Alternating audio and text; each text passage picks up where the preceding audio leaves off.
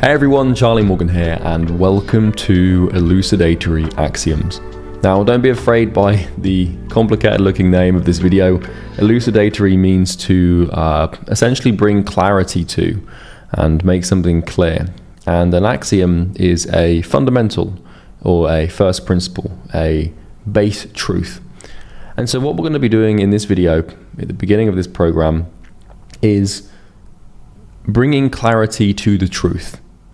And what I'm going to aim to do throughout this video is basically explain the fundamentals of business, the fundamentals of making money, and the fundamentals of the specific business model that you're going to be diving into. Now, when you want to do anything and start a business or really make any change in your life, you have to start with the truth. You have to be able to reason from first principles and have an accurate understanding and gauge of what is actually true. Because if you can't do this and you don't do this, which most people never do, then every single action you take and every single thing you do is going to be out of alignment with the objective nature of the world. And that's going to make your life and your time with this business extremely difficult. So I hope you are ready to have your head blown clean off your body. You should finish this video with a new lease of life and a new understanding as to how reality works, and it should make things very clear. This is how billionaires think, so I'm very excited to share it with you. Now, I'm sure you've noticed the length of this video and you know how long this thing is. I didn't tell you it was going to be easy, all right? I know that you have the shiny object syndrome to, jump straight to the appointment booking module or the sales module, and just try and like rush through this thing and 2 times speed it and just half listen to it whilst you're, doing something else. This video and the videos to come in the foundation and mindset modules are the most important videos, and if you get these right, you can find anything you want to do with sales and appointment booking. So please, maybe stick me on 1.25 speed. Do not watch this in 2 times speed with 5 other tabs open in your phone on your desk. Do not skip this video because it's long. Suffer through it, and I promise you, when you come out the other side, you'll be glad you did. So here's what we're going to cover. We're going to talk about something called causal law, making money explained. So I'm actually going to explain like what the hell is money and how do we actually make it. Critical information, lock and key, bending reality, application, consulting explained, 6-figure roadmap, and the quadrant. So there's a lot to cover. And I know that these topics don't seem all that important to you right now. You might be looking at some of these things being like, critical information, causal law, I don't need to know any of this stuff. Just give me the sales script, Charlie, I'll be fine. Well, you won't be fine, okay? As someone who's spent the last 8 years, 9 years getting to grips with the foundations of making money online and this business model, I can tell you it really is just about the foundations. So without further ado, let's get into it. So welcome to Elucidatory Axioms. Once again, elucidatory means to bring clarity to something, and axiom means fundamental. Here we will explore the fundamentals of business and making money so you can become successful beyond your wildest dreams and imagination. We will then explore what it means to be a consultant. So throughout this program, I'm going to refer to the business model that we're using as consulting or consultant. Now, a consultant to me can be a whole range of things. So you might think, okay, I'm a coach or I'm an expert and I sell information, or I'm an agency owner, or I'm a synthesizer or a course seller. There's lots of different terms that we can bucket into consultant. So, when I talk about consultant, I don't want you to think that I'm just referring to someone that, gives like information over Zoom to someone or something like that. Like you can be a coach, agency owner, course seller, expert, synthesizer, like anything that denotes the transfer of information from your brain to someone else's brain or from your brain to someone else's business by doing it for them is a consultant. And we're going to get into what that means later, because you kind of need to understand what this thing is if you actually want to do it properly. So let's begin with causal law. So causal law is the law that governs the entire universe. It sits at the foundation of all scientific development, all of humanity's progress, and it will also sit at the success of your business venture. Now, the problem is that most people live their lives completely ignorant of causal law, and they suffer pretty immeasurably for it. If you align yourself with causal law, you cannot fail. Now, causal law is a kind of weird thing to start a business training program with, you know, to make money online, like law and cause, like what the hell does that mean? But we need to know it, because you're trying to undergo a change in your life, and the way that you're going to change your life is by changing other people's lives. And what I mean by that is, if you want to make money, well, then you need to help people. And the way you help someone is by, you know, bringing a positive change and impact to their entire existence. As a consultant, that's what we're going to be doing. And I know that right now you might not know who you want to help or what you want to help them do, but this is the fundamental of this business model. And so if you want to undergo positive change for yourself, and if you want to help other people undergo positive change so you can do it for yourself, well, you kind of need to know why things change. So how do things change? And why do things change? And how do things happen, and why do things happen? Well, most people, they go about their lives believing that life just happens. And this might be true of your situation right now. They believe, or maybe you believe, that success is luck or a fluke. They believe that the future and their life is out of their control, and that they are just floating through space and time waiting for life to happen to them. So a lot of people believe that life is just this predetermined journey with a set destination, and they're just in it for the ride. They have no control over their life, and the universe is out to get them, and life just happens. They just ended up where they are right now by luck or fluke, or, you know, if they're not happy with where they are right now, then, you know, the opposite of those words. And you need to start looking at life like an airport. Now, most people enter the airport of life with no ticket and no idea of what destination they actually want or where they want to fly to. And they walk up to some random check-in desk in this airport of life, and this is like, you know, maybe when they're like 18 or something, you know, and then they board a random flight with a random airline, and then they end up in somewhere like Sierra Leone in Africa.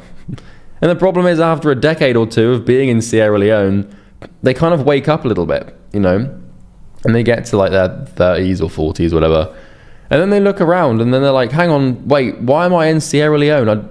I don't want to be in Sierra Leone. Now, I've got nothing against the country, I've never been, but, you know, this happens. People just, like, they don't take a grip on life. They just end up like getting on some random flight. And this happens with people, like, you know, when you're like 18 years old or 19 or whatever, or 17, you know, everyone's asking you, like, what do you want to do with your life? And then, like, you know, you kind of get pushed into like maybe a university course, or like you just apply for a random job, or you go to like a careers center, and like it's completely random. You're just like, I'll just go wherever this airport wants to take me, you know. And that's not a good idea. You need to actually know what you want so you can actually start to make some progress towards a goal. Otherwise, you're going to just walk into some random careers advisor, and they're just going to be like, oh yeah, you could do this. And it might not be suited to your desires or wants or needs or goals or unconscious or personality. And then before you know it, you're in Sierra Leone and you wanted to be in, I don't know, Canada, right? You wanted to be in Toronto. Now, if you don't understand physical law, this is just another word for causal law.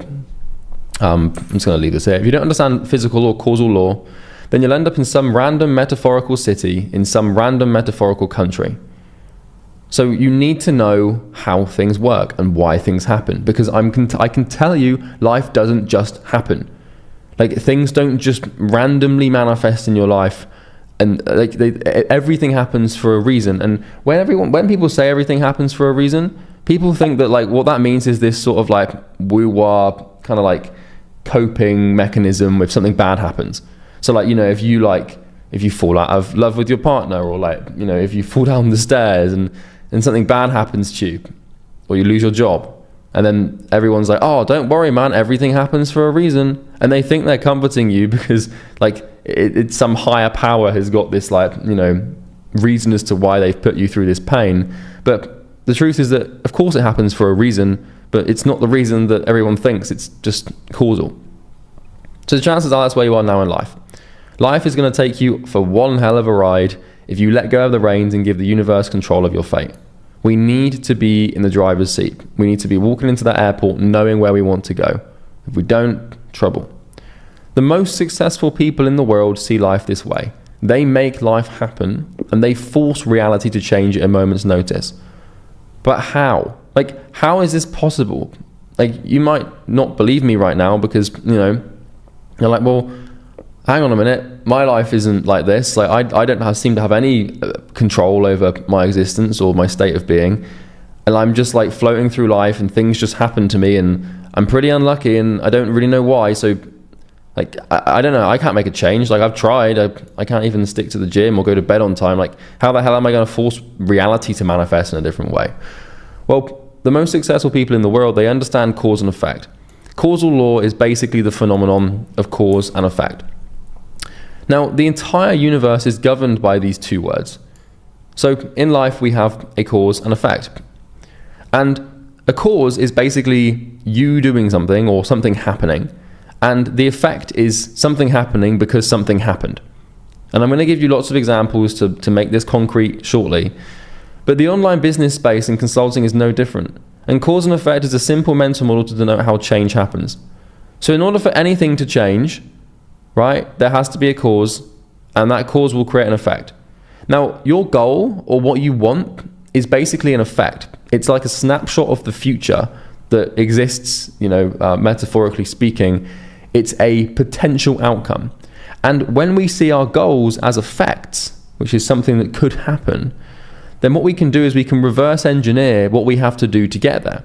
And so if you want $10,000 a month, well, you can understand that as an effect of future potential outcome that you could achieve, a snapshot of the future.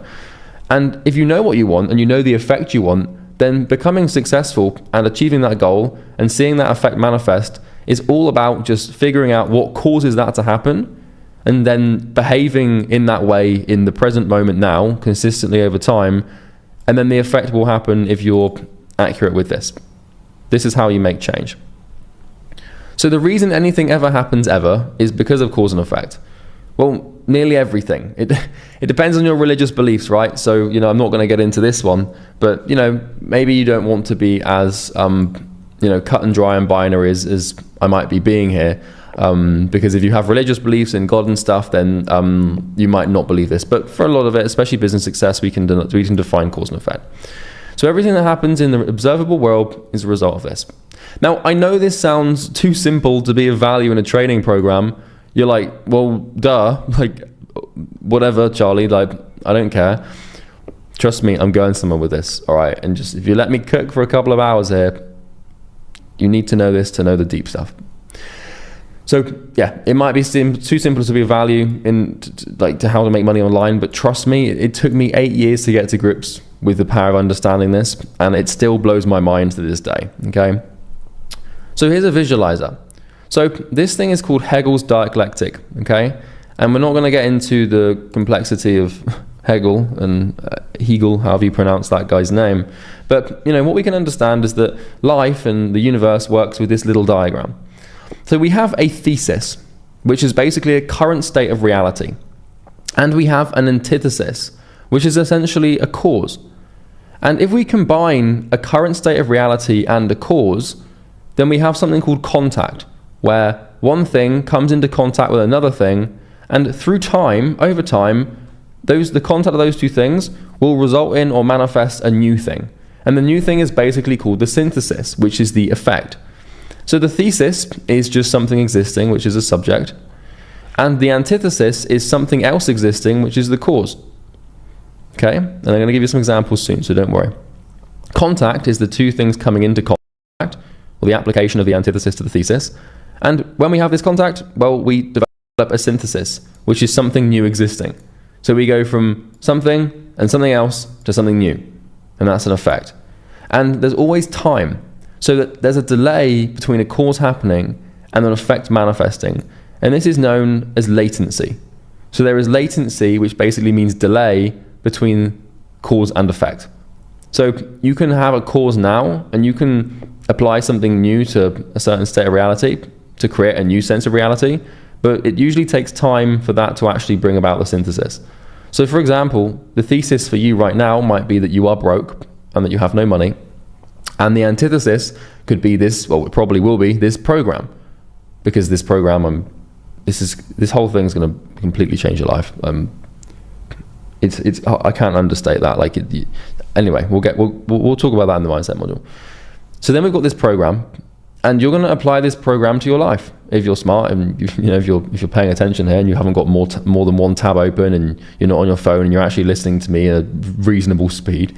You're going to take in this information and apply it, and then after some time, well, you'll be rich and you'll be successful if you actually listen. So when the new thing, which is the synthesis, exists, it becomes a new thesis. So what we have here is basically what's called a feedback loop, where if we're going from current state of reality to new state of reality, or from one thing to new thing, then what happens is the new thing eventually becomes the new state of reality, or the new thesis. And so once the synthesis is formed, it now becomes the thesis again. And this is how change happens. So this synthesis loops back around and becomes the thesis, so that another period of change can happen. So if you think about how like a species evolves over time, for example, like, as like human beings. So if you believe the, theory that we evolved from apes and everything, like, we have the theory, which is that, the thesis is apes, antithesis is like some evolution and selection. Combine those two things together, you get a human being. But now the human being is the thesis, which needs to, continue to evolve. And there'll be a new, what do you call it? There'll be a new sort of environmental condition that will result in a new synthesis, and that's how evolution happens. Literally anything that comes into being in this world has happened because of this diagram. Your life is simply an aggregate of millions, if not more, of these cause and effect relationships. So I know that this seems I know it seems hard to like boil your entire existence down to a diagram with a few circles, but this is really how it works. Anything that's ever happened ever to you or anywhere has happened in accordance with this diagram. Have you ever heard of the quote that from Einstein that says the definition of insanity is doing the same thing over and over again and expecting a different result? Well, it's a pretty good quote. It's not actually the definition of insanity, but this is why, if in life you are just combining the same thesis and the same antithesis over and over again, you're going to get the same synthesis. So if you have a bad life, but there's no, like, that's the thesis, but there's no new antithesis, like you're not seeking new information, you're not looking to grow or learn or anything, then it's impossible to have a new synthesis. Like, if you're just going through the same old courses you used to go through, or talking to the same people, or going to the same places, then, well, of course nothing's going to change, because you need to come into contact with something new for something new to happen. But a lot of people, they don't do this. They kind of just live the same day every day for 80 years, and then they die. And then they get to 80, they're like, oh, this was a wild ride, wasn't it? I wonder how the hell this happened. It's like, you don't get it. So here's some examples for you. So a thesis could be your skin, okay? And the antithesis could be the sun, and the contact between the skin and sun could be sunbathing. So we need to have like a verb if we're going to do something. We have to do something here. It's application, right? The synthesis could then be sunburn, and it could take you 1 hour to get sunburned, okay? So you, sun, sunbathing, sunburn. And then the synthesis, the sunburn, is now the thesis. Because now what you might do is have sunburn, and then like after sun lotion, and then you put some after sun lotion on your sunburn, and then you're not sunburned anymore. And then you do it again, and it kind of loops around. Thesis, cancer. Okay, so let's say you've got cancer. I hope you don't, of course. And then antithesis could be X-rays. Contact is radiotherapy, which is one of the methods we treat cancer. And the synthesis would hopefully be no cancer. And this might take 2 months or 8 weeks of treatment. So, we can change the state of reality through the application of an antithesis. Thesis, you could be focused. So right now you could be focused on this video, and that could be the current state of a tiny fragment or facet of the entire existence of the natural world and reality. But you could be focused right now, and then the antithesis could be your iPhone. So maybe you've got your phone on your desk if you're being an idiot right now, and you can't focus to save your life because you need constant stimulation. And then the contact could be like a notification. So maybe your phone is like, maybe you're absolutely insane and you've got notifications on. And we'll get to this. I'm not trying to demean you for having notifications on, but business success is just applied focus over time. So if you've got your phone on your desk right now with like Snapchat and WhatsApp and Instagram and God forbid TikTok and Twitter all like pushing notifications to you, like, well, your synthesis is going to be a distracted state. and it's difficult to understand meaningful information and make it feel important enough to act on if like you're constantly distracted. And this could be a 2-second time latency. So we go from focused to distracted in 2 seconds with the antithesis of the iPhone and the contact notification. So thesis, poor. Antithesis, buy lottery ticket. Contact, win the lottery. Synthesis, rich. Time could be 7 days. Thesis, I'm dumb. Antithesis, I'm going to read 100 books. Contact, I actually read them. Synthesis is smart. Time, it could take you 10 years to become smart. I mean, smart doesn't really exist on a binary scale. It's really how smart or how dumb are you, but you get the point. So thesis could be you're really thirsty, right? And you really want some water. Antithesis is you have water, you drink it, and then you're hydrated, and this could take 30 seconds. Bored, Netflix, watch, entertained, 2 minutes. Thesis, you're unfit. Antithesis could be a treadmill. Contact could be running on that treadmill. Synthesis could be that you're now fit, and it's taken 6 months. Thesis, your current situation in life. Antithesis, this program. Contact, actually applying the content. And then the synthesis could be your goal actually realized, which I'm pretty sure it will be if you pay attention and don't give up and stick to this thing. And then 12 months, it might take you 12 months to do that. It could take you 6 months, could take you 3 months, could take you 2 years, could take you 12 months, I don't know. Probably not 2 years. Thesis, some atoms. Antithesis, some more atoms. Contact, a cheeky bit of heat. And the synthesis, the entire universe as we know it. So, this might take anywhere between 13 to 27 billion years, but this is the theory of the Big Bang and how the universe began, right? So, once again, I'm not going to get into the theological argument as to how the universe was created. But if you believe the Big Bang theory, what we had was some atoms, and then some more atoms, and then those atoms got kind of heated, and they bumped into each other, and then after like 13 to 20 billion years, we have the entire universe as we know it. Okay? So that's a pretty interesting thing to think about. This thing comes from the very beginning. Now, if this thing can bring the entire universe into existence, I think it can help you become a millionaire. Now, you're like, okay, Charlie, this sounds great and everything. This is great. Maybe you're not saying that. I don't really know. But you're probably thinking, like, why the hell do I care about this? Like, how on earth does this thing apply to me having success with an online business and making money? Well, more than you could possibly imagine. So let's apply this to the art and science of making money. So now that we've got to grips with the first principle of reality, and really something that every single human being should know, we're going to explain how to actually make money. And we're going to use this diagram and this idea to develop an understanding that you can act out and basically become successful with.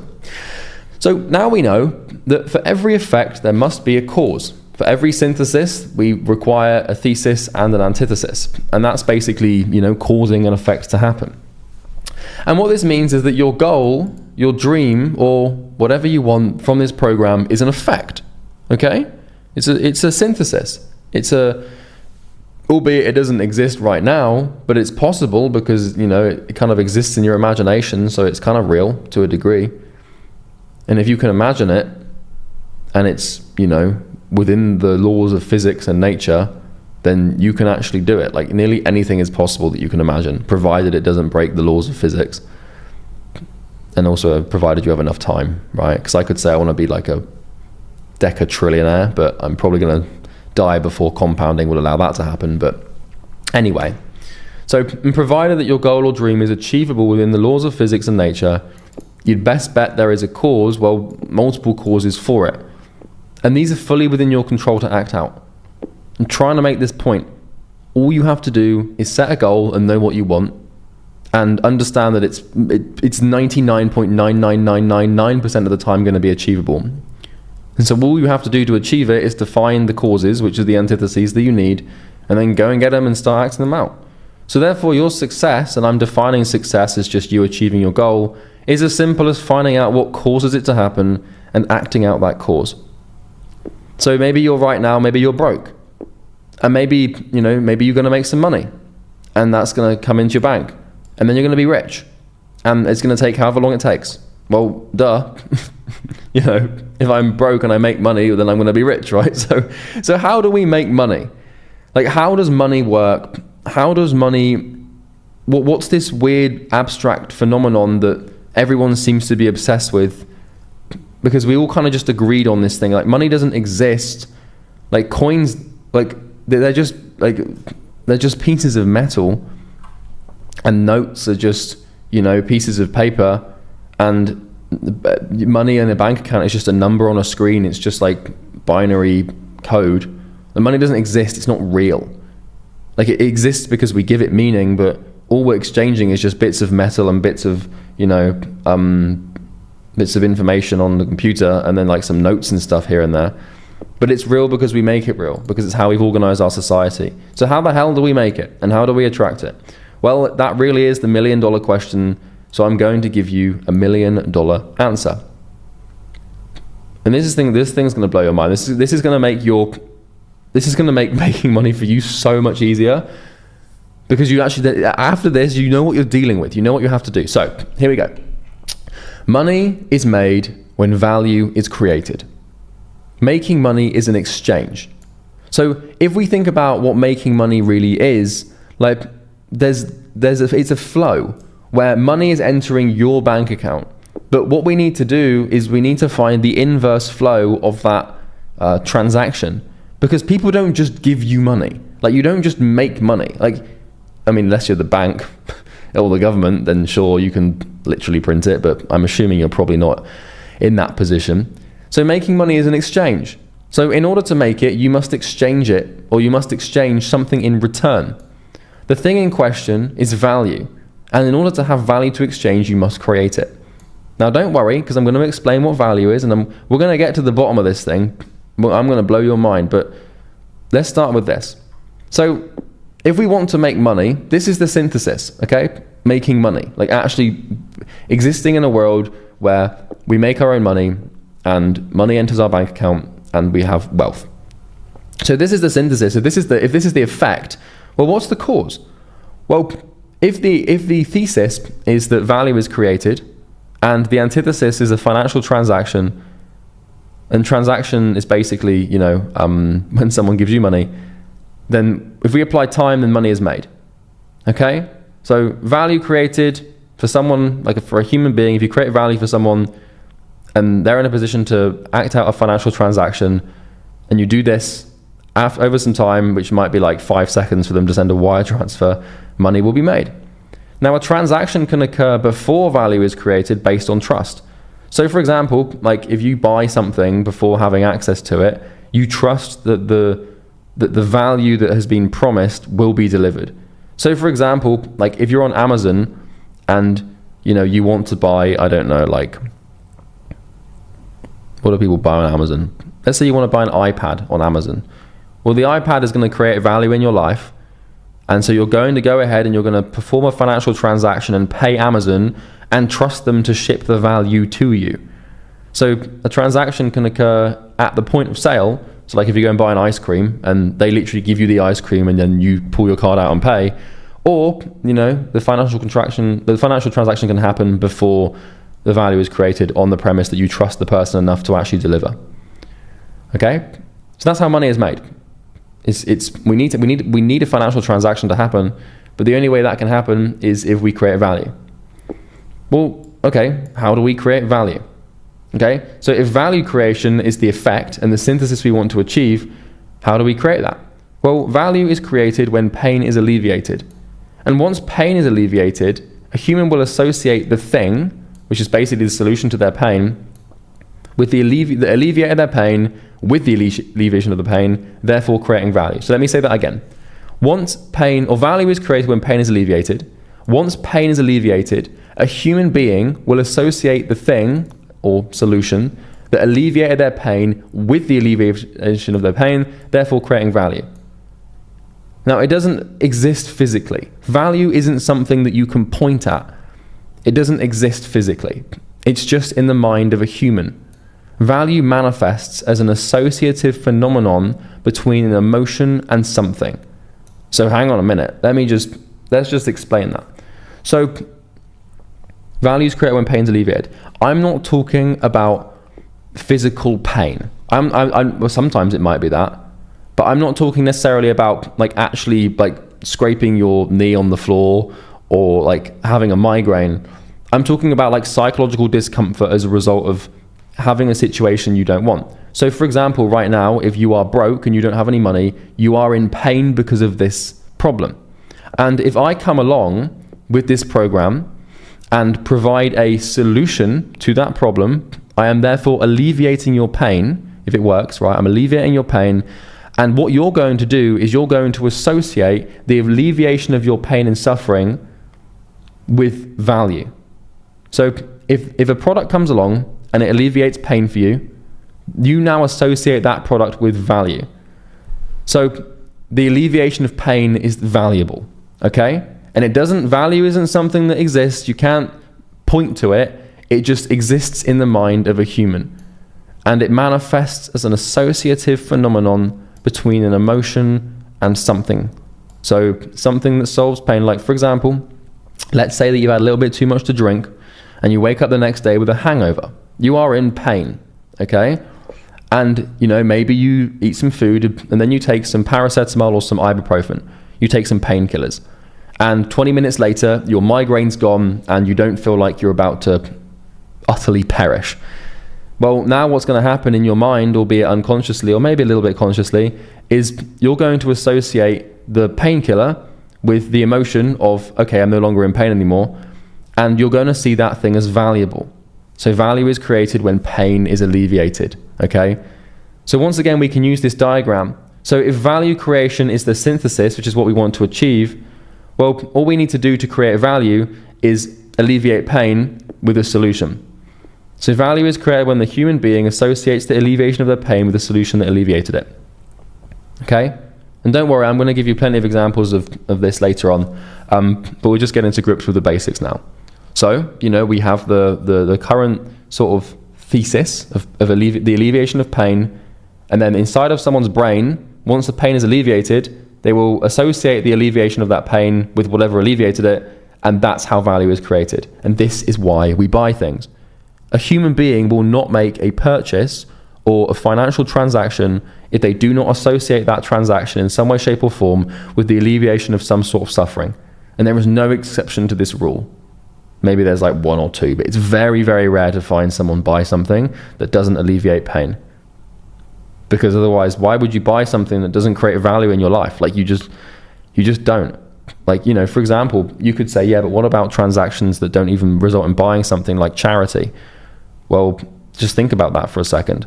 If you're sat on your couch and you see an advert for, a starving child in a country, and it says sponsor a child for $100 a month, and you say, okay, I'm going to send money to this charity. Well, seeing that advert made you feel pain.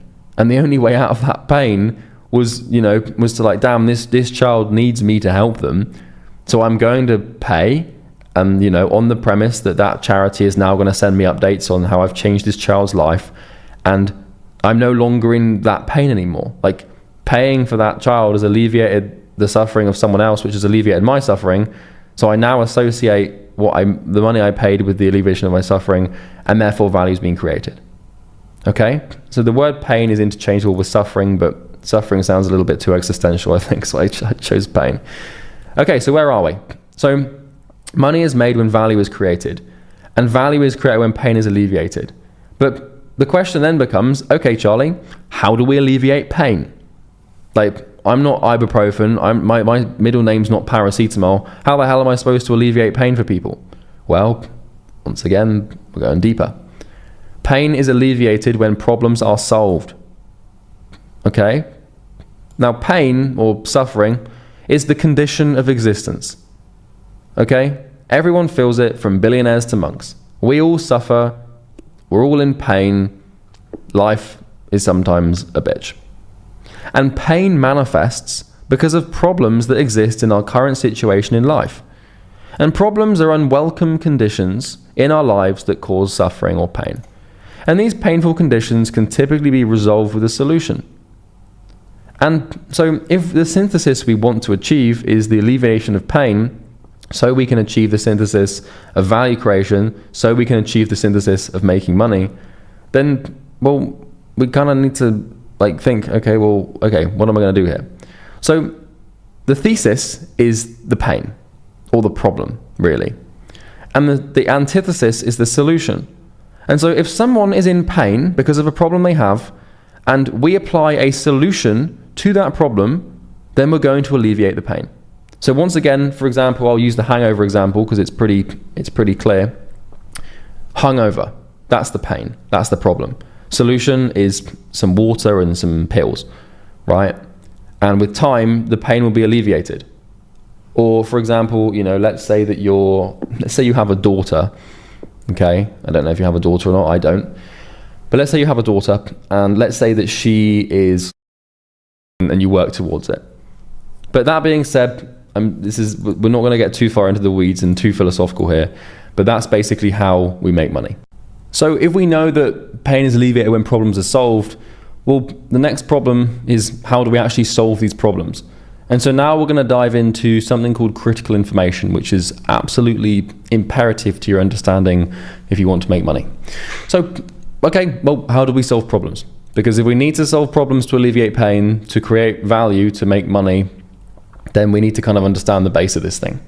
So problems are solved when something called critical information is applied.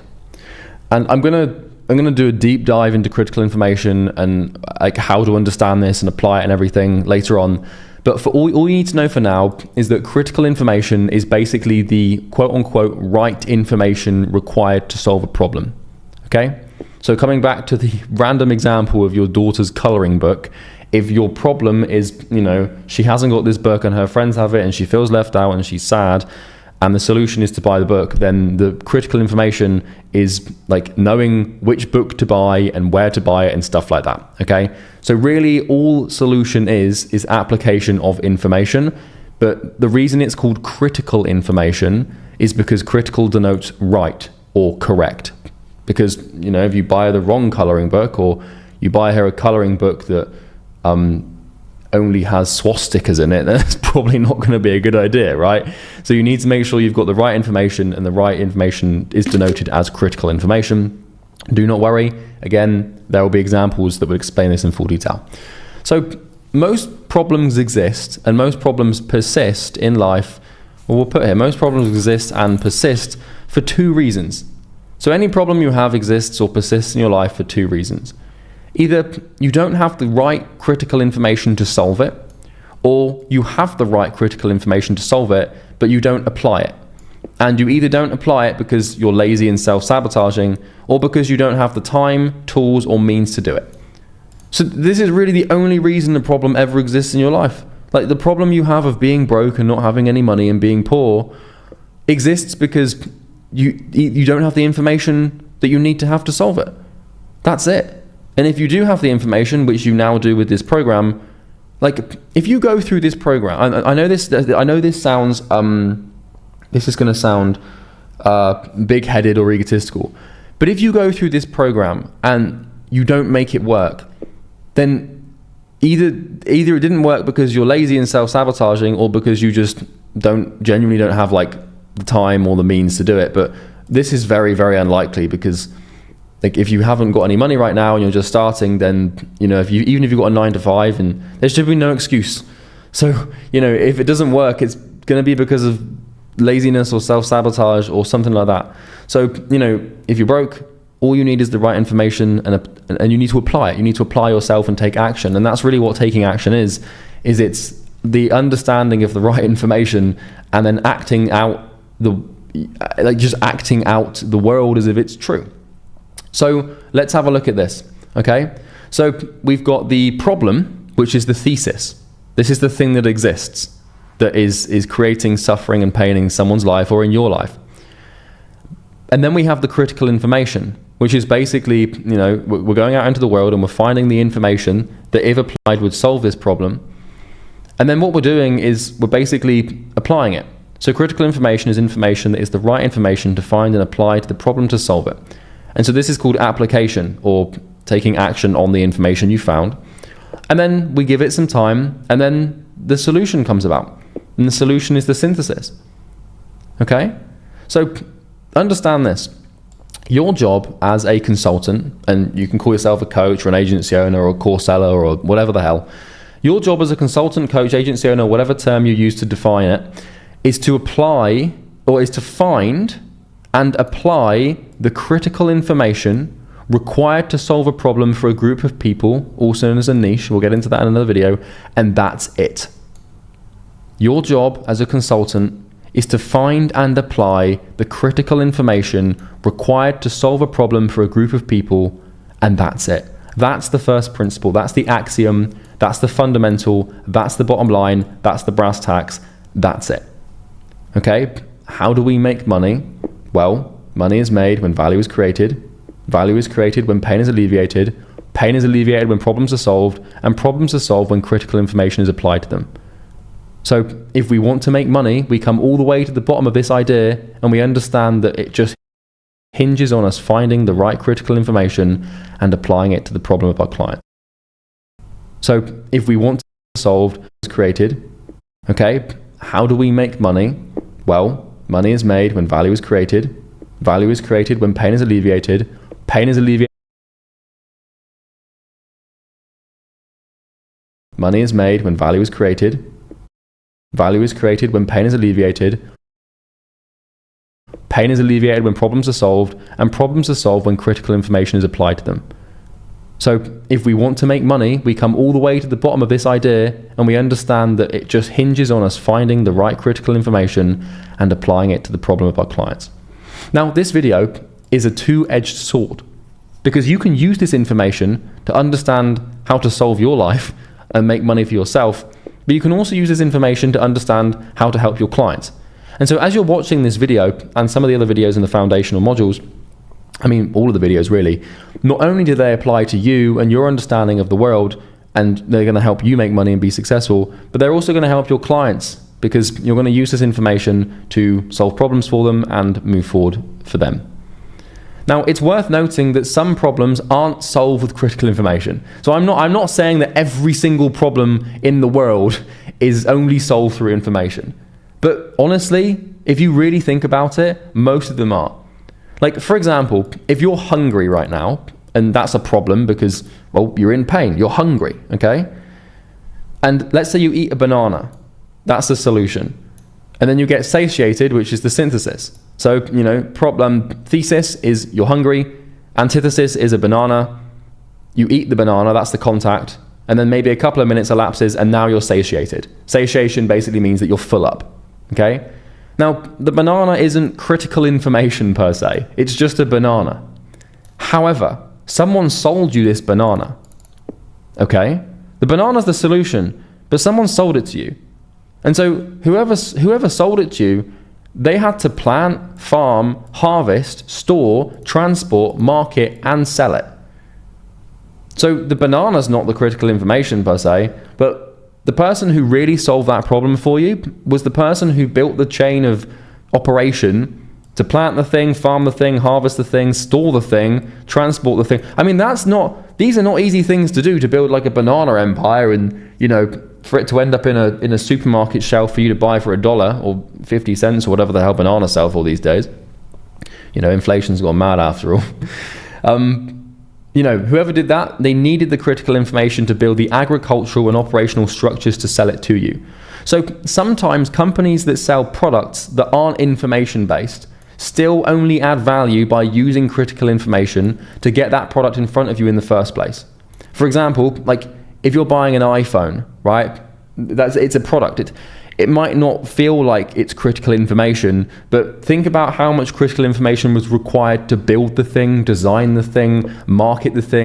Whilst products solve problems, the process that gave assent to the solution is where the value is derived from, okay? So understand, everything anyone buys ever is purchased in some way, shape or form to solve a problem and alleviate pain, no matter how trivial it may be. And we're going to get into a bunch of examples here in a second, but to really solidify this, I want to just show you the money-making mechanism, right? Maybe I should have called this program the money-making mechanism. It sounds a lot shinier. But this is it. This is how you make money, okay? So what we do is we start with a problem. We find a problem that a person has, or a group. This is a niche, right? And we're going to get into this in the niche video, but we find a niche, we pick a group of people that we like or are interested in. We find a problem that they all share and they all have universally. Like, for example, one problem that a lot of young men might have or young women might have is that they're broke. And that could be a niche, is like young men that watch YouTube videos online. Problem, broke. We apply the critical information to the problem. We apply it. Or we like, you can give someone the information, or you can do the work for them, or whatever. Then we have time, and then the solution happens. And the solution becomes the new thesis. Now, I know that up here, the thesis was pain, and the solution was antithesis, but really these are interchangeable, right? Because they're both kind of, theses and antitheses. So what I mean by this is, the solution becomes the new, remember, it becomes, I can probably remove these things just to not confuse you, because, I'm gonna actually do this, because this is where it gets a little bit interesting, and I'll explain this in a second. Anyway, right, where was I? So the synthesis of solution becomes the new thesis, okay? And so if you have a solution, right, which could be like, a product, and then where there's pain that solution can basically alleviate, then if we apply the solution to the pain, or the pain to the solution, then we're going to alleviate that pain, okay? And so, if we alleviate the pain as the synthesis of the application of solution to suffering, then obviously we have alleviation. And so the alleviation becomes the new thesis. And then, well, how do we, what do we do with alleviated pain? Well, what we do is we understand, it's pretty simple, that the value is created when pain is alleviated, and value is only created if the alleviation of pain is associated with a solution. So, let's say that one day, let's say you've got a massive problem in your life, like a huge problem, okay?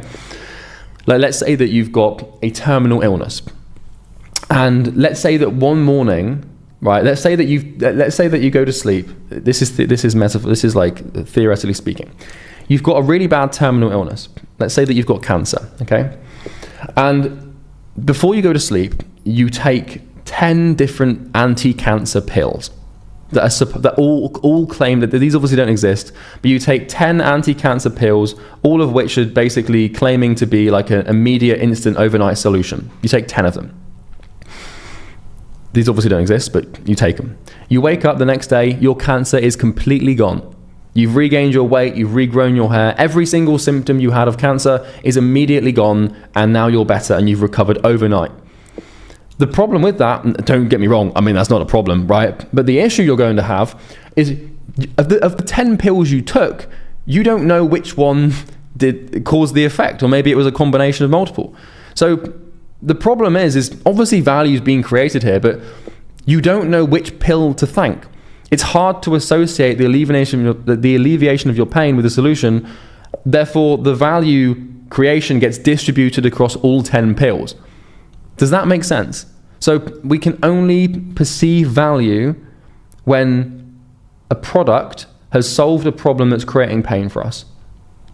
Okay? And that's the only, and value, other than that, value does not exist. It exists in the mind of a human, and the entire market, the entire economic machine ticks on the perception of value when this phenomenon happens. Okay? And so value is created. And once value is created as the synthesis of this thesis and antithesis combination, then it becomes the new thesis. And then, well, how do we go from value creation to making money? Well, we ask for a financial transaction. Now, it's pretty simple. You create value, and then a financial transaction happens, and money is made. And this is how we get what we want. The synthesis we want to do with this program and all along is just to make money. But to make money, we have to create value by, obviously a financial transaction occurring. But how do we create value? Well, we alleviate pain. And by alleviating pain with the solution, there will become association will happen between those two things, like classical conditioning, so to speak, which creates the value. But then, to create the value, we have to alleviate the pain. But to alleviate the pain, we have to find a solution. And to find a solution, we have to apply and basically find the critical information and apply it to the problem. So I know that's it's literally that simple. This is how you make money. This is how any financial transaction happens. This is how any business or entrepreneur gets clients and makes money. This is it. It's literally this simple. And the funny thing is that what's going to happen is when you start making money, this synthesis, it has to become the new thesis. It's impossible to not. And so what's going to happen is this is going to loop around and loop around and loop around and loop around and loop around. And now that you've made money, you have a problem. And that problem could be, well, how do I grow this money? What do I buy? Like, how do I keep growing this money? Like, I haven't got enough money. I need more money. Like, or people are now trying to steal my money. Like, don't get me wrong. Don't think your problems end when this happens. Like, trust me, you're going to start doing crazy stuff to keep it and make more of it. You're going to move countries, and like I did, like move to Dubai. You're going to constantly be chasing the high of making more of it. Like this thing does, just a fair warning, making money, it comes with some damn problems, okay? Like it really does. Ask any entrepreneur who's got money. Like, don't get me wrong, the problems of being broke are way worse than the problems of making money. But it's not problem free and it's not pain free, okay? But it's still a good goal to aim for because it's going to be way better. Like the problems to solve at this level are way better than the problems to solve it, when you're just broke. Okay, so that's how you make money. Just take a second, let it sink in. Problem, solution, solution, pain alleviation, value creation, money made. Screenshot it if you want. I mean, you can actually come into this document. This will be available in the resources section below. And you can open up this Miro board. And I hope that gives you some clarity on what the hell we're actually doing here. Okay? So now let's actually get into some examples, because I've obviously given you some very strange examples, like a coloring book for a daughter. Hopefully not with horrible war signs in it. Okay? And like, overnight cancer pills. Like these are obviously abstract examples. So let me make it concrete. So, okay. So ibuprofen, or a painkiller pill. So once again, we've done this one. You've had too much to drink and you're hungover. So you're in pain because you've got a headache or a migraine. Now, you might be thinking like, well, how can a pill be critical information? Well, first of all, like understanding that if you take it will solve the problem, that's critical information. That's pharmaceutical critical information. If you go to a pharmacy and you have a specific problem with a part of your body and you explain it to the pharmacist and they prescribe you a specific pill or a specific drug, then they've created value for you because they have the critical information to know what drug has to be used to solve the problem you've got. But the other thing about these pills, like painkillers, is it's taken 100 plus years of pharmaceutical research and development to basically package them into a little white pill you can take and remove all your problems in 5 minutes. That sounds like a drug. I don't mean it in like a recreational way, all right? But this is critical information. The companies that make these painkillers spend millions, billions of dollars and hundreds of years developing these drugs. And so that's like the drug can't exist without the critical information that gives assent to it existing in the first place. And so the value is created really at this level to create the product. Like products aren't value, it's the process that, well, they are actually. I'm not going to overcomplicate it. Solution, small white pill taken with water, removing pain, and it might take 30 minutes. Now, let's test this idea even more, because trust me, I've spent more than a week on this video alone, right? And I've really battled this idea. I've pulled it apart, I've questioned it, I've really tried to just ensure that this thing is first principled, and it is.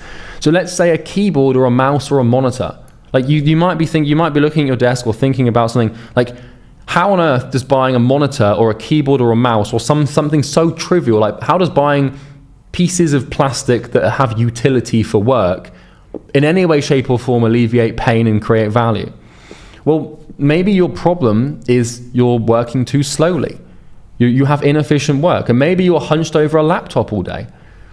And the pain you have as a result of these things is your business isn't growing and you're working too slowly and you're not being productive or as productive as a movie. And Disney really understands this. So without getting into too much detail here, there is something called the collective unconscious. The collective unconscious is basically the collective unconscious mind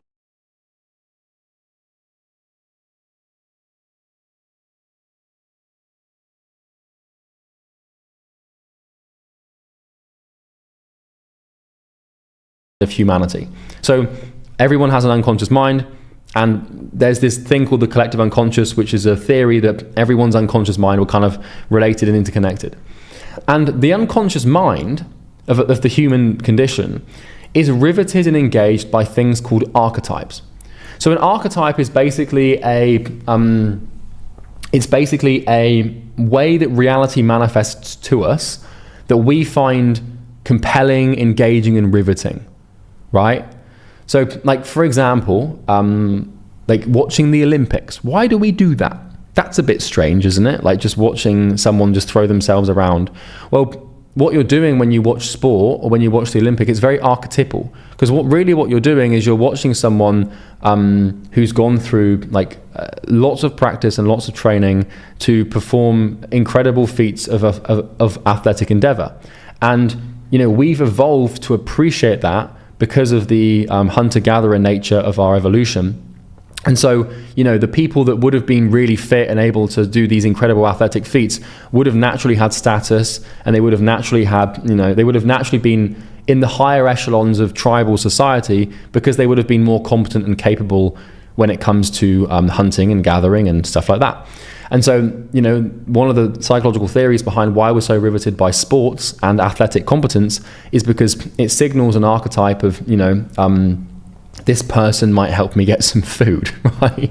Now, there's lots of theories, but I mean, you get the point. So let me give you an example. So an example of an archetype is the hero's journey, okay? Now, the hero's journey is a narrative framework whereby the protagonist of the story, so the main character, embarks on an adventure, and on that adventure, they face challenges and they undergo transformation. Ultimately, they return home changed, having learned something new and having come back and, you know, fix the problem. You know, George and the Dragon, for example, you know, the hero's journey. There's a guy, there's a woman that gets taken and she's being protected by a dragon. So the guy, well, not protected, but she's being like guarded by a dragon. The guy has to leave, and then he has to leave the comfort of his hometown, face some real damn challenges, which is slaying a dragon, and then he gets the girl, right? Now, you could argue that's sexist, but I'm just telling you the story, right? Now, this journey typically involves stages like the call to adventure, overcoming trials, and the returning with newfound wisdom or power. Now, you might be thinking, what the hell are you talking about, Charlie? Well, the hero's journey is the underpinning narrative of nearly any big action or adventure movie made ever.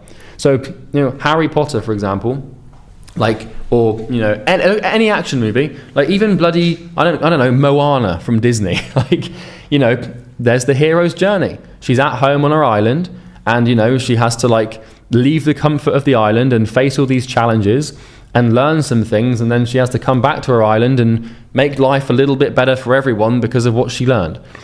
Any big action movie or adventure movie ever made follows the hero's journey. Okay, Interstellar is another example. Dark Knight Rises. I mean, actually, that's not.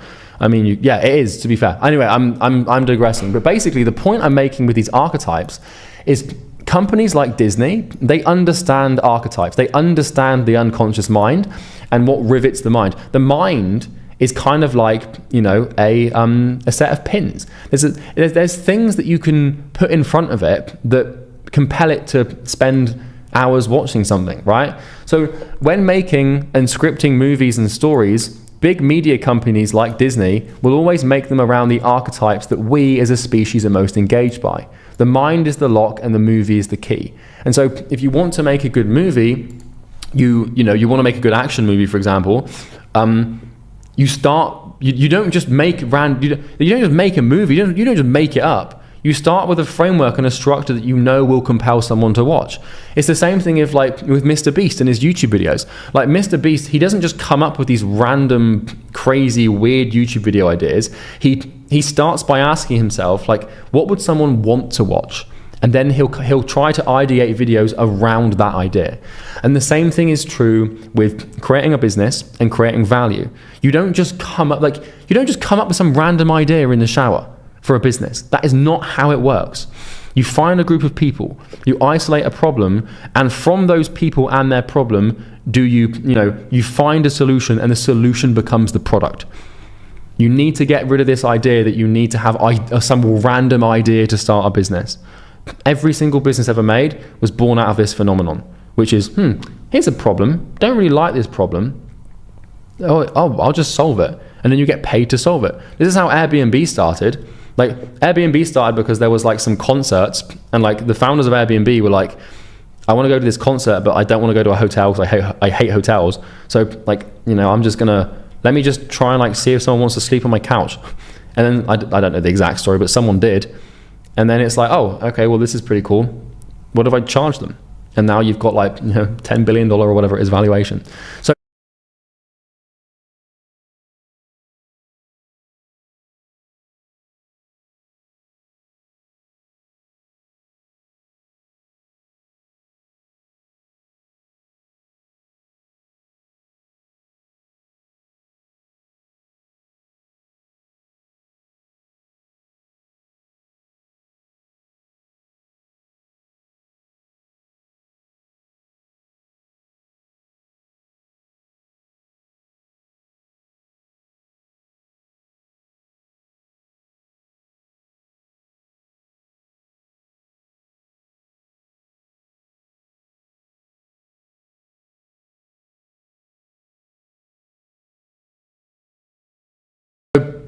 the point I'm making is you don't need an idea, you just need to find a problem, and then you need to find the critical information required to solve that problem. And in essence, what you're doing is you're selling the critical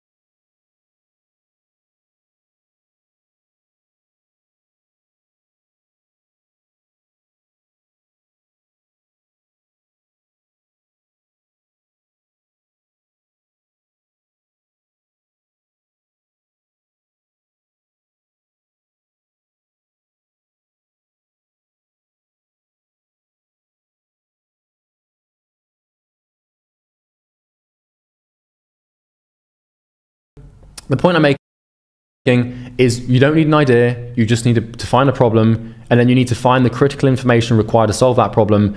And in essence, what you're doing is you're selling the critical, and then you need to find the critical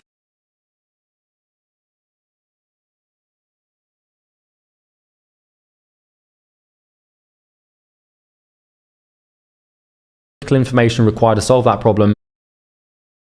And in essence, what you're doing is you're selling the critical information to the person. And if you're not selling the critical information to them, you're selling the product, the critical information to the person. And if you're not selling the critical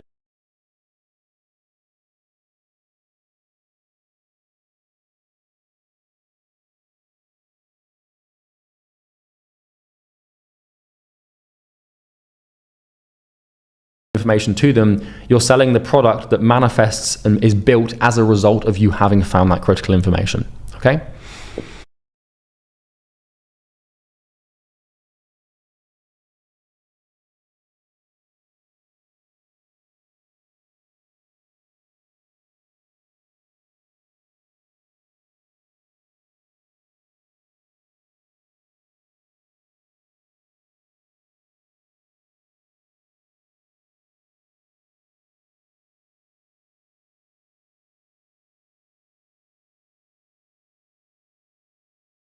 Now, I mean, let's talk about bending reality. we're really leaping through the old axioms here, aren't we? But the cool thing is that when you understand this, and like if this is really I'm hoping this is sinking in, like you can literally bend reality to your will. If you have the right information, you can bend reality to your will. You can do anything. If it's within the laws of physics and nature, anything is possible, and I truly mean that. So let's have a look at this. How do we bend reality? How do we use information, and how do we use our understanding of problems and solutions and value to bend reality? Well, really, what does bending reality mean? Well, this just means to make a change. So if your current reality is that you are broke and poor, then you need to bend your reality so that you are a millionaire and you're rich. And you can literally change the state of the world and the state of reality by finding the right information and applying that information. Like, that's it. That's how you change anything ever. And applying that information.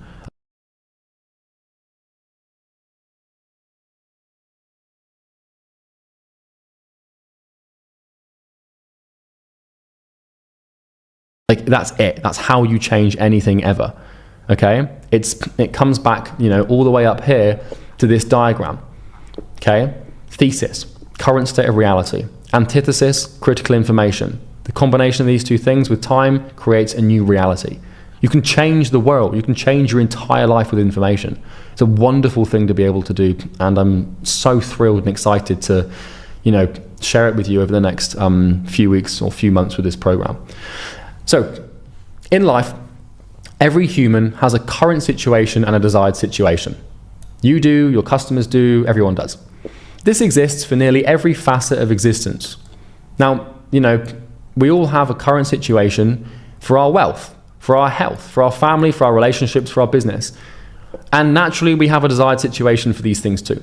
So it doesn't matter how wealthy you are, or how healthy you are, or how good your family relationships are, or how good your business is, or how good anything is, things can always be better.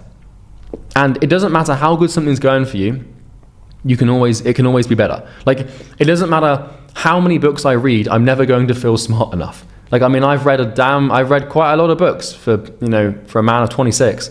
And like, you could argue that there's some level of intelligence in between my ears, but it's nowhere near enough, right? I'm nowhere near smart enough. I don't know anything. I don't really know anything in the scheme of things. I know enough just to help like one little corner of the world solve a specific problem, but I'm not by any stretch of the imagination like smart or like extremely intelligent. And that's not a virtue signal. That's just the truth. Because the more you learn, the more you realize you don't, like the more you start to learn, the more you realize there is to learn.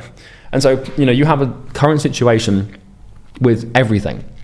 And when you have a current situation, you will naturally have a desired situation as well, because you want things to be better. Doesn't matter if I've read 3,000 books, I could always read 3,001, right? So between these two states lies a gap. And this is visualized over here. So every purchase we make ever is hinged on the idea of bridging this gap from current painful state to painless desired state.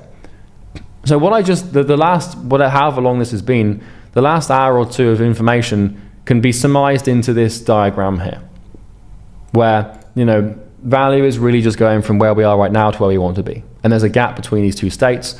And, you know, your job as a consultant is to bridge this gap for people. And what I'm doing right now with this information is bridging this gap for you. If your current situation is you don't know how money works, and your desired situation is you want to know how money works, and there's a gap between these two things, well, now you should know how money works. And I've just created value for you by bridging this gap. And so, for example, right now, your current financial situation might be that you're broke. And your desired situation is probably going to be that you're rich. And this is quantified by like millionaire or 10K a month, whatever. And between these two states is a gap. And my job with this program is to bridge this gap. So when I bridge this gap, or when you bridge this gap for someone else, we drive positive change in your life or someone else's life. And this is how we create value, okay? Now, I'm going to show you how to start a business online. And this business is going to be a vehicle for your clients, or your market, basically, to bridge the gap between their current situation and desired situation. So this applies to your life, but to your clients' lives. So your clients have their current situation, which is their reality with the problem they have, and they have a desired situation, which is a reality with the solution, without the problem, without the pain. And between the state of current and desired is a gap, and your job as a consultant is to bridge the gap. And we bridge the gap using critical information. Now, it does not matter what niche you pick, or what service you pick, or what solution you pick to sell. What you sell boils down to this. This is what you sell. You sell a transformation between states. You sell change. Let that sink in for a second. You don't sell products, you sell change. Anything you buy ever is to take you from a painful current situation to a painless desired situation, or with less pain. Nothing's painless, right? Painless is change. Anything you buy ever is to take you from a painful current situation to a painless desired situation, or with less pain. Nothing's painless. To a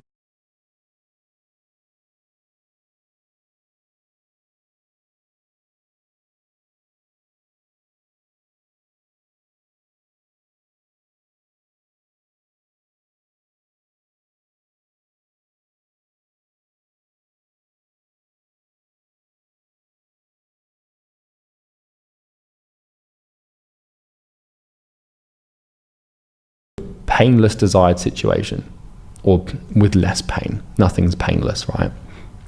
And so what you're doing when you sell someone something, or when you make money from selling something to someone, is you're helping them make a change. It's that simple, you know? Like if you're really thirsty and I sell you a bottle of water, I've taken you from a current painful situation to a less painful desired situation, and according to the level of pain you have, you will pay me accordingly for that. And all I've done is I've sold you change, okay? I've sold you a transformation. This program is not a program. It's a vehicle for you to go from your current situation to your desired situation.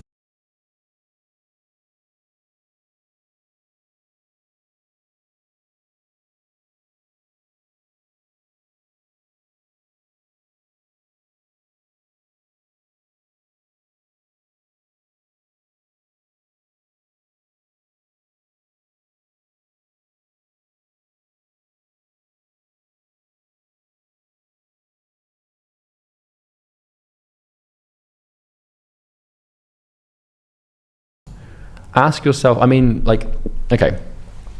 ask yourself now, like, why did you start this program? Like, why are you in here? Is it because you want to hear some random British dude with a questionable hairline try and make some sense of the world for hours on end? Or is it because you want to go from where you are now to where you want to be? Well, of course it's the latter.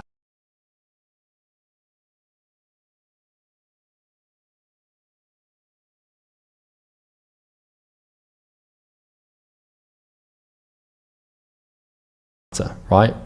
Unless you're weirdly interested in the sense of the world for hours on end. Or is it because you want to go from where you are now to where you want to be? Well, of course it's the latter, right? Unless you're weirdly interested in me, which I wouldn't advise you be. But you sell change, okay? Now, the thing is like, but how? How do we bridge this gap? Like, how do we use critical information to do this?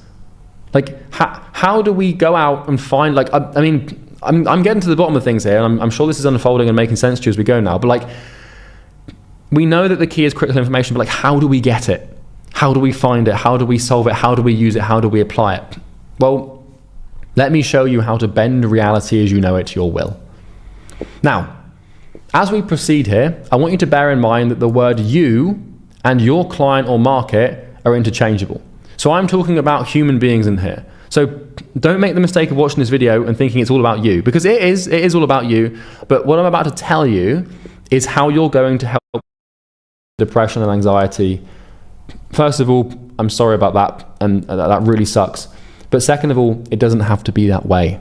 Using your brain and your 5 senses and your imagination and your body and you can change it, and it's possible. So let's explore how. This yellow circle represents your current state of reality. And this embodies every area of your existence. Wealth, health, family, relationships, etc. This is your subjective experience and what you think is true.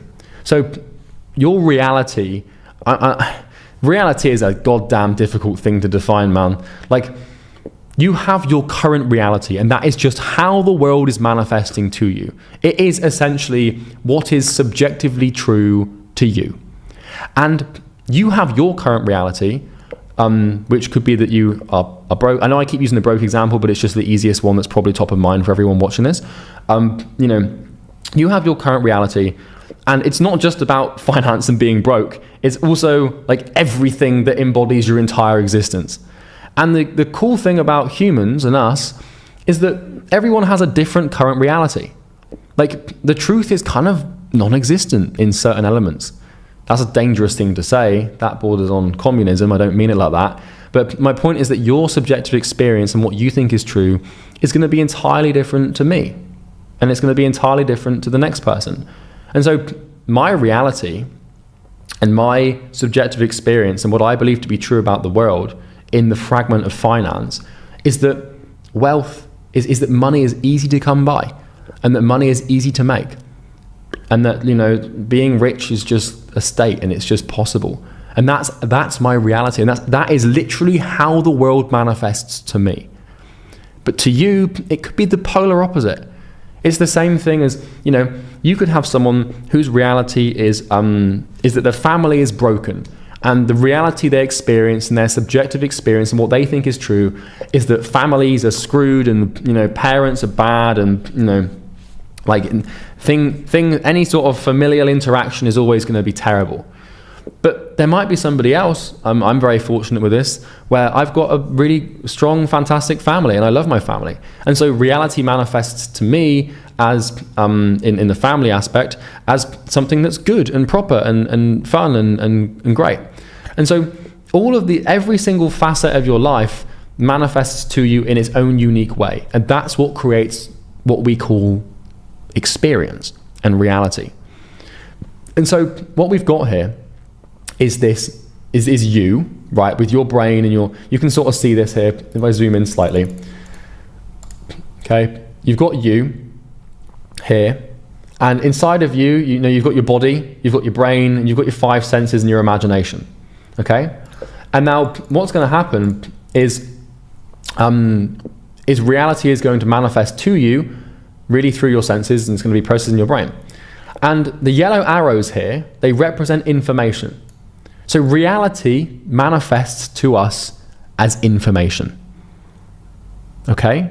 Everything you perceive is information. And I'm not talking about information in terms of, like, you know, the numbers on the blackboard, or, you know, like people, when I say information, a lot of people just denote immediately thinking about like a book, or, you know, like a textbook, or like some words that explain something.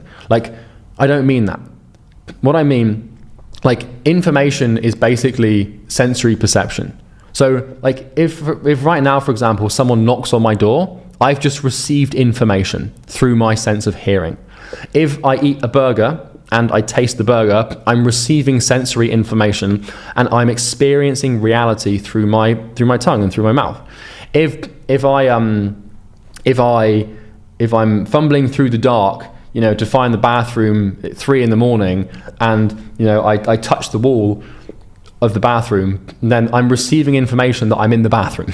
Okay, and that's, once again, a pretty horrific image for you to imagine, but you get the point. So reality can only be perceived by our 5 senses and imagination. So reality manifests to us through our senses, and it can also manifest to us through our imagination as well. And if you don't believe me with the imagination thing, well,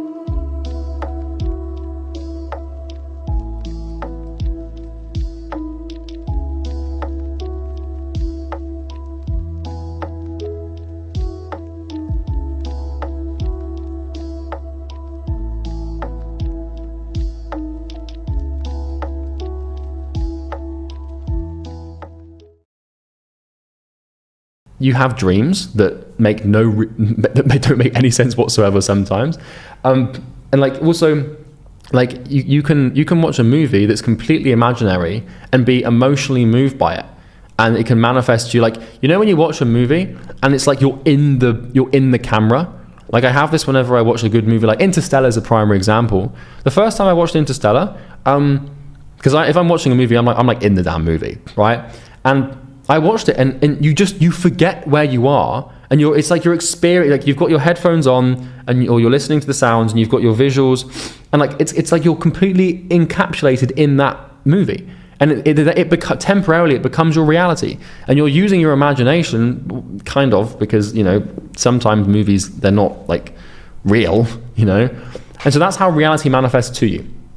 So this is a complicated thing to explain, so please bear with me as I do.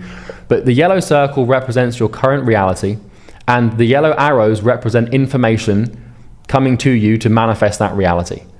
Okay? So anything you ever experience is information processed by your sensory organs. You can't argue otherwise. Even if you think you've seen a ghost, what did I just say? You've seen a ghost. Right? That's how if your reality is that ghosts are real and that spirits are real, then, you know, then you're going to receive information that confirms that. Okay? And, you know, you're going to see things and hear things and blah blah blah. Now, the information that reality sends to us, let's bring this up here, is received by our 5 senses and processed in our brains. And this is how the world manifests to us. So the only way that the world manifests to us, the only way reality exists, is information being processed by our 5 senses in our brains. We hallucinate reality using our sensory experience. That's kind of a scary thing to think, but it's true. And our reality is fundamentally limited and constrained to our immediate sensory experiences. We believe our reality to be true and right because it's all we've ever known. The truth is subjective. Now, there is an objective truth when it comes to certain things, but when it comes to sensory experience and the way the world works and manifests to us, this is how it works. We each have our own truth in this element. Now, I'm not saying that the truth doesn't exist, because that is an incredibly dangerous statement to make. It definitely does. But in terms of how reality manifests to us, like, if you're poor and broke right now, and that's what's true for your existence, like, it might not be what is true for somebody else who's rich, but like, it's true for you right now. Fortunately enough, you can change it. But anyway, we are biased to believe that what we know is right. So, you know, here we have information, could be like hot or cold, or, you know, a thought or an imagination, or a sound, or some food, or some light, or a bad smell. You know, it goes into your brain through your senses, and then from that you manifest this thing that we know as experience. Now, we are fundamentally biased to seek information that confirms our reality, even if it isn't favorable, you know, and brings us pain. So if your current reality is that money is hard to come by, and money doesn't grow on trees, and, you know, all these belief statements that you have, then you're going to receive information to confirm that. Okay? Now, we cling on, like, for example, throughout this video, I have said making money is easy, making money is possible. There's a chance that you and your brain, you've received that information through your sensory organ of hearing and through your sight, through this video, and your brain might reject that information. You might have thought, with your imagination, which is the way that reality manifests to us, you might have thought, there's no way that's true, because I know that reality isn't like that.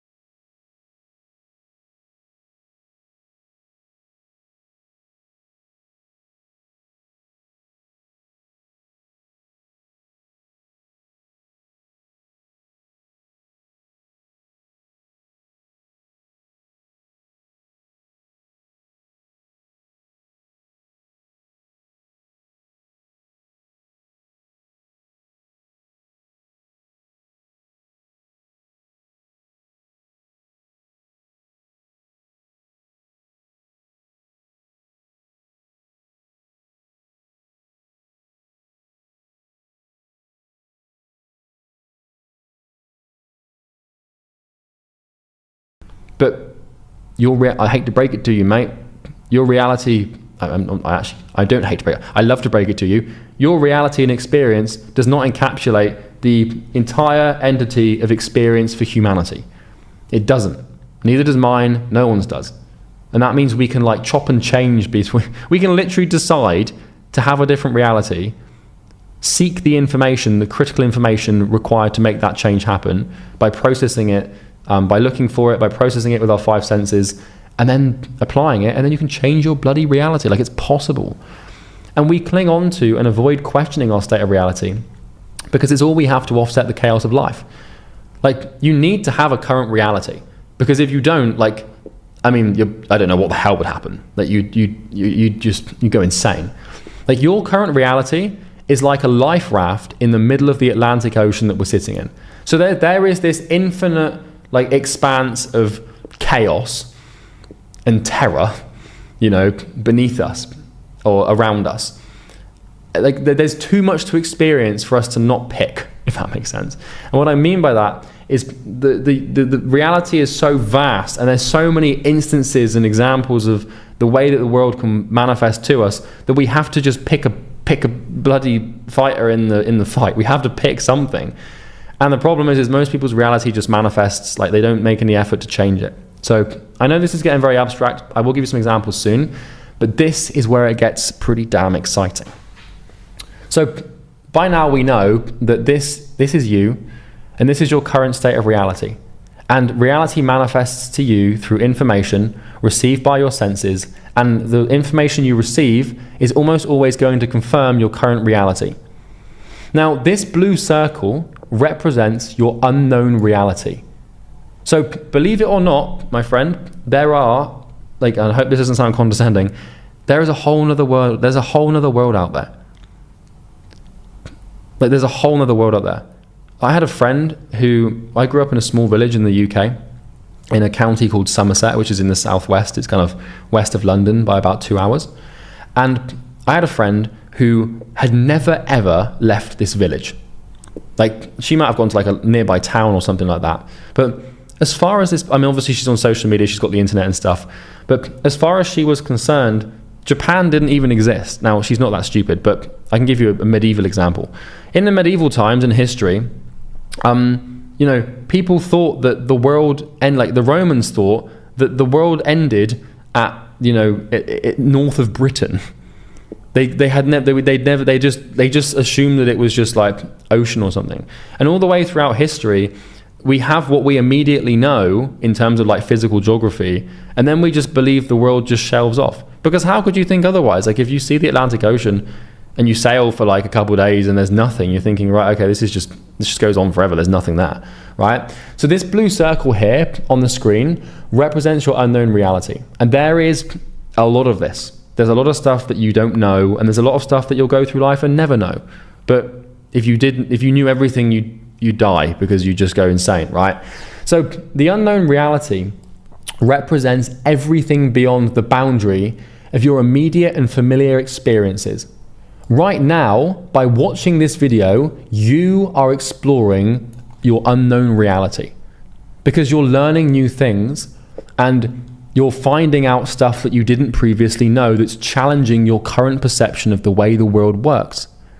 So you, by watching this video in this very moment in time, are exploring unknown reality. Okay? Whenever you go to a new country, whenever you listen to a new music artist, whenever you do anything new that you've never done before, you are exploring unknown reality. Now, the cool thing about unknown reality is that it contains these little stars. The thing that's not cool about it is it contains these little warning signs.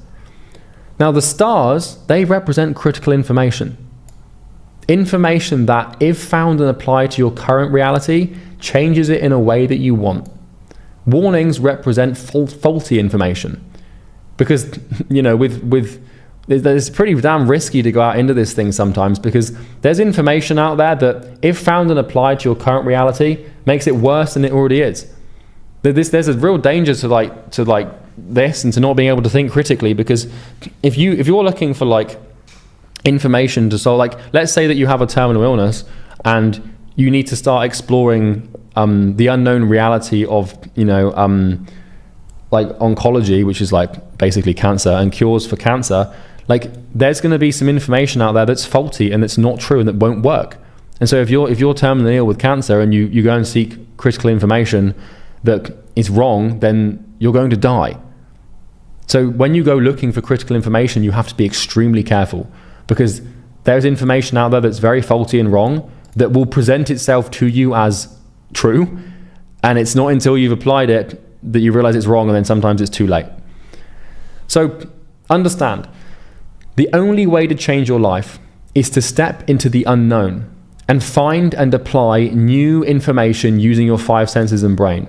And this is exactly what you're doing with this program. It's what you're going to be doing with Easy Grow when you've got a few clients and you want to start scaling and growing the business. Information is the catalyst and start of change. So the point I'm making here is, you have your current reality, which could be broke, poor, bad family relationships, bad health, not smart enough, like using social media, anything, literally anything you can think of, right? Your current reality could be, I don't have a swimming pool in my house. My daughter doesn't have the right coloring book. And it will manifest to you in that way. So you're going to go out into the unknown, into places you've never been before, like a leisure center, and find the right swimming pool. It's a trite example, but you get the point. And so what you can do is basically take your mind and body. Sometimes it's your mind by, you might still be sat in your bedroom watching this video, so you're not going to a new location, but you're going to a new plane of reality by watching this video. Like, think about everything you've just learned in the last hour or two. Like, you've just explored you didn't know this stuff existed. Like, I've just given you critical information that you can use to solve pretty damn big problems in your life. If you knew this already, like Brownie intelligence points to you, but chances are this hadn't even crossed your mind. You probably didn't even have any inkling that this information existed before. And you found it, and now you found it, you can apply it. And this is my point, is the information, the critical information is the antithesis to your life. It's the changing mechanism, right? And so you venture out, you look for critical information, and unknown reality, this is a scary place to be. This is chaos. You don't want to you can't spend your entire life here, because, well, what's the point in that? You want to change your life, not, the entire world, right? So sometimes your unknown reality will scream at you with signs of critical information that you need to implement. So sometimes you don't need to necessarily always go out into the dark blueness, and do the deep dive into finding something. Sometimes it will scream at you. Because, for example, like, let's say that you watch my YouTube videos, right? And let's say that they've hopefully in some way, shape or form changed your life, and maybe they were the reason you bought this program. Like, you're on YouTube. YouTube is like a place that you go to explore unknown reality. Sometimes if you watch the same creators make the same videos, you're not exploring new reality. But like, let's say you're on YouTube and you get recommended one of my videos. That is unknown reality screaming at you saying, hey, watch this thing. It doesn't mean that it's a good or bad. It's just like, it's going to present new things to you. Like, for example, if you go to dinner with friends that you know, and the friends that you know bring 3 new people. Now, those 3 new people represent unknown reality. You've got an entire new person to understand, explore, and integrate into your life potentially. And that person could be your damn wife. And so that person represents, that person is in essence the critical information that you might have needed to, find love. All sorts of examples. So unknown reality will scream at you with signs of critical information sometimes you need to implement. It will be unfamiliar and you'll probably reject it at first. So I can give you a story. So the reason I'm sat here today, and the reason my life has unfolded for me to become this multi-millionaire, have this knowledge and help people, and quite frankly, I absolutely fucking love my life. I have the best time. I think it's fantastic. I love my life. But all of this happened, it didn't used to be this way, all of this happened because I saw a Tai Lopez ad on Facebook when I was, 17. I was scrolling through Facebook, being an idiot, because if you scroll through Facebook, typically that's not a very intelligent thing to do. And I saw an ad from Tai Lopez, who was an internet marketer, for those of you who aren't familiar with him. He was like the biggest internet marketer in like 2018, 2019. And like the hero in my garage guy. And Tai Lopez, he had this ad, and it was basically a house tour of his house in LA. And I was watching this house tour, and it completely blew my mind, because I was, at that point, my current reality was that it's only possible to have a house, is this massive mansion, right? I was like, in my mind, my current reality was that it's only possible to have a house like that if you're a famous actor, or if you're a famous athlete. Like that was what my reality was, that's what I believed. Because the only people that I'd ever seen that are rich and successful and wealthy were famous actors or famous athletes. You know, because you see them on TV and stuff. And I was watching this and I was like, I don't know this guy. Like, he's not an athlete and he's not an actor. So what is he? I did some research and it turned out he was an entrepreneur. I didn't even know what it meant. I had to Google the word entrepreneur. I was like 17. I was like, I don't know what the hell an entrepreneur is. What's an entrepreneur?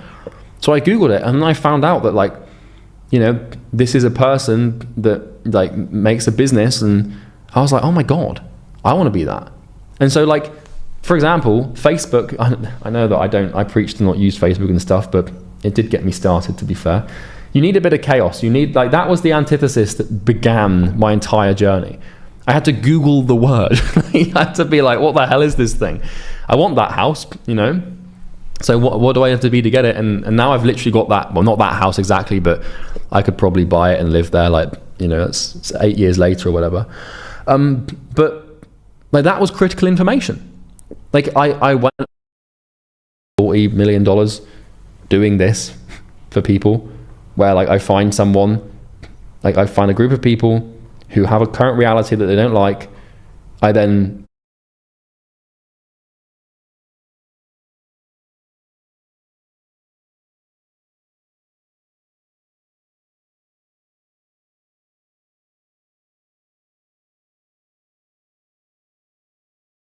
find a group of people who have a current reality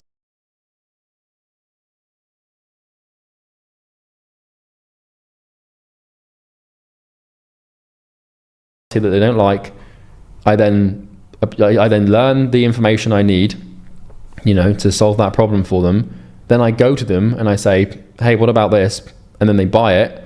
They buy the information from me, and then, you know, they apply the information to their life.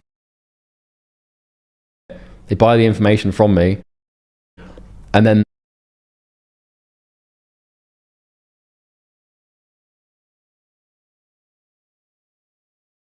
hey,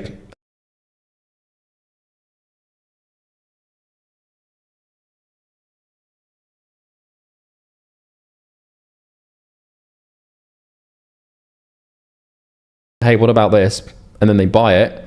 They buy the information from me, and then, you know, they apply this, and then they buy it. They buy the information from me, and then, you know, they apply the information to their life. Then their reality changes, right? And then, you know, here comes this. And I can show you some examples here. So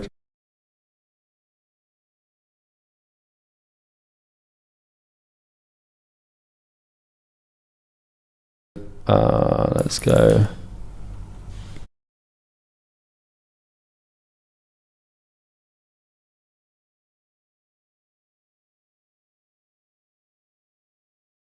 Changes, right? And then, you know, here comes this. And I can show you some examples here. So let's go. I can show you some examples. So obviously we've got Easy Grow, which is the program that helps people scale. Like, I mean, we've got hundreds of examples. I mean, God, at this point, probably more than that. Hundreds of examples of people getting, I know this seems like an critical information is sensory input from reality that, if applied accurately and effectively, solves a painful problem faced by a human being, like a key in a lock. That by doing so bridges the gap between their current situation and desired situation. I want you to write this down. I want you to tattoo it on your forehead. Never forget this. Don't actually do that.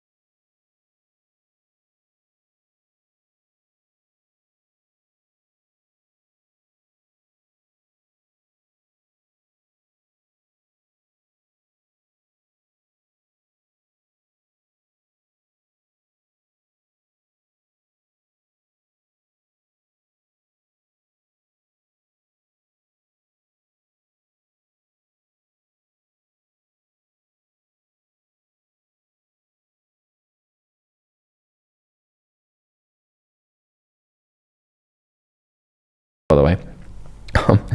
Critical information is sensory input from reality that, if applied accurately and effectively, solves a painful problem faced by a human being, that by doing so bridges the gap between the current situation and the desired situation.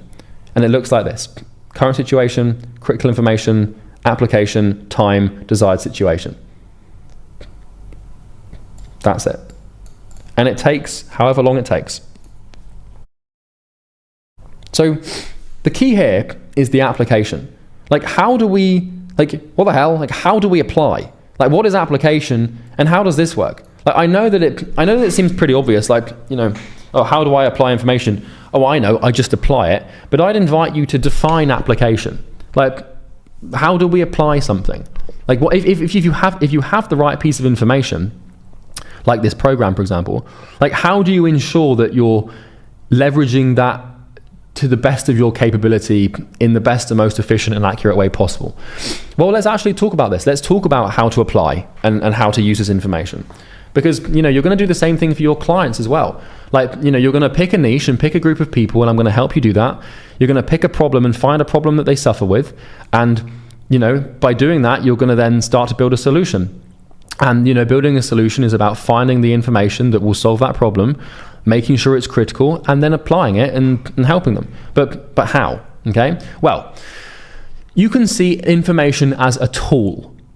Okay? It's a tool, like a hammer, or obviously not like a hammer, but you get my point. It's a tool, which means that it has leverage. And leverage is basically, you know, using something to get what we want. And if we want a solution, then we need to find the information. Therefore, the tool is the information. But the thing is information is only a tool if it's applied. Now, this is why you can watch this program and you can go through these videos and you can be like, yeah, fuck yeah, this makes sense, this is great.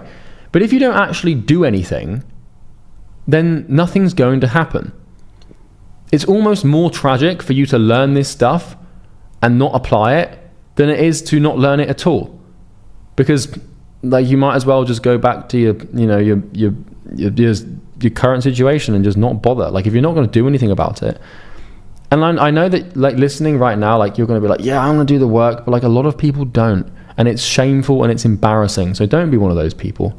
If I tell you to do something in this program, please do it. Don't think it's beneath you or that you don't have to.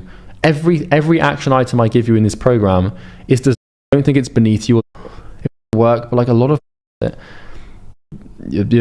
your current situation and just not bother. Like, if you're not going to do anything about it. And I know that, like, listening right now, like, you're going to be like, yeah, I'm going to do the work, but like a lot of people don't, and it's shameful and it's embarrassing. So don't be one of those people. But like a lot of people don't. And your current situation and just not bother. Like, if you're not going to do anything about it. And I know that, like, listening right now, like, you're going to be like, yeah, I'm going to do the work, but like a lot of people don't, and it's shameful and it's embarrassing. So don't be one of those people. If I tell you to do something in this program, please do it. Don't think it's beneath you or that you don't have to.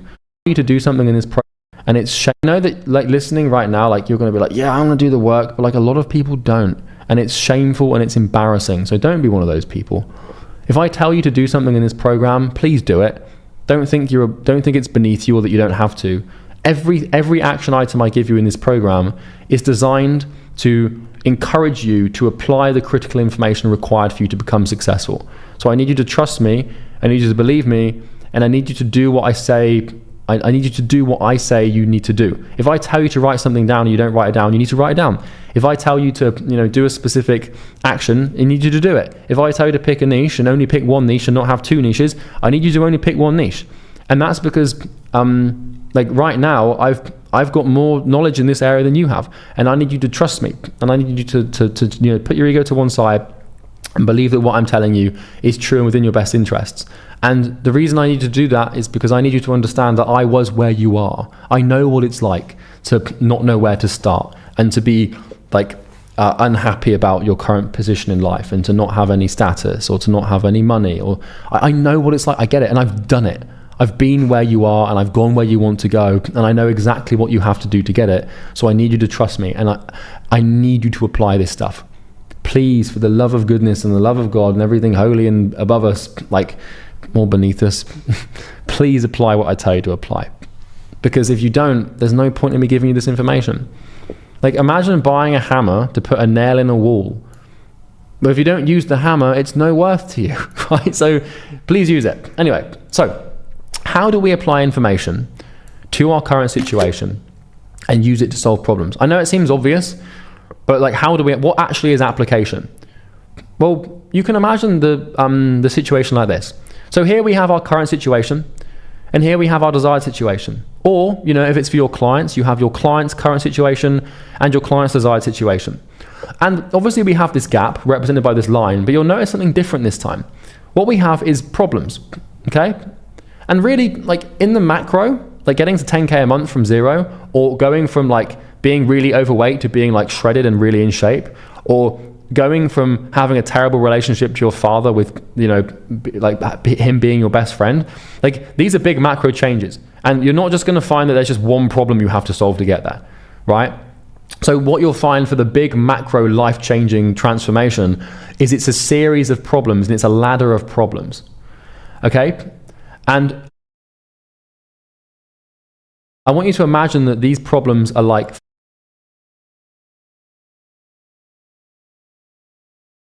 physical walls. So, the gap between where someone is now and where they want to be is basically a wall of problems or obstacles. And so if you imagine that this is, $0 a month, and this is 10K a month, or this is $0 and this is $1 million, like in your way, you got problems. And all you have to do to go through this transformation is solve these problems, okay?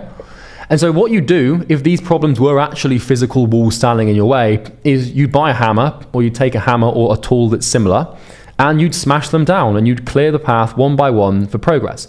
And that would look like this. You just get a hammer, you'd be like, here's the wall, bang, the wall is gone. Might take you like a day to clear it, and there's another wall, and that's all it is just clearing out walls until you get where you want to go. And this is exactly how the application of critical information works, both for you, in your life, and for your business when you're helping your clients, okay? So you need to start looking at information and critical information as a tool. It's something that you use to solve problems, and the only metaphor I could really come up with here was to imagine that a problem is a wall, and the tool is a hammer, and what the wall is the problem, and the hammer is obviously the information, and you use the information to solve the problem, okay? So the actual application of critical information is a 12-step process, okay? So the first thing we have to do to apply information is find out what information we need in the first place. This is like the secret to life. So the first step is to define, what is the problem? Like, what do the pins in the lock look like? Like, what's this issue? What's the nature of this problem? Once you've defined the problem and the nature of the problem, the second step is location. Where can I find the information I'm looking for? The third step is to seek. So once you've located, like, where the hell do I actually find this information? Like, where do I go? Who do I speak to? Like, what vessels of reality will contain this, this information? Like, can I talk to people? Can I read books? Do I need to think about it and use my imagination? Because that's a place you can go. Do I need to go to a seminar? Do I need to go to YouTube? Is there a podcast on this? Like, for example, when I was trying to solve the problem of my first marketing agency, my first business was a business that helped gyms with membership acquisition. So I would help fitness facilities and gyms with marketing. And one of the problems that my clients had eventually was customer retention and keeping members around. And so what I did is I spent a long time researching gym membership retention strategies. And there's like podcasts on it that I listened to, and like people that were experts in it that I talked to, and gyms that I talked to. And, I gathered the information and used it to help my clients and added value by solving that painful problem. So once you've located where you find the information, then you need to seek for the information. So you actively search for the required information in the places it can be found. And you do this by asking questions or clicking around and tapping on your keyboard. Receive. So once you seek it and you find it, then you're going to receive it with your sensory system. And this is basically your sensory system coming into contact with the information. So, like you're talking to the person and you're hearing them speak and you're reading their lips, or, you're on a forum on Reddit and you read the information and process it. Then that's the next step is processing, because it's your brain processing the information. The sixth step is understanding. And this is your conscious mind understanding it. And to understand something means just to give it meaning. So, if you process information like about how to solve a problem and you receive that information, but you don't understand it, then you're not going to do anything with it. That's why with this video, for example, I've tried to make it simple, and I've tried to give you concrete examples, and I've given you simple diagrams and you stick men, and like I could make this thing infinitely complicated and complex, but I've tried to make a very complicated abstract idea as simple and rudimentary as possible, with the exclusion of the fancy name, but I love fancy names, so please forgive me on that. But I've tried to make it pretty simple so that you can understand it and give it meaning. Because if I start talking about well, I'm not going to get into it because I can just massively overcomplicate this if I want to. So that's that. So judge, once you've understood the one piece of information, one piece of critical information to gym membership retention, for example, is when someone leaves the gym, say, see you tomorrow. That's a very simple piece of information, right? You know, achieve some pretty obscene, like, all this stuff, like, there's a lot of, you know, if you look at dictators like Adolf Hitler, for example, he had a goddamn evil, you know, agenda, and he found some critical information and he applied that, and he did some abhorrent things with tens of millions of people, you know, of all different places, and like, you can do some real damage with this. So please don't do that. I'm assuming you want to drive positive change in the world, but it works both ways. So please use this with care and don't be a bad person, because I don't want to be responsible for another bloody Holocaust, which I'm sure that's an exaggeration, but you get my point, because this applies to pretty much anything. Anyone who's ever changed anything ever has done this, just no one's articulated it yet. The change happened, you know, maybe you want to change me in a situation, I don't know how to make money, I want to be a millionaire. Well, let's locate the information. YouTube, books, online education, or millionaires speaking about experiences. Figuring out how to get more. Like, for now, let's just stay focused. But, you know, this will happen to you if you apply this information. So the location, you know, then you seek the information by booking a call. You receive the information by watching the videos, attending the Q&As, you know, all these things. And then the process, understand, achieve some pretty obscene circle, you join them out. I don't know. But you get the point. These are just and rather articulate summary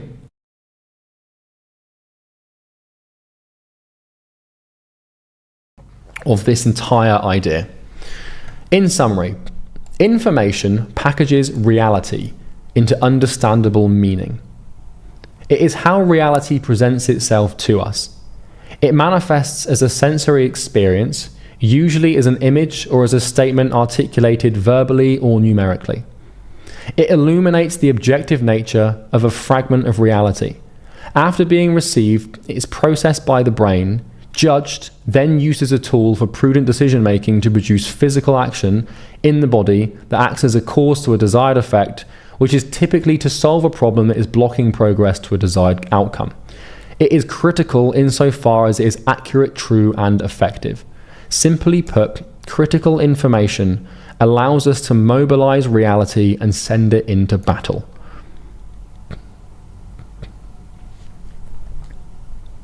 Okay? That is what we're dealing with here.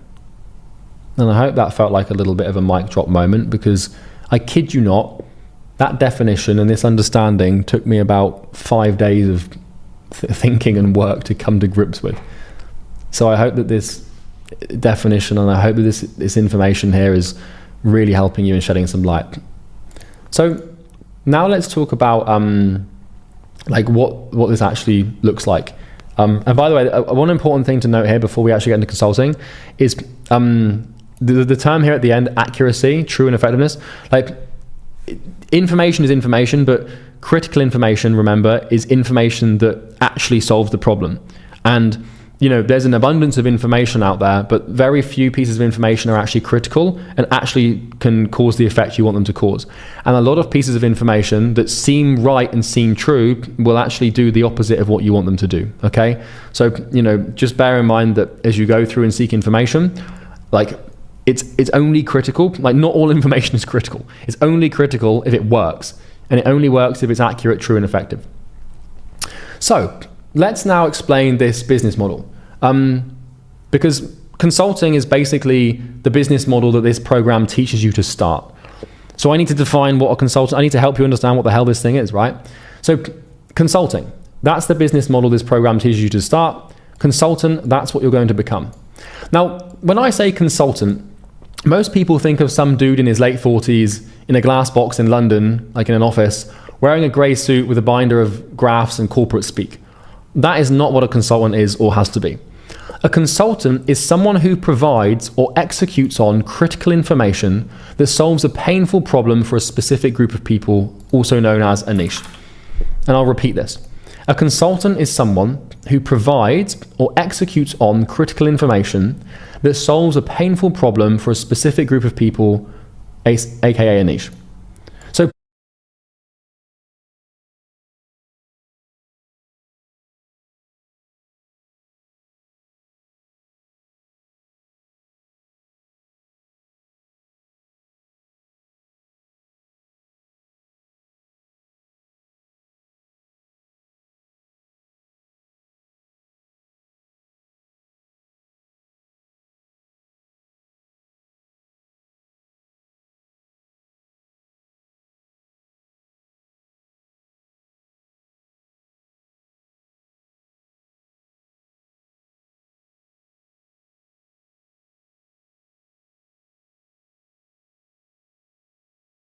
your job as a consultant is literally to find a group of people, like a niche, find a problem that they have, that they suffer with, that causes them a lot of pain, and then go and find the critical information, apply that to the problem to derive a solution, and that's how we make money. Okay? That's the job of a consultant. Now, there are 3 models to make money consulting online. So there's really 3 ways that this sort of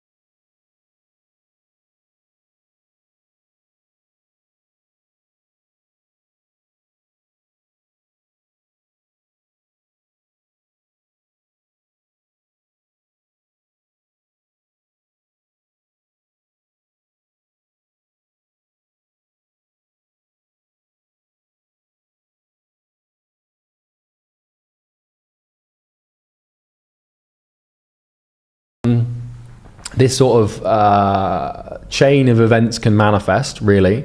The first one is done for you. And a done for you consulting model is where you apply the critical information. So you go and find the information, and then you go to someone that has the problem and you say, hey, I've got this solution, I will do it for you, okay? And here you execute on the critical information on behalf of the client for them to execute on, right? Well, we actually need that. So examples, marketing agency, recruiting agency relationship that you and I have right now, or a program don't qualify for yet, and I'll explain why as we go through now. So all three of these models, they vary slightly in structure, but the underlying principle of the business remains the same. You are providing critical information to solve a painful problem to create value. You're applying it, right? Or they are. The only real difference is the distribution of work as to who actually applies the information. So the question is, well, which model should you pick, right? Well, we're not going to concern ourselves too much with this right now, because we're not going to pick your business model until we've gone through the niche and the problem and everything. But in later videos, we'll select your niche and your model and everything. So don't worry. For now, I just want you to understand them. So who are these models for, right? Because this is going to set your expectation as to what you're likely to pick. So done for you is for people who are total beginners with no experience in a niche, where they can deliver value by doing the work for clients. Okay? So the chances are most of you are going to start with done for you, where you find a problem and the solution is going to be, I will actually do this for them. Done with you is also for people who are total beginners with no experience in a niche, but they can only deliver value by working with the client one-to-one, right? So pretty much every single beginner should start with one of these two models, but whether you do done for you or done with you will depend on the nature of the problem and whether or not it can be solved with or without the client. Because some problems that your clients in your market have and that your niche have, like, they need to be present for to solve, okay? Like, for example, if they're out of shape and you're a personal trainer, like, you're doing your consulting, right? You have the critical information. Like, if that person's not in the gym with you, then they're not gonna, you know, applying the information doesn't really mean anything. Now, DIY, do it yourself, this is for people who have successfully got the result for 15 plus clients in a niche as done for you or done with you consultant. So this is the rule, okay? So DIY should be what you're aiming for, right? This sort of, it's really actually called the info model, which is basically where you just, obviously you're selling information with done for you or done with you, but if I ever refer to like info biz, I'm talking about like a course or a high ticket course. But basically the rule of thumb here is once you've successfully accomplished and solved the problem for 15 clients as a done with you consultant or a done for you consultant, then you can switch to DIY. So until you've successfully serviced 15 clients, and I mean success, I don't just mean get 15 clients, I mean get 15 clients and actually get them the result, like help them achieve the transformation they want to achieve. Until you've done that, DIY is not for you. But there is one exception I'll explain in a second. So for example, if you service 15 agency or one-to-one coaching clients in one niche with the same problem and solve it every time, well, then you qualify for DIY, which is great news because DIY is the best place to be. Now, the other time you qualify for DIY is if you've already solved the problem for yourself. This is a very important thing. So if you want to start a like a course business where the client does the work and you teach them, the first thing is you can only do that if you've already done it for 15 people. But the other time that makes sense and that you can do it if you haven't had clients before is if you've done it yourself. And that's it. So for example, if you're already a successful property investor and you want to turn your personal expertise into a product, then it makes sense. So like, for example, I had my first business as a marketing agency, Northflow Consulting, marketing agency for gyms, right? We were doing 100K a month and I built an agency. What I then did is I transitioned to Imperium Acquisition or Imperium Agency, where I helped people start marketing agencies and get to 100K a month. Now, I hadn't helped 15 agencies get to 100K a month, but what I had done is I'd already done it for myself, right? So let's say, for example, that you want to help property investors, like the example here, you want to help property investors find the right deals. And let's say that you've been doing this yourself for, I don't know, the last 3 years, and you've successfully sourced yourself dozens or hundreds of property deals that have been profitable. Well, you qualify immediately for do it yourself because, well, you've done it, right? You've done it for yourself. But if you haven't done it for yourself, you have to have done it for 15 people successfully. And if you haven't done it for 15 people successfully, then you have to have done it yourself. So this is kind of like why the personal training one's a good example, because if you're a 45-year-old man and you're a busy professional, and let's say that you're in incredible shape and your passion is fitness and you want to turn your passion for fitness into a business, well, you can skip the line and you can go straight to DIY because you've already done it. You can go straight to it and you can prove that. So I'm telling you now that the end goal for any consultant should be DIY. This should be what you aim for. Now, I don't want to confuse you by having you look too far down the line here, because that's not what we're trying to do. For now, we're just going to focus on the foundations, the fundamentals, the mindset. But I want to set the expectation now that years from now, a year or 2 or 3 years from now, you should look to transition to DIY. That should be the goal. 99% of you should be aiming for DIY. That should be your goal. Done for you and done with you are simply springboards to DIY. And I'm going to put this in blue, otherwise it's going to annoy me. So let's just do that. So DIY, or do it yourself, revolves around selling a high ticket course. High ticket means you're charging thousands of dollars for access to the critical information required to get the result. And this can sometimes be tens of thousands of dollars. So for example, I have Easy Grow, which is a high ticket program, which means that it costs more than well, I won't give you the specific price here because it doesn't concern you right now. But it's not cheap, right? It's not just like $1,000. It's quite expensive because it's a good bloody program. It solves a lot of problems. So, high ticket means you're charging thousands of dollars for access to the critical information required to get the result. And it can be tens of thousands of dollars. So DIY is by far the most efficient way to become a millionaire and make 100K a month. I have never seen in my life, these short 27 years on this planet, I've never seen a more effective or efficient way to make money, to build a ridiculously profitable lifestyle business or an empire with no risk, just by using your brain. Like it's bloody amazing. So if you're trying to make 100K a month, like doing this with done for you or done with you is extremely difficult unless you have extremely high prices. Even then, there's little to no leverage in done for you or done with you. Because trust me, I've tried it. I had a done for you marketing agency doing 100K a month. I had like 60 done for you clients. That's 60 headaches. Done for you and done with you, you can get to 40, 50K a month with them. Like you can, and that's fine. But going beyond that, unless you have a ridiculously high ticket price, you should transition to DIY as soon as you can. And I know that 100K a month for you is just going to seem absolutely ridiculous right now.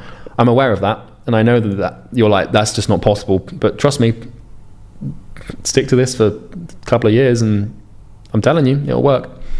So done for you and done with you are absolutely amazing models for beginners who are just starting out. They honestly, they really are. It's like you shouldn't look for DIY unless you've already done it yourself. But the second that you become competent enough to be considered an expert, which is, these qualification parameters here, which is 15 successful clients or having done it yourself, then it's time to switch to DIY. So the pros and cons. I thought I'd just give you like a good example here of the high ticket course DIY model, because there's a lot of pros at the moment. No more thinking about the future. Back to the next couple of weeks, okay? So 6-figure roadmap. So what I wanted to do here now is sort of just round off this video.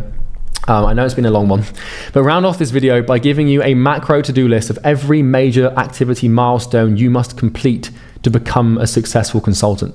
So I'm going to give you a list of everything that you need to do in order throughout this program to become a successful consultant. Like it's gonna bring so much clarity to you, and I'm just gonna give you some checkboxes, like do this, then this, then this, then this, so it becomes very linear and very simple. So the road ahead is designed to bring some clarity to the next steps you're going to be taking in your journey to getting your first few clients and actually making money with your business. And it's here, okay? So this will be available in the resources section below for you to download as a PDF. But this is the roadmap. This is like in order. This is exactly what you have to do to become a successful consultant.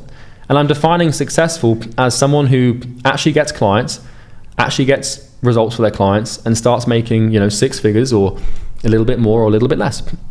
So the first thing you have to do is understand the fundamentals. And understanding the fundamentals is basically watching the first videos in this program and getting to grips with them. Then you have to pick a niche. So you have to find a group of people that you're interested in, that you want to serve, and pick a niche. And then you need to conduct niche research, which means you need to understand that niche, and you need to really get to grips with what they're like and what problems they have.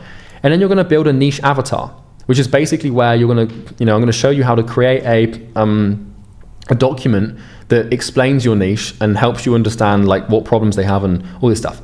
So we sort of we research, and then we make our research concrete. And then we're going to find the niche's problem.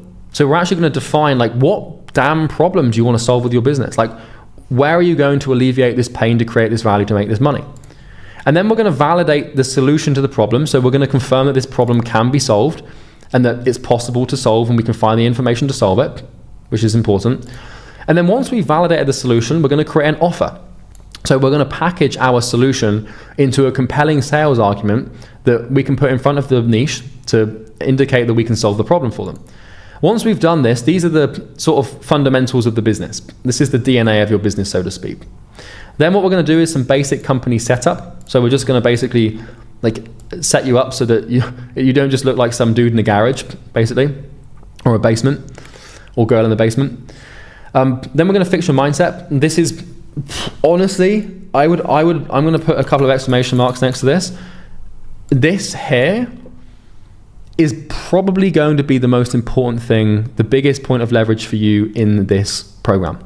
I know that mindset isn't sexy. I know that you're here because you want to get sales calls and make money. Trust me, like Karate Kid style, wax on, wax off stuff, you're going to think it's a waste of time. You're going to think it's useless. But once you've been through it and you've applied it, you're going to be able to block kicks and do all this cool karate stuff.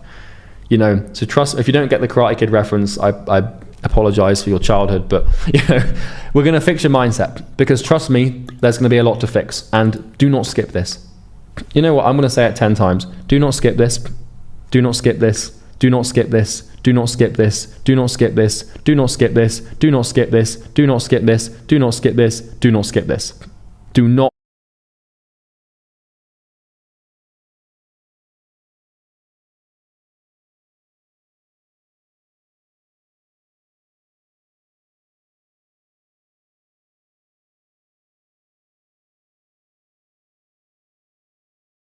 Skip the mindset training. Do not try to 2x speed it. Do not do it when you've got tabs open. Do not do it with your phone on your desk. This is the most important thing, and that's that. Well, the most important thing is your foundations, really, because without them there's no point in the mindset training. But if you can just about get through the first week for me and listen to me and do it properly, this thing, my goodness. And then we're going to become an expert. So I'm going to show you how to actually become an expert. I'm going to give you my framework for solving problems. I'm going to show you how to find the critical information. I'm going to show you how to judge that critical information. I'm going to show you how to apply it in more detail. I'm going to actually show you how to solve the problem and how to figure out how to actually add value, in essence. Then we're going to learn sales fundamentals. So once you've got your foundations down, and once you've got your business set up, and you've got your mind in the right place, and you know what you're talking about, then we're going to talk about how to communicate it to people so you can actually start making money. Because if you know what to do, and you've got the discipline to do it, and you've got your company there, but you don't talk to people, well, nothing's going to happen, right? So we're going to teach you the sales fundamentals, like the fundamentals of persuasive communication to actually start getting people to buy your thing. Then we're going to help you write a sales script so you can actually have a predictable way of interacting with humans to convince them to part with their money for this, in exchange for this expertise you have, for this information. Then we're going to learn appointment fundamentals. So how to actually, what are the fundamentals of appointment booking?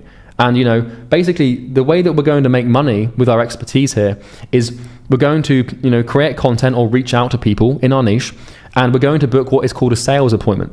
And a sales appointment is basically a scheduled conversation to discuss the problem and our solution to the problem and how we can be compensated financially for that.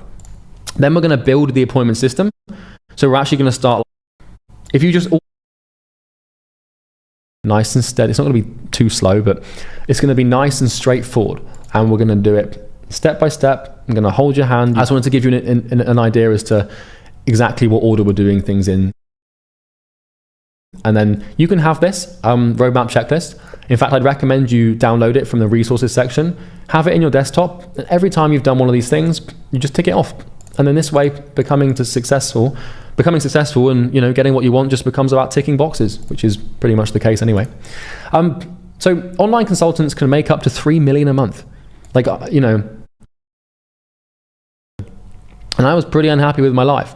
And 7 years has elapsed, and I'm now making more than $1 million a month, and I'm an entrepreneur, and I'm leading an industry, and I'm having the best time. I love my life. I've got this beautiful home. I've got a wonderful group of friends.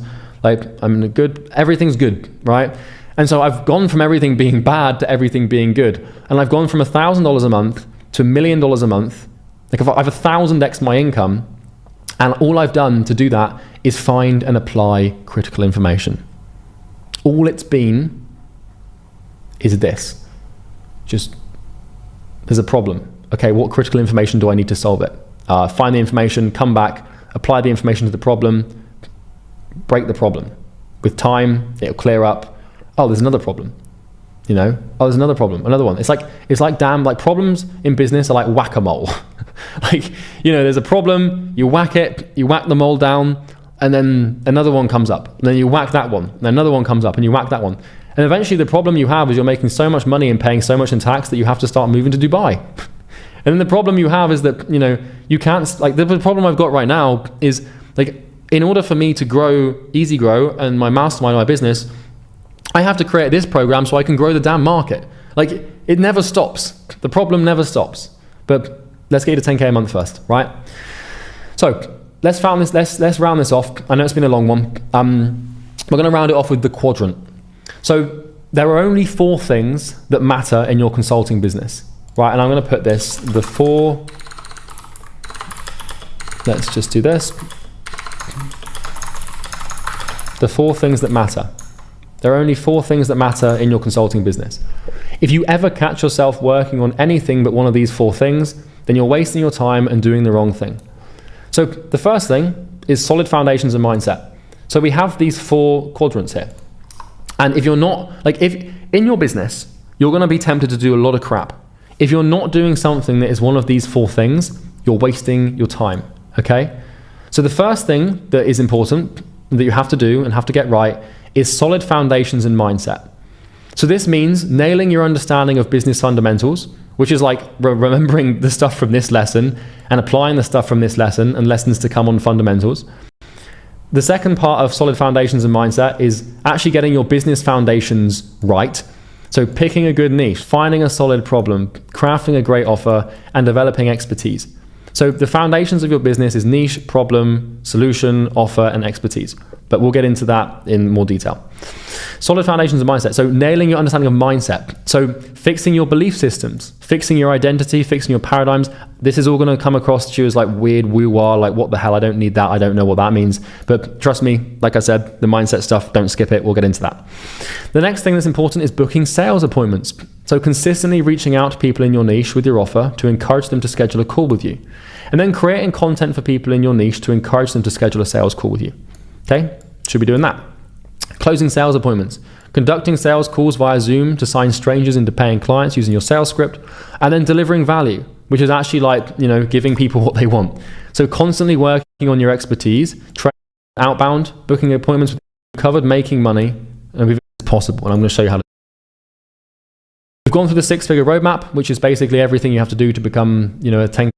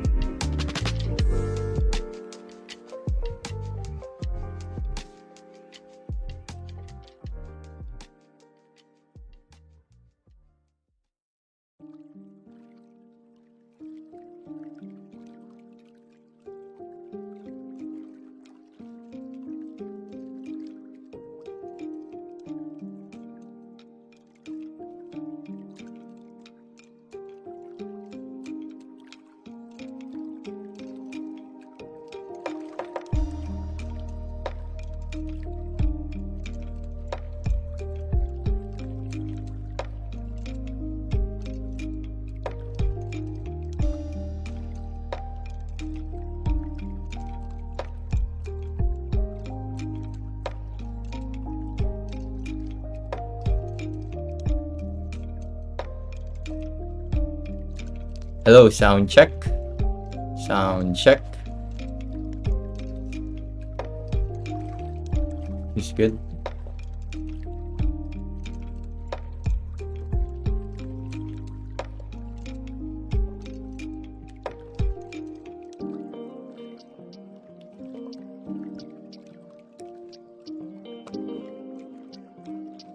Hey guys, so I just finished watching the 1.2 elucidatory axioms just now. So basically, I want to share my reflections, my notes, and all my learned insights from this video. So let me just show you my notes. Wait a minute.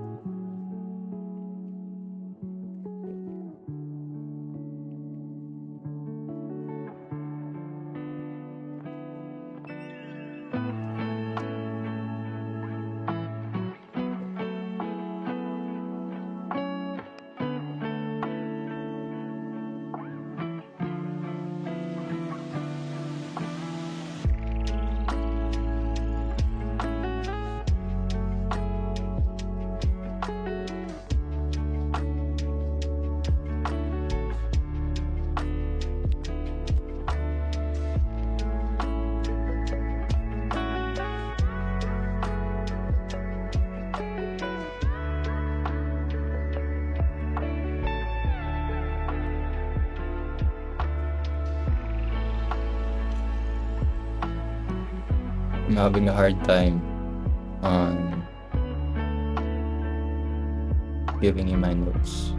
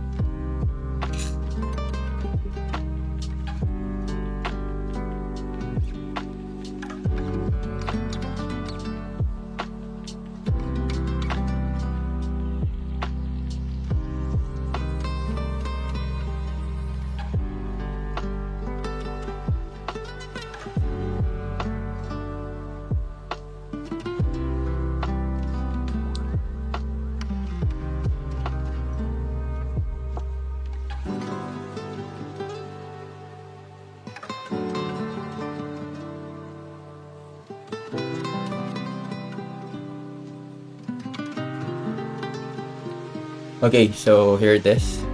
So I'm just gonna share it to you guys. Okay. So as you can see,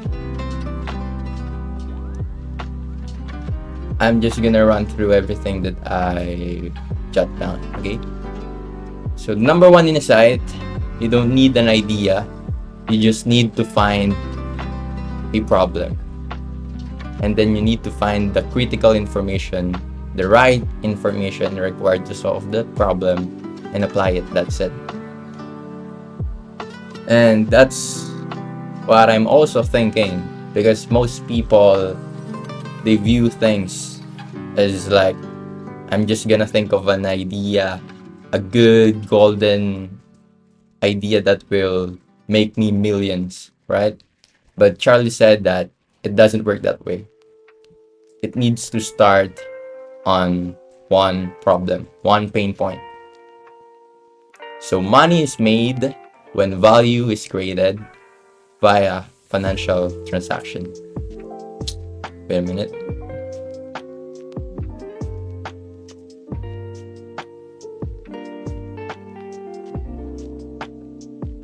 To financial transaction, okay? So value is created when pain is alleviated, and so on. And the main thing that I am critically thinking is about this. Problems are solved when critical information is applied to them, right? Because we can have the right information and we can have the best information, but if we don't act upon it, if we don't use it for or in some type of way, that will be useless, right? The number two is you don't sell product, you sell change.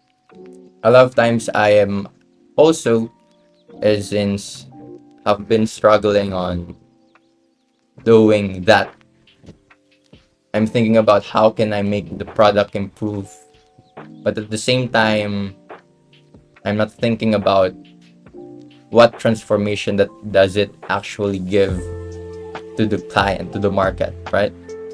So that's the thing. So how this transformation change? So we need to apply what? Apply the right, accurate, and true information. So that's critical information. So that when applied to our current reality, our life will change for the better.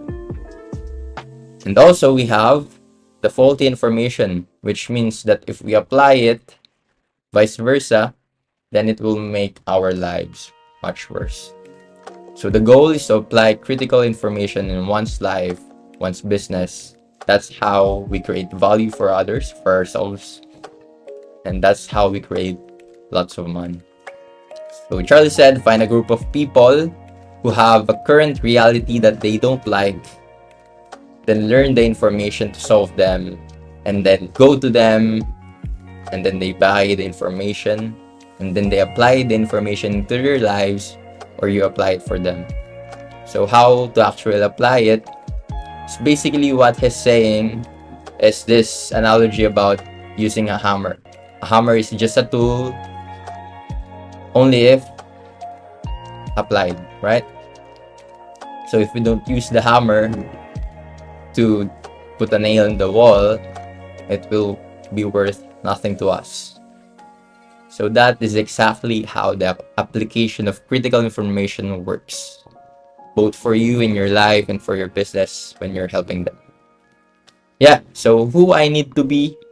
Number 5, this one. If for everything in the video that I would definitely put in my mind is this. Let's read this.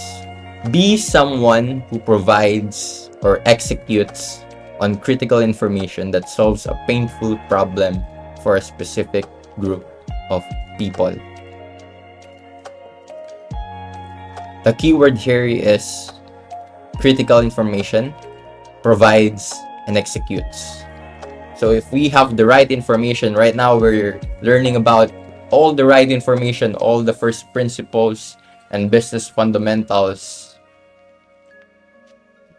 and we need to use that to apply to the market, right? It's either we execute it for them, or we do it together with them, or they do it themselves. And then number 6, the 4 quadrants that matter. So lastly, he talked about this. First of all, getting the foundations right. That's what we're doing in this week 1 business genesis, and then the mindset stuff, right? Number 2 is booking sales appointments. So all about lead generation. Number 3 is closing deals, and 4, delivering value. If this is a reminder for me that if I'm not working on these 4 things, I'm working on the wrong thing.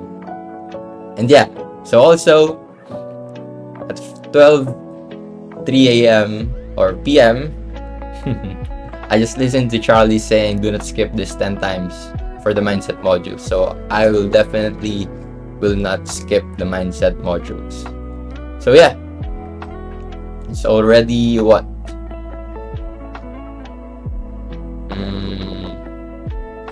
12:26, and we are on a momentum here, okay? So I just like to commend Ashborn56. Thank you for that support. Thank you for saying that. Makes me want to move much more quicker. Okay, so right now what we're gonna do is I'm gonna post a few things in the Imperium Academy feed, and then we're gonna take a break and then straight to 6-figure fusion. Okay, so let's do the posting of just an update to the community. Let's go.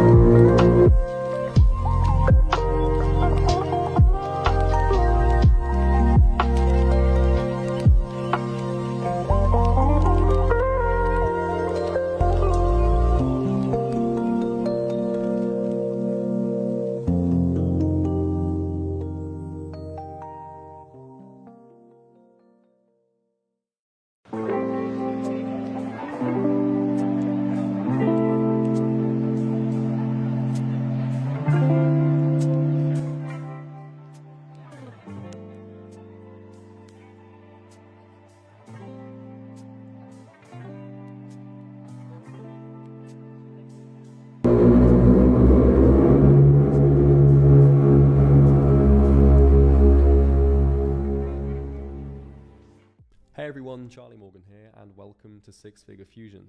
In this video, we're going to discuss the fundamentals and the foundations of a consulting business and what you need to have in place to become successful. Then we're going to continue to explore some more axioms, first principles, and fundamentals to help you better organize your thinking so you can make better decisions and take better actions as you go through this training. I need you to see these foundational videos in the same way that you would approach a sport. So let's say that you wanted to learn tennis, okay? Now, if you were trying to get into tennis and the first thing you did, before even really doing anything, like you go down to your local tennis shop and let's say you buy a racket that's $10,000. You buy this tool, the best tennis racket you can find. It's, now like just having that racket doesn't make you good at tennis. And the same thing is true with this program. The racket represents the shiny objects, such as the sales script, or the outreach strategies to get clients, or the strategies to become an expert, or maybe it's the financial strategies later on, like to learn how to manage the cash flow you make, and maybe it's the content strategy. Like I'm going to give you the best tactics and strategies in the world to get clients, become an expert, manage the business, and get to six figures. That's going to happen. But those things, they are like the expensive tennis racket. In order for you to even know how to use a tennis racket, you need to understand the rules of the game.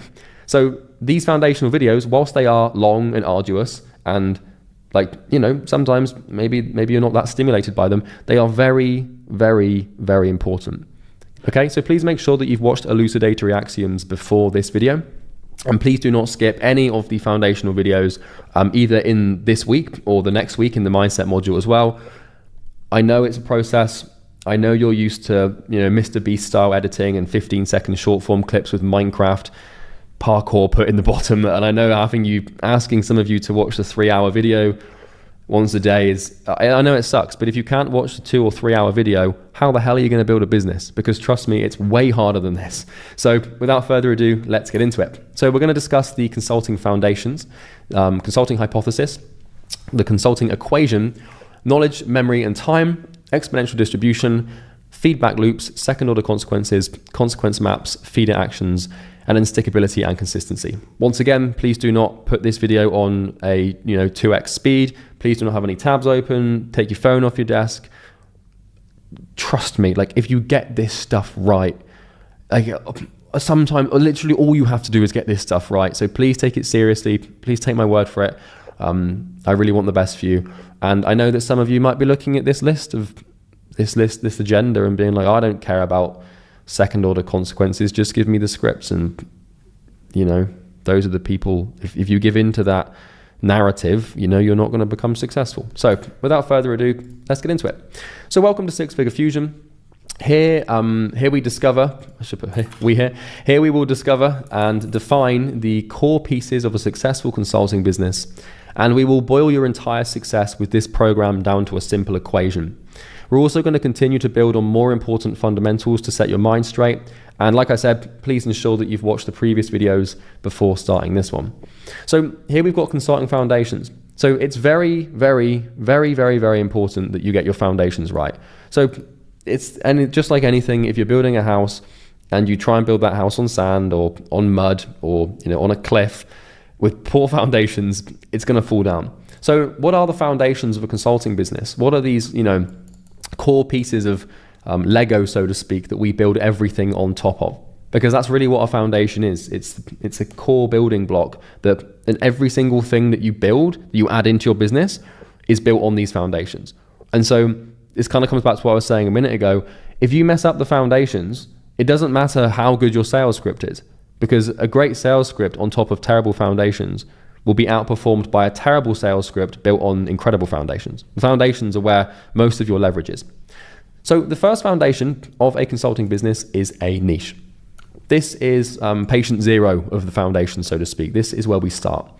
Now, a niche, or if you're using the American term, which some of you probably will be, a niche is a group of people, and that's it. It's a group of people. And a group of people become a niche when they can be grouped together by a statement or feeling of identity. The group or the niche shares the same current situation, desired situation, problems, goals, struggles, beliefs, routines, stories, lifestyles, etc. So people belong to niches based on a lot of different things.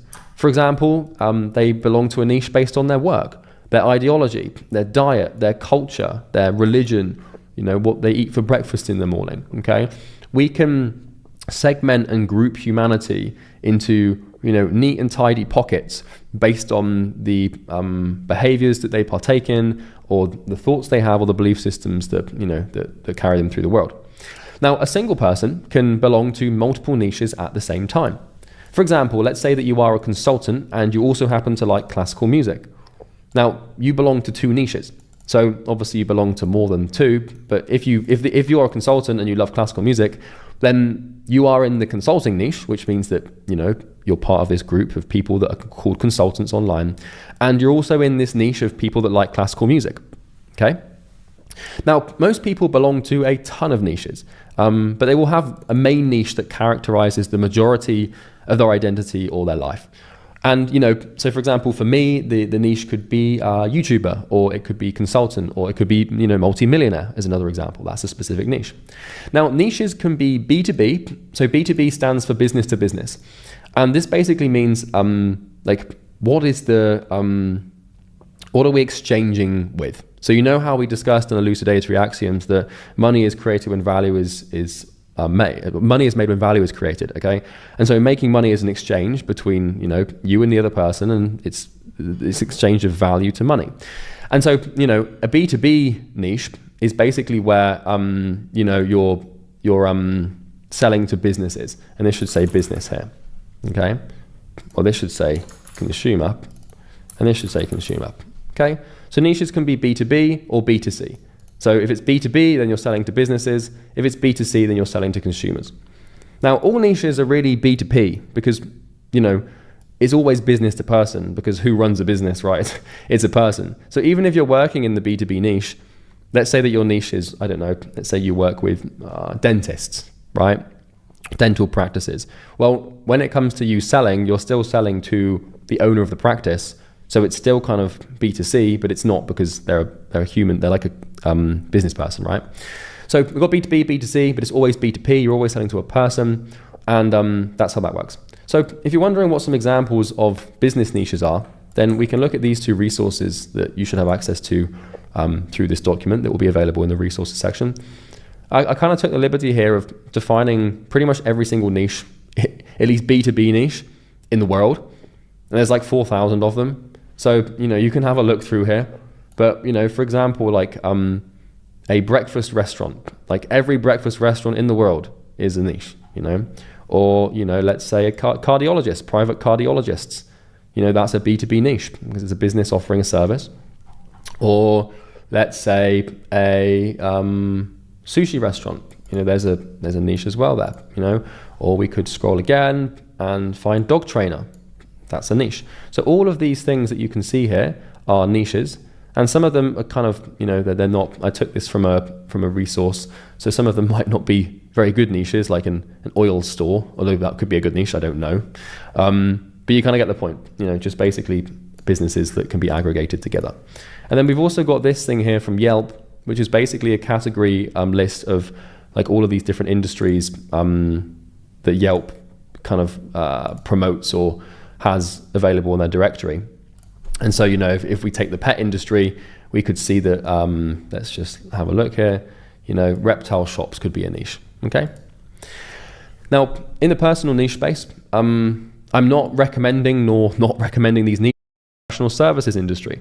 Well, in phrase before that the riches are in the niches, to use an Americanism for you, okay? So for example, restaurants are a niche. And inside of the restaurant niche, we have the micro niche of steakhouses. If you want to go into the student niche where you want to help students, then you're probably not going to make that much money because, well, students, like historically and famously, are broke and don't have much money.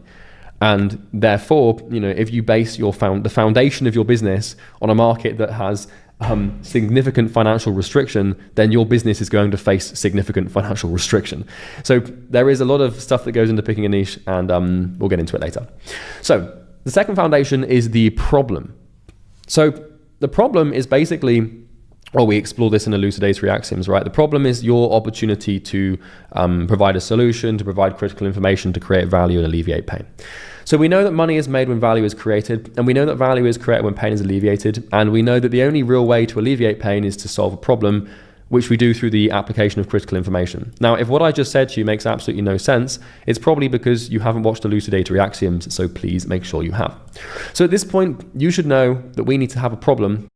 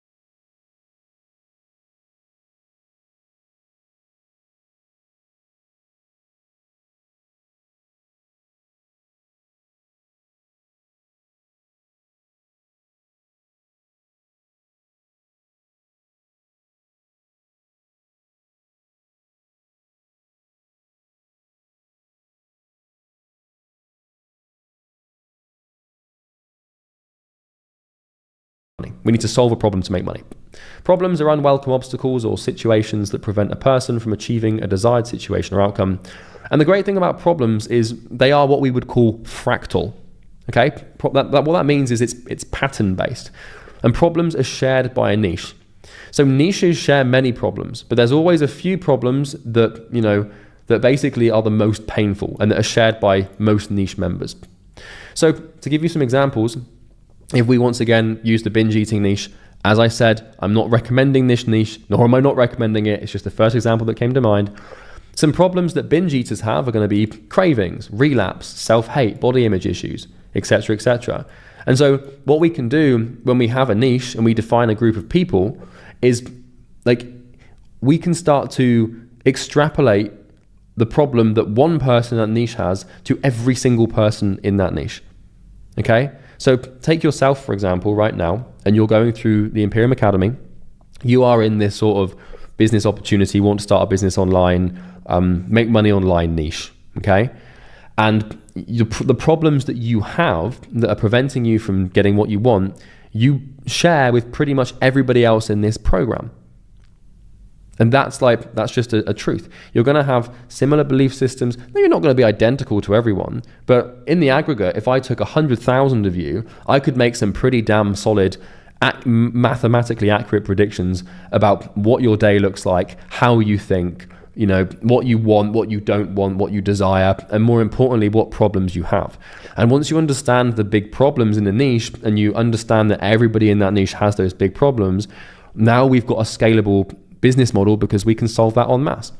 So another example could be a restaurant. So if the restaurant niche, which is a B2B niche, one problem they might have, and I'm just guessing here, I don't actually know, one problem they might have is finding good chefs or low profit margins, or another one could be seasonal trade. So maybe your niche is, I help restaurants in hot countries or in holiday areas get more table bookings in the winter. Just an example, right? I don't know if that would work or not. I've never tried it. I've never seen it work. Just an example. Once again, I'm not recommending these, blah, blah, blah, blah, blah, disclaimer, disclaimer. Okay, they're examples. Like what I don't want to see is suddenly 1,000 consulting businesses spring up, suddenly helping restaurants find good chefs or summer restaurants getting, like, do you know what I mean? Like, please think for yourself. I don't even know if these problems exist. I'm just giving you examples. So do not base your entire financial future off of some random examples that came to mind when I was making this. I can't stress that enough. Please do not let this bias you into thinking that one of these is the right niche or the wrong niche to pick. So as per the niche selection, I'm going to help you find a painful problem in later videos. So don't sweat it for now. I just want you to be aware the next foundation above the niche is the problem, okay? And I'm going to show you how to find a problem. We're going to pick a niche, then we're going to do some research, find out what they struggle with, and that's that. So the third foundation is the solution. So the solution is basically a manifestation of the application of accurate and appropriate critical information to a problem. So a solution happens when we take a problem and we solve it, okay? And the way we solve it, as we know now, is by applying critical information. Some consultant businesses get wrong, and this can depend on how much time it took or how easy it was or how good the result was. So when you say, when I say to you, like this program's going to get you good results, like it's not really like, well, how do you define good? It's not really good or bad. It's how good or how bad, or how strong are the results or how weak are the results. And the quality of the results you get from this program are going to be determined by like how quickly you managed to get them, how easy it was, and really like how big the result was in the first place. Because if you go through another program and it takes you, 6 months to make $1,000, and then you go through this program and it takes you 6 months, but you make $100,000, well, both programs got you results. They both solve the problem of helping you make money online, but one was significantly better than the other. And that's why I'm putting so much effort into these videos, right? This video is a prime example of that. The last 2 videos have taken me like 2 weeks to make because I want you to get good results. And the only way I'm going to do that is by making sure it's as straightforward and easy as possible. So results work on a scale of contrast. Some consultant businesses get weak results, and some businesses in the consulting space get really good results. And whether a result is good or bad or not is only compared to the other results that you could get from the other options. So I know, for example, that this program is going to smash every other make money online program out there. And I know that my results are going to be good because they will be better and stronger than everybody else's programs. And everybody else's programs that cost tens of thousands of dollars. This thing, as you're well aware, does not cost that, and is probably 10 times better. So this is how you build good foundations. It's like the result is an absolutely imperative foundation. And so when you're building your products and your programs and you're making your services, they better be fucking good. Because if they're good, then you're having a stronger foundation. Okay? Now, the strength of the solution is determined by the strength of the result it basically generates after the application to the problem. So, for example, you might consider this program a strong solution compared to other programs out there. If it gets you better results than the previous programs or mentorships you've tried, then it's better. And you'll base this assessment on your perception of the program as well. So, you might say Charlie's program's good, not only based on the results you get, but based on your perception of the results that you will get. So, my confidence and my effort is going to seep into your psychology, and you're going to say, oh, well, hopefully you'll say, maybe you hate this thing. I hope not. You're going to say, oh, this is a good program. And that's happening because I'm putting effort in, etc. So remember, solutions are only weak or strong when results are measured and compared to the results of another solution. So whether you've got a strong solution or not is basically dependent upon whether or not it brings about a strong result. Because I could whip up this course. I could whip up the Imperium Academy in, this could be the case for any product, right? I could whip this course up in 2 weeks flat. I could just cut a bunch of corners, and just whack it together, patch it up, and then just sell it to you, or give it to you, whatever, right? I could do that, and the thing is that would be doing an injustice because first of all, the result's not going to be as good because we're not being as thorough and we're not taking our time, and I'm not giving you everything you need. And what that means is the solution just sucks, which means that one of the core foundations of my business is weak. And so everything I try and build on top of it is just doomed to fail. It doesn't matter, like in the long term, over a good enough time horizon, it doesn't matter how good you are at sales. It doesn't matter how easy you find getting clients. It doesn't matter how great your mindset is. If the results you get for people suck, then everything's going to come crashing down. And a prime example of this is this program. Like I spent 2 weeks on 2 videos. Most people spend 2 weeks on their entire program. Like this is a 6-month build for me. I'm in for it, you know, and you're going to be able to see this as I progress through this thing. This is not an easy thing to do, making these programs. Now, I'm not saying that you need to spend 2 weeks on 2 videos at the beginning. That's not what I'm saying at all. The only reason I can to spend 2 weeks on 2 making these programs. Now, I'm not saying that you need to spend 2 weeks on 2 videos at the beginning. That's not what I'm saying at all. The only reason I can do this is because I've been doing this for like 7-8 years now. Your first programs are going to be sort of quick and scrappy, and you're going to try and get the job done. You don't want to chase perfection at the beginning. But we're going to talk about that in week 3 when we talk about becoming an expert and building your product and stuff. So once again, keeping it high level, you get the point. So here's a concrete example of this, you know, of this sort of strong and weak results thing. So let's say that you are a recruiting consultant for high-end restaurants, and let's go back to this example saying that pun has the strongest solution and therefore the strongest results and has added the most value, and this person will make the most money. Acquisition, and I was helping agency owners, coaches, consultants. Like, you know, it took the market like 2 years for everyone to realize that Easy Grow was just the best thing. Like, you know, there were people that were better at marketing than me, and there were people that were better at sales than me. And, you know, there were people that were making tens of millions of dollars, you know, by making ridiculous claims and being good with Facebook ads. And I just spent all my time on I spent 12 months building Easy Grow. And I knew that if I just did that, given like another couple of years, like soon the market would realize and then everyone would flock to us. And that's literally exactly what's happened. And everyone that relied on fancy marketing, well, we've left them in the dirt, and a lot of them are now working as marketing managers for random companies. Like, we've destroyed them, and you destroy your competitors by providing better results. So, you know, here's an example here. So we've got a strong chef or a weak chef, not physically, just in terms of their skills, right? But, you know, chef 1 could be a good chef. This could be 4 years of experience with some regional awards, really promising, but in comparison to chef 5, they're pretty damn shit. Experience with some regional awards, but, you know, so we've checked, but and this, that results and solutions, they work on a scale of contrast positioned against other solutions that your competitors are providing. And so if you want to beat people, you have to be better than them. And to be better than them means to get better results. And to get better results means to be better at the damn thing that you're doing. And that will all be explained in week 3. So here's an example, obviously, of how different consulting businesses can solve the same problem and be in the same niche. But, you know, this is why I... Here's some Google Docs and some slides. What a waste. So the 5th foundation and the final foundation is your offer. So your offer is basically how your solution and results are packaged and positioned. Okay? Your offer is basically what someone gets in exchange for money. Now, this is a pretty important thing to realize, and I'm just going to do this. Sorry, excuse me. I just want to make sure that this is formatting. It's not formatting correctly, which is really going to frustrate me. But there's not much I can really do about it. Okay, we're just going to pretend that didn't happen. Okay, so the Foundation 5 offer. So, sorry about that. So your offer is essentially, like, you have your solution, you have the results.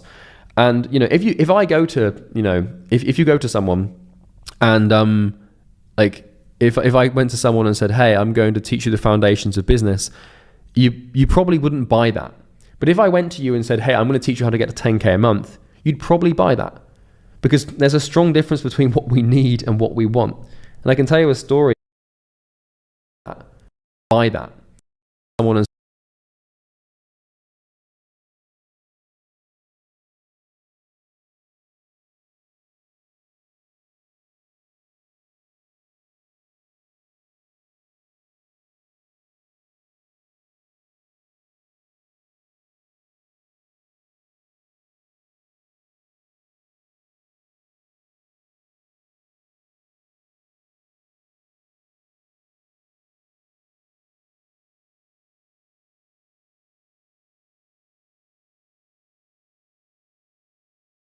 if you go to someone and like if I went to someone and said, hey, I'm going to teach you the foundations of business, you probably wouldn't buy that.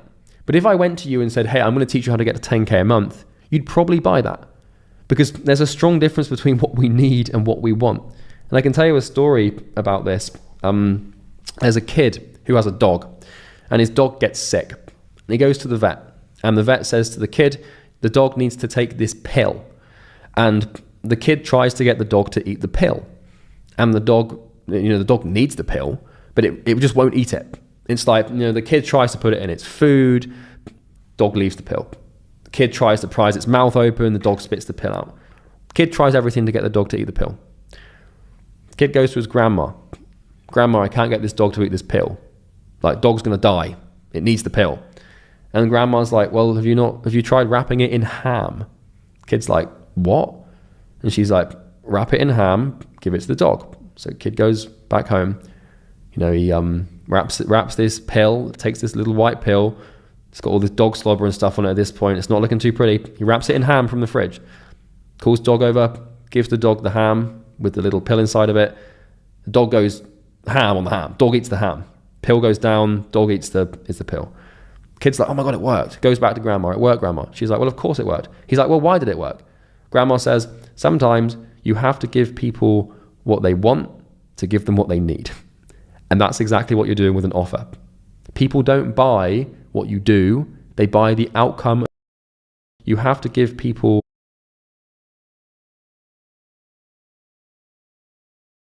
a month.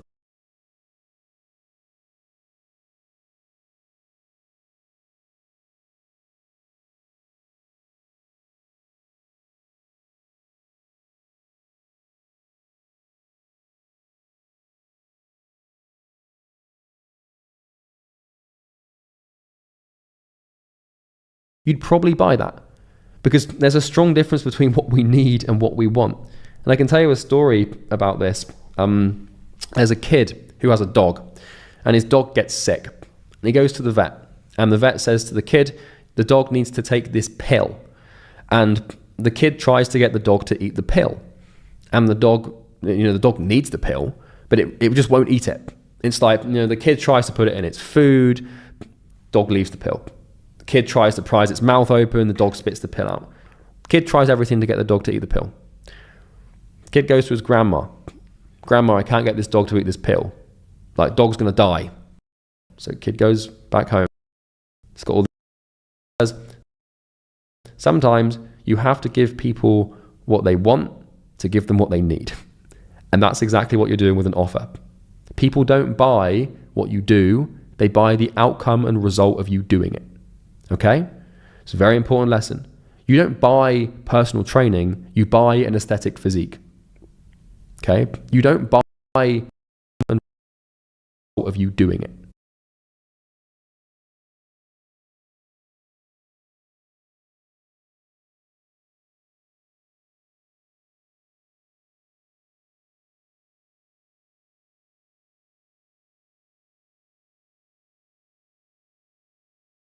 Okay?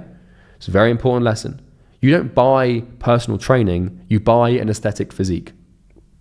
Okay? You don't buy a bottle of water, you buy hydration. You buy the outcome. And that's the simplest way I can explain offers to you. And this goes deeper, and I will explain it in way more detail when we get into the offer modules. But for now, this is all you have to understand. So offers are comprised of a few things. Identity call-out, which is basically your niche. The outcome, the time frame, the price, and then risk reversal. And this is market dependent. So the identity call out is like, I help, binge eaters or dentists or alcoholics or whatever. Outcome, this is what you help them achieve. Time frame is the outcome in which you help them achieve it. The price is pretty self-explanatory. And then risk reversal is like, what happens if it doesn't work, and do they get their money back or a refund? So for the, I can give you an example for the academy that you're going through now, Imperium Academy. I help, people make money online in X amount of days. I mean, you probably know the offer because you clicked on the damn thing, right? So offers exist as statements made to your niche in long or short form copy. And this is going to depend on the marketing scenario. Once again, there's going to be more on offers in a later video, so don't worry too much about that.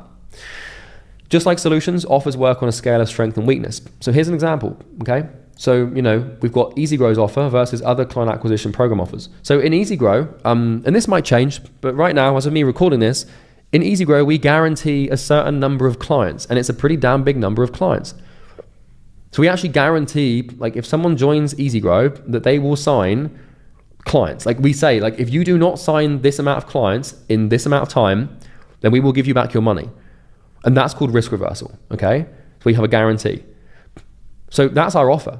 And it's just a standalone offer. And it's only strong because if you compare it to our competitors, it's way better. So our second competitor, they guarantee like half the number of clients that we do. So our offer is twice as good. And then some of our other competitors are like, hey, I'll just help you make your money back. Well, it's not a very good offer, is it, compared to ours? So offers work on a scale of contrast.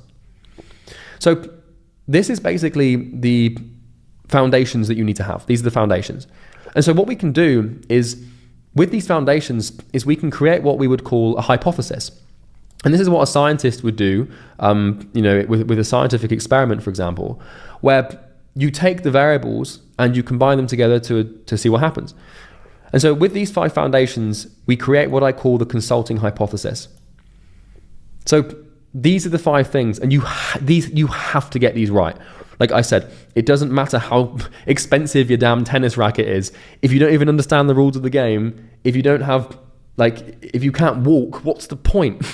It's like you need to know how to build the foundations. And so the foundations are niche, problem, solution, result, and offer. So the niche is basically, the group of people that you're helping. The problem is what you're helping them solve. The solution is the bundle of critical information that you're applying to the problem to solve it. The result is the manifestation of the solution, and the offer is the way you package the whole thing up to make this process make sense to this group of people. If you nail these, you will be successful. Result, and offer. So the niche is basically, the group of people that you're helping. The problem is what you're helping them solve. The solution is the bundle of critical information that you're applying to the problem to solve it. The result is the manifestation of the solution, and the offer is the way you package the whole thing up to make this process make sense to this group of people. If you nail these, you will be successful. Doesn't matter how good your sales script is. Let's think about this. Niche. Let's say your niche is people who have cancer. The problem is obviously that they're going to die and they have cancer. Terrible, right? The solution could be, a chemical compound that can be physically ingested that kills cancer. And the result of that is that the cancer is gone. And so your offer would be, swallow this pill once and you'll wake up tomorrow cancer-free. Talk about some strong foundations, right? The stronger that these things are, the more likely you are to be successful. And I cannot stress and overstate the importance of these 5 things. If you pick a really, and I'm going to show you how to we're going to get these. We're going to pick them. I'm going to show you how to do this and nail the foundations. What I need you to understand right now is that these things are worth getting right. Okay? I need you to really believe and buy into the idea that these things are worth spending a lot of time on, because we're going to spend a lot of damn time with them. Okay? If you nail the niche and you pick a great niche, you pick a painful problem, you figure out how to solve that, and you figure out how to do it really damn well, and you figure out how to position that solution and that result in a way that compels them to buy, then you'll be successful. This is all it is. N plus P, these should be plus signs really, shouldn't they? So let's add these in, because otherwise it doesn't make any sense. N plus P plus S plus R plus O equals S. And if you're taking notes, you should write this thing down, because this equation is going to make you a millionaire. And I know it's going to make you a millionaire because, it made me one. And not just a millionaire, but a multi-8 figure millionaire. It's a pretty damn good place to be. So a hypothesis is a combination of variables and constants that, if combined, hypothesize a specific outcome. Basically, it's a theory. Okay? So when you pick a niche, a problem, a solution, a result, and an offer, you're creating a theory. And what you're going to do with your business is go out into the world and try and get customers, and you're going to test your theory. And I'm going to help you come up with a pretty damn good theory, so hopefully it will work. It should work, I promise you. Now, you want to think of yourself as some sort of scientist. When you're creating your business foundations in later videos, imagine you're a scientist coming up with a hypothesis that you're going to test in the market. And there'll be more on this in later resources. In this case, the outcome is success. Okay? And I'm defining success as accomplishing your goal. So this just represents the accomplishment of your goal. So, before we continue, damn good niche, damn good problem, damn good solution, damn good result, and then a damn good offer. If you nail that, and you get those things right, you're really going to be in for a pretty damn good life. I can tell you that because it's exactly what I did. So what we can then do is we can use this consulting hypothesis and our newfound understanding of the foundations to boil consulting down to a simple equation. And that's basically CS plus CH plus P plus A plus K times C to the power of T equals DS. And you might be saying Charlie in English, please. So let me explain. So what we've got here is CS. So the first part of the consulting equation is your current situation. And that's where you are right now. Represents time. And this is basically however long it takes. Like, you know, in order for you to do anything, you need to have time. That's kind of like without that, like, you know, you need it. Otherwise it doesn't work, right? So that's that. And then the last thing is the DS, which is your desired situation. So current situation, where you are right now, plus your consulting hypothesis, plus your plan, plus your action of that plan, plus your knowledge, plus your times by your character, to the power of time equals desired situation. These are the first principles that you need to have in tow to achieve what you want. So yeah, this is really all you need to become successful as a consultant, okay? So, you know, we're going to continue on through this video in a second, but it's very straightforward. You know, you already have your current situation. You're going to have your consulting hypothesis by the end of week 1. You already have a roadmap. So I've given you the checklist of actions that you need to do, and the plan will unfold as we go through the content. And then the action. This is the only exponent. And this means a power law. And what a power law is it's something that, you know, amplifies the growth or, you know, the trajectory of something. And I'm going to give you a full explanation as to how exponents work in a second here. They're very, very important to understand. Now, time is an exponent, meaning that it basically is a power or has power to create huge exponential effect. Now, what time will do is it will compound all of your efforts to create huge effects in the future. And we're going to talk about time in a lot of detail here because this really is the most misunderstood part of the equation. Okay, and this is where we're going to start to get a little bit abstract, and, you know, hold on to your hats here because I'm going to blow your absolute mind again. Hopefully I did it last time. Okay, so yeah, time compounds stuff. And if you want to achieve your desired situation, the chances are you need a little bit of compounding to help you get there. And if you're wondering what compounding is, it's basically when something's growing or something's happening and nothing really happens at the beginning. Like it takes a long, long time for it to gain momentum. And then suddenly, out of nowhere, just whoosh, the thing goes crazy. Primary example that will help you understand is like rolling a snowball down a hill with snow on it. So you pick up some snow, you're atop of a big hill, pick up some snow. You compact it into your hands get all cold and painful, but you don't care because it's snowing and you're having fun. So you know, at least that's what we used to do in the UK, never snows in the UK. So you compact this little snowball into your hands. You put it at the top of the hill and you start rolling the snowball down the hill. And as the snowball rolls, it picks up snow. And in the beginning, like this snowball, it's not getting very big because there's a very small surface area.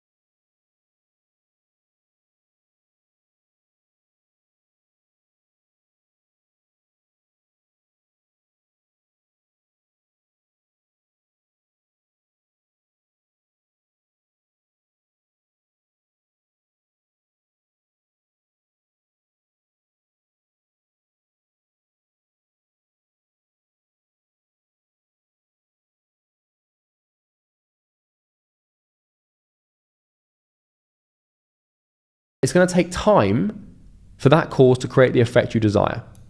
The problem is that as time goes on, your memory gets weaker. Now, you might be thinking, Charlie, well, why is that a problem? Why do I care? Well, eventually, if you were consistent over time, if you've done what you need to do, then the cause that you've done will create the effect you want. But by that point, you'll have either given up or switched to something else because it didn't work or it wasn't happening fast enough. These are some pretty common ones that we can just highlight in blue.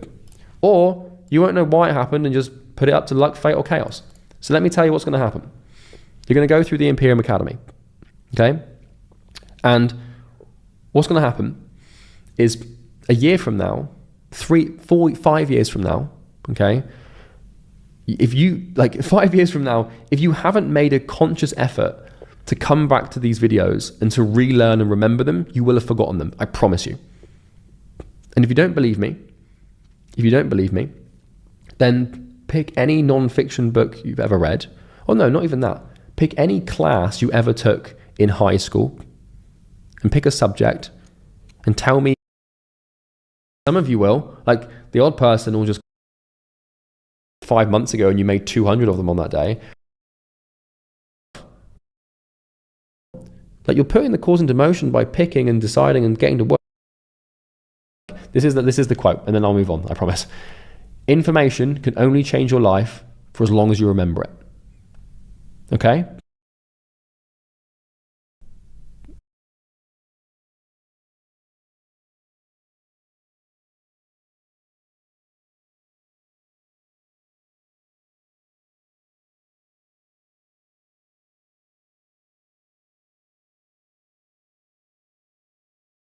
But you have to remember, this. But I know that when you do, that will change your life. But you have to remember, this is the quote, and then I'll move on, I promise. Information can only change your life for as long as you remember it. Okay? So that's that. So, okay. Now that we've moved on from that ramble, exponential distribution. Why are some people extremely rich, but others extremely poor? Why does the top 1% of people own 50% of wealth in the world? Why do the rich get richer and the poor get poorer? You've heard this quote before, right? The rich get richer. You've heard the top 1%, they own half the world. Well, why? Why is the distribution of everything so unfair and biased towards a small group? And more importantly, what can we do about it? Because if we know that the top 1% owns 15% of the wealth in the world, how do we join them? And I can tell you, being in this is pretty damn cool, So let's talk about it. Why is it the case that some sports people are Olympic gold medalists, but others are just normal amateurs? The difference between Michael Jordan and you, let's say that you've been playing basketball for a year and you're all right at basketball, but then you take Michael Jordan in his heyday, the difference is night and day. It's you're not even a basketball player anymore. Why is it that some artists are world class whilst others can't make a living? Why is it that some people are billionaires, but other people are thousands of dollars in debt? Why do some consultants get incredible results, but others mediocre? Why does this happen? In other words, why are some people great and others just average, good, or bad? Well, if you want to become great and you want to become wildly rich and successful, then we need to answer this question. Because if you don't know what makes great, then you're either going to be average, good, or bad. And good isn't even that good. It's just, you're going to, most people think that good is 100 grand a year. That's considered a very, very good salary for most people. By the way, I apologize if you can hear my squeaky chair squeaking in the background. But anyway, moving on. So people think that 100 grand a month, 100 grand a year is good. And sure, it is compared to most people. But I've made 100 grand in a day before. And it's possible, I can tell you that. So why would you want to make 100 grand a month, or 100 grand a year, when you could make 100 grand a month or 100 grand a day? There's a big difference between great and good. And maybe you're happy with 100 grand a year. That's absolutely fine. If that's what your goal is, and which it probably is right now, it's a lot of money, and you can live a very, very happy life with that. But there's some people that make 100 grand a minute. I heard this statistic once that Bill Gates, if he dropped $1,000 on the floor, he wouldn't bother to pick it up, because in the time that he had gone down to pick it up, he would have made that $1,000 back. And this was obviously when Microsoft's stock was soaring, right? But you get the point. So this is how it works. 80% of people get 20% of the results and 20% of people get 80% of the results. Like, why the hell does this happen? People think this is unfair. And, a lot of people, as I'm sure you've seen on social media these days, they complain about the mega rich owning everything. They're like, oh, tax the rich, and, like the rich get richer, and like screw rich people, like Mr. Burns this and Mr. Burns that, from The Simpsons, it's evil dude that's like really rich and stuff. Like, a lot of people think that like financial and economic inequality is unfair, and I understand why. But to figure this out, we need to understand the 80-20 principle. And this is also known as the Pareto principle. Now, the 80-20 principle is basically a universal phenomenon. You might have heard of it before, Brownian intelligence points if you have. But it's a universal intelligence, there we go. It's a universal phenomenon, not a universal intelligence, whereby 80% of effects come from 20% of the causes. So this is also known as the vital few effect. But basically, the Pareto principle creates an unequal relationship between inputs and outputs. And the Pareto principle basically explains why this happens, why things go exponential, and why life is so unfair, at least in the human eyes. So some examples. So 80% of wealth is owned by 20% of people. And 80% of customers buy from 20% of businesses.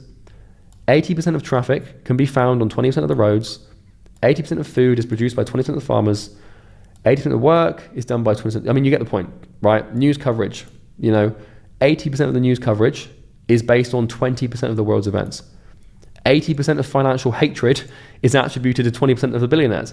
There's a lot of billionaires in the world, but there's only like a select few of them that get any hatred, right? 80% of your wardrobe is worn 20% of the time. And then the same thing, like 80% of Earth's population lives in 20% of the countries. And 80% of the country's population lives in 20% of the states, in like the US, for example. And 80% of a population of a state will live in 20% of the cities inside the state, and so on, right? So this occurs everywhere. Wherever there's like an input and an output, or a cause and effect, like at least one that we can measure numerically, like, for example, 80% of the traffic jams occur during 20% of the daytime. So, it's just, or that jungle or that environment naturally will seep over into the way the economy works and the way that we make money. So it's the same. So imagine complaining that 20% of countries get 80% of the rainfall. Like, oh, this rainfall system is corrupt, and the rainfall matrix is out to get us, and the rainfall system is rigged. I demand high rainfall countries move their borders so low rainfall countries get more rainfall. Like it's all about feedback loops. So cause creates effect. And when the effect of a cause feeds back on itself to create more cause that caused it, then there is more cause causing more effect again and again on repeat. And this is a feedback loop. So the cause creates the effect then feeds back on itself to create the cause. And because we created more cause, we create more effect, and this thing spirals and spirals and spirals. And when this happens, a feedback loop is present. So with time, this loop compounds and basically flywheels is another word for it, creating some truly extraordinary and unbelievable results. This is why life isn't fair. Okay? This is why the rich get richer. It's just feedback loops. Because the more money you have, the more money you can make. And the more money that you can make, and that you do make, the more money you have, which means the more money you can make. And then it just cycles round and round. So let's go through some examples. So an example of a feedback loop would be let's say you go to a comedy club, and the comedian finishes their skit, and they finish their talk. And one person starts clapping. So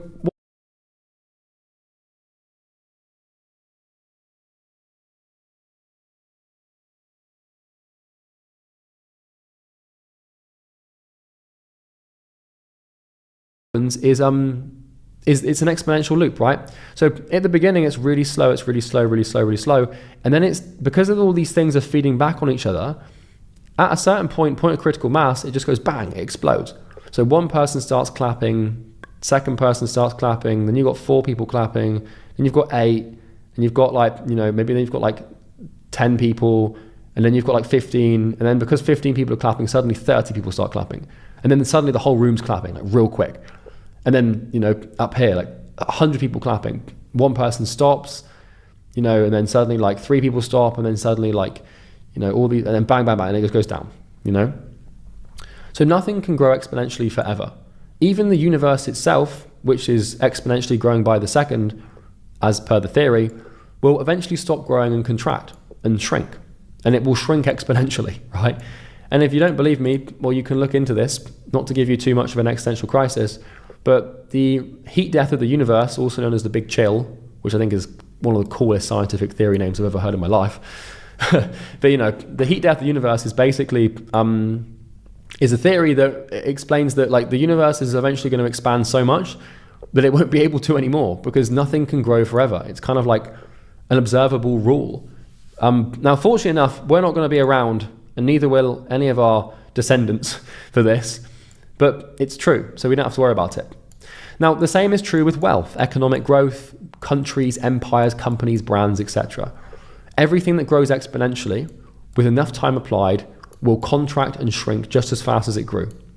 For example, you know, the graphs below show the growth and decline of the Roman and British empires based on landmass or number of countries ruled. You'll find this phenomenon everywhere, right? So, you know, for example, we've got the Roman Empire here, based on square kilometers or square miles of landmass. And we can see, you know, minus 500, you know, BC, and then, you know, the Republic sort of starts around here, for any of you familiar with the Roman Empire. And then, you know, around the time of sort of Julius Caesar and Pompey and Augustus, you know, we have this big old spike. Flywheel. Just do this quickly. So some real-time examples for you here. Do this quickly. Some examples for you here.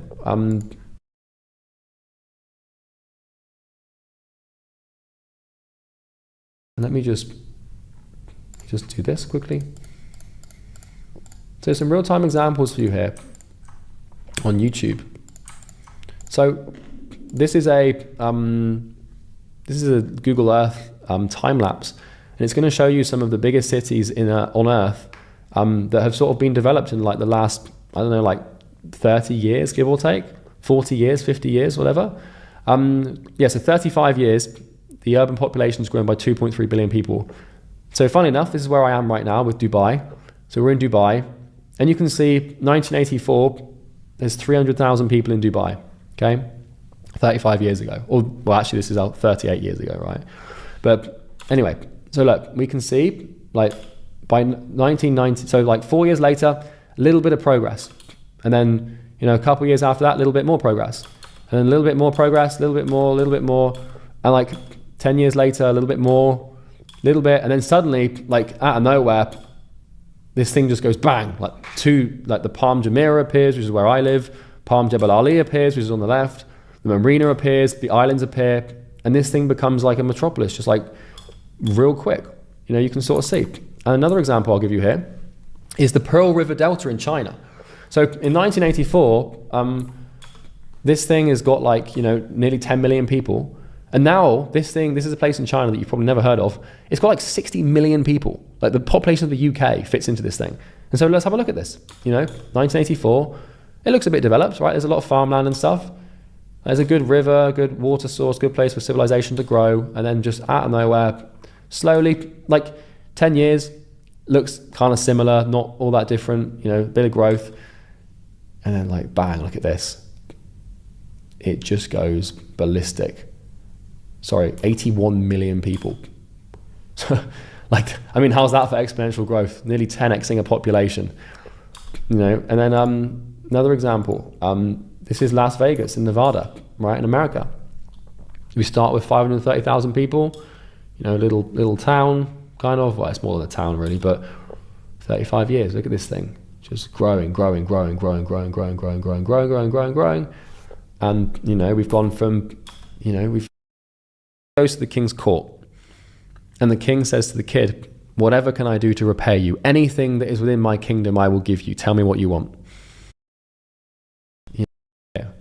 So, you know, it's linear, it grows, you know, it just goes and goes and goes. And then suddenly out of nowhere, bang, like it's just like a colony. It just takes over the whole thing and there's just loads of bacteria, you know. And the kid fought gold.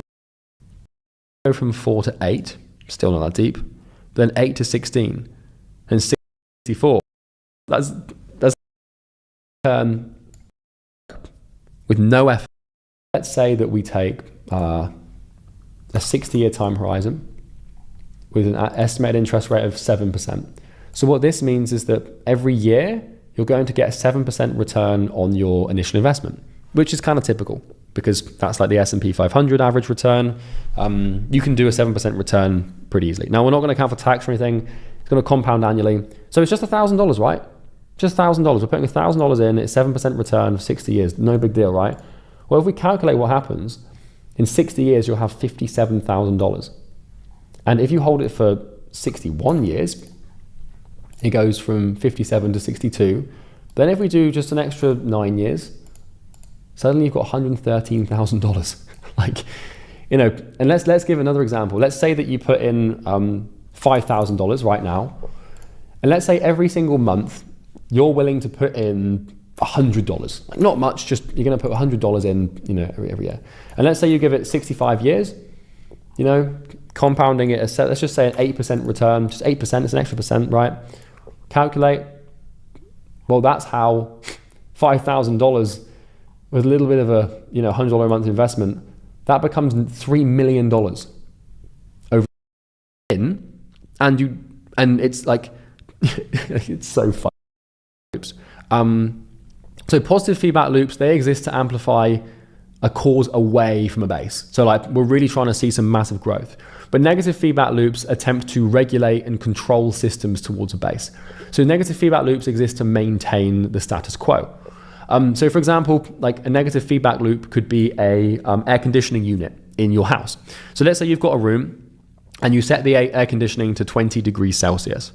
If the room gets too hot, then the air conditioning will cool down the air and, you know, bring it down, but then it will overshoot. And if it gets too cold, then it will increase the heat and then it will, you know, balance out and maintain this degree of 20 degrees. This is exactly how rocket guided missile systems work as well in the military, is they have a target and then, you know, the military will shoot the sort of autonomous guided rocket, and the rocket will adjust its course accordingly in the air in accordance to the coordinates it's trying to hit and the coordinates of where it is now. And so this is how you get these sort of AI rockets, which are kind of terrifying, that can use negative feedback to, you know, achieve a point of stasis or maintenance to hit a target. Same thing is true for systems in the body. So we have homeostasis, which is you might be familiar with from biology class, where, you know, you have your brain as a sensor. If you get too cold, then you shiver, and that brings your temperature back up to 37 degrees internally, which is where enzymes are catalyzed and we remain healthy and alive. Then what your body's going to try and do is try and slow your breathing down so you don't die from oxygen poisoning. Although I don't know that's even a thing, to be honest, but you get the point. So if a system's in decline, like for example the Roman Empire in 135 AD, and there is a negative sentiment attached to the decline, like if something bad is happening, like, and you perceive it to be like a bad thing, that does not mean it's a negative feedback loop. Okay. The negative in terms of feedback loop and negative in terms of sentiment are two very different words. Okay, if things are exponential, it's always positive. So if you're seeing an exponential curve up or down, then what you're observing is a positive feedback loop, typically. Now you could say it's a negative feedback loop because it's like a maintenance thing and it kicks in, but you kind of get the point, right? So the point I'm making here is that positive or negative. So positive feedback loops, we're moving away from something. Negative feedback loops, we're moving towards something, okay? Because the Roman Empire declined, it was a positive feedback loop that did it, not a negative one. So the sentiment is detached from the meaning of the feedback loop. I hope that makes sense. If it doesn't make sense, don't worry about it, but it doesn't really matter too much. I wanted to just tell you. So now let's talk about second order consequences. So now that you're starting to build your understanding of this wonderful world and how exponential things occur and why things happen, let's discuss this pretty crazy thing that, like, if you get this, man, like, my goodness, does life suddenly start, this thing, like, if you can learn from this video and if you can learn this knowledge and remember this knowledge and learn to think in second order consequences, you will beat a lot of people in life. You'll become very successful. So let's dive into it. So actions have consequences. We know this to be true. Cause, effect. Action, consequence, cause, effect. Have you heard this before? You've probably heard this phrase before where, like, you know, when you're a kid, you'll do something bad and then your mum or your dad will be like, oh, Timmy, actions have consequences. And that's basically you being grounded, right? Well, if you run someone over, then you're going to prison. If you cut your leg, swear at someone who just cut me off, continue driving, like, all life is a chain of events. And one event creates the next one. If you're at a traffic light and, you know, you run the red, and the quality of your actions is determined by whether or not you're doing the right thing or the wrong thing. It's very simple to have a good, happy life. Just don't do stupid shit and do smart shit. Like, it's really not that tricky when you think about it. We all overcomplicate it, but it's really just this.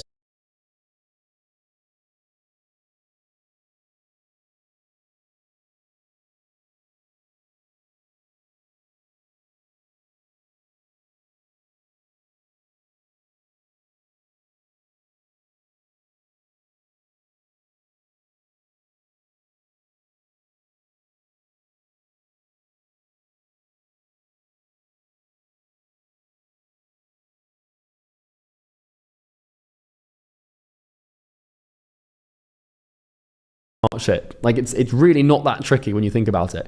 We all overcomplicate it, but it's really just this. And so this is how consequences work. And the key is in the word. So when you think about a consequence, like, it's a sequence. It's a sequence of events that happen as a result of the ones previous to them happening. And so what we can observe here is what we would call second order consequences in real time.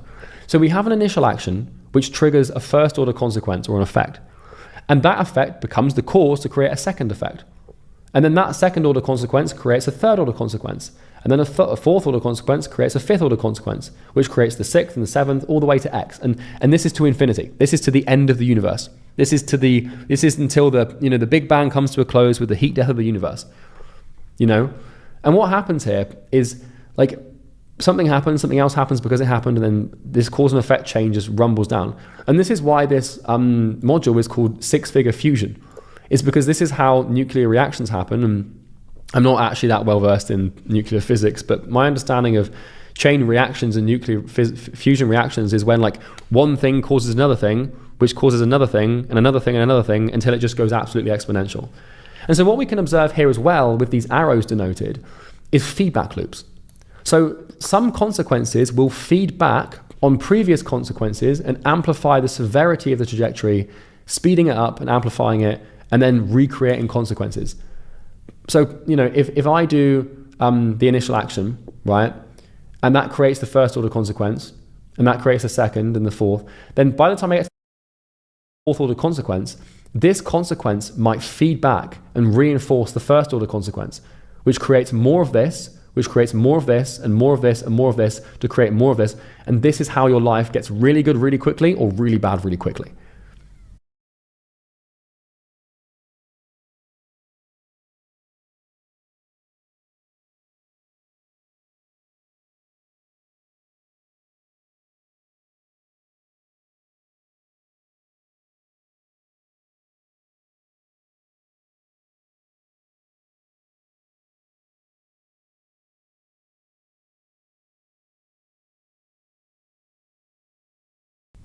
And same thing here. So we've got negative and we've got positive.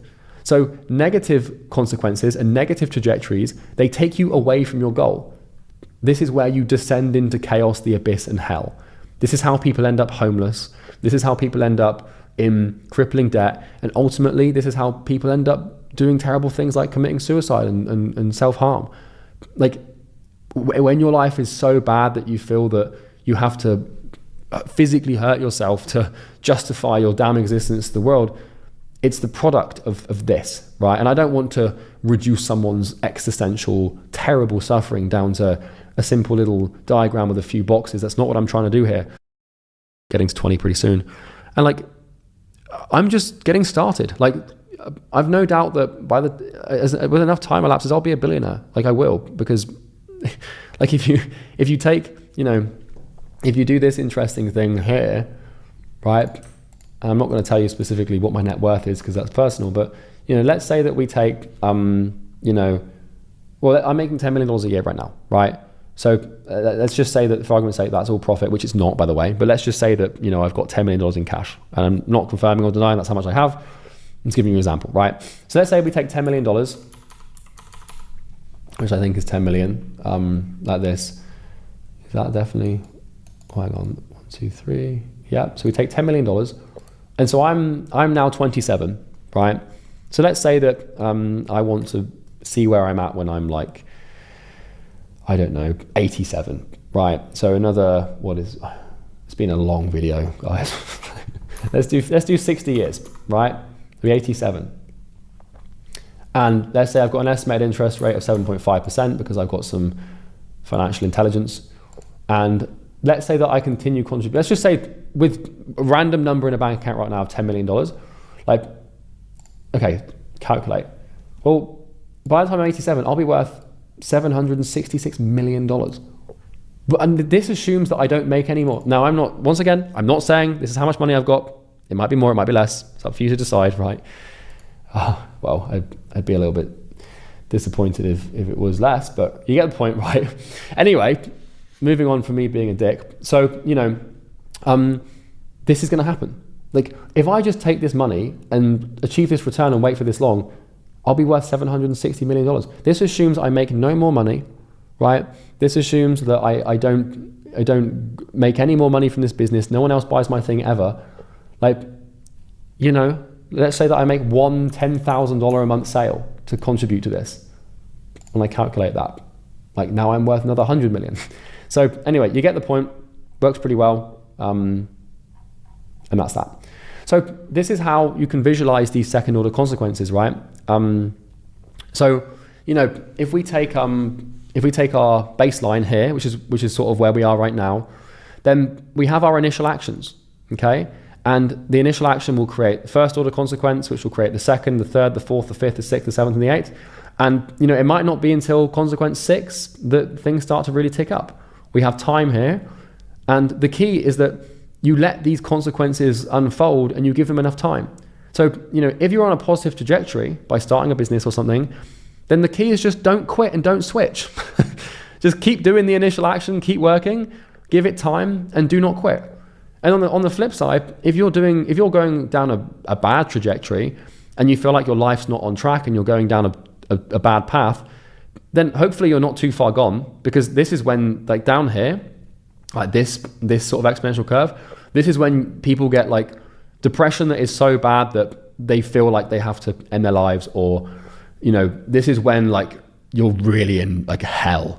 And you can climb out of here, like, trust me, you can. I've seen people do it, and it's the most miraculous, wonderful thing ever. But you want to try and avoid having to do that.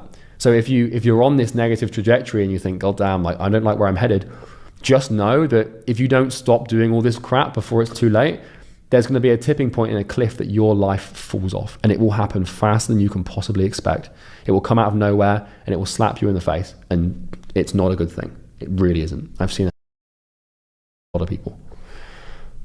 Now we can visualize this with, right? Then you start speaking to more people, you get better sales skills, consequences you make and the quality of your life will come way more from trying to get rid of bad things than it will trying to add good things. Because it doesn't matter how much you try and start a business, like if you're playing the Xbox 8 hours a day, like there's no point, right? Well, there's a point. There's always a point to trying to improve, but the easiest way you improve by subtracting things. But that's a story for another day. So a few examples. So recently I was at dinner in Dubai, okay? No, I wasn't in Dubai, I was in London. And I met a friend of a friend who was really fun to be around. Like one of those proper, you know, charismatic people, amazing people who you want to hang around. Like they were fantastic. I loved them to bits. But I found out after a few hours, this person was heavily into drugs, right? So I was like, oh, here's a great person who I really like, who I want to be friends with. And then I found out they were into drugs. And I saw this drug thing, like, okay, person into drugs coming into contact with me. Knowing where that heads, without judging them, I cut them off and never spoke to them again. Just ruthlessly didn't text them back. My friend who wanted to rearrange the dinner was like, oh, I'll bring this person. I was like, please don't. They were like, why? I was like, I don't like the drug thing. And they were like, oh, that's rude, you're judging them, you're being mean. I was like, no, I'm just protecting my consequence maps. Because like, I know my personality. Like, I've never done drugs before. I've never done like hardcore class A, class B drugs, anything like that. And I never will. I'll never touch anything like cocaine or heroin, because like, I just know where that sort of thing leads. Like, this person was fun. They would have been a great friend. They would have been really fun. They made me laugh, and like, I was making them laugh, and it's great.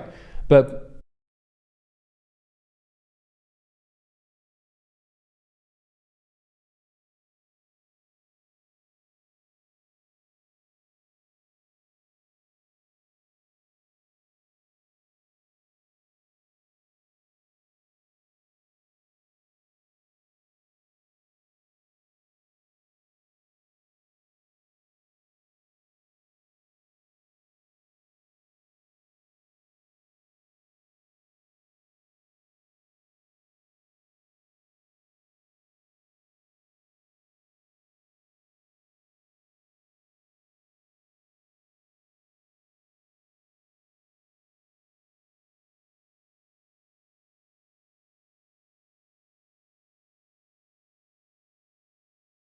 I found out that they were like cocaine addict, gone out of my life. Goodbye.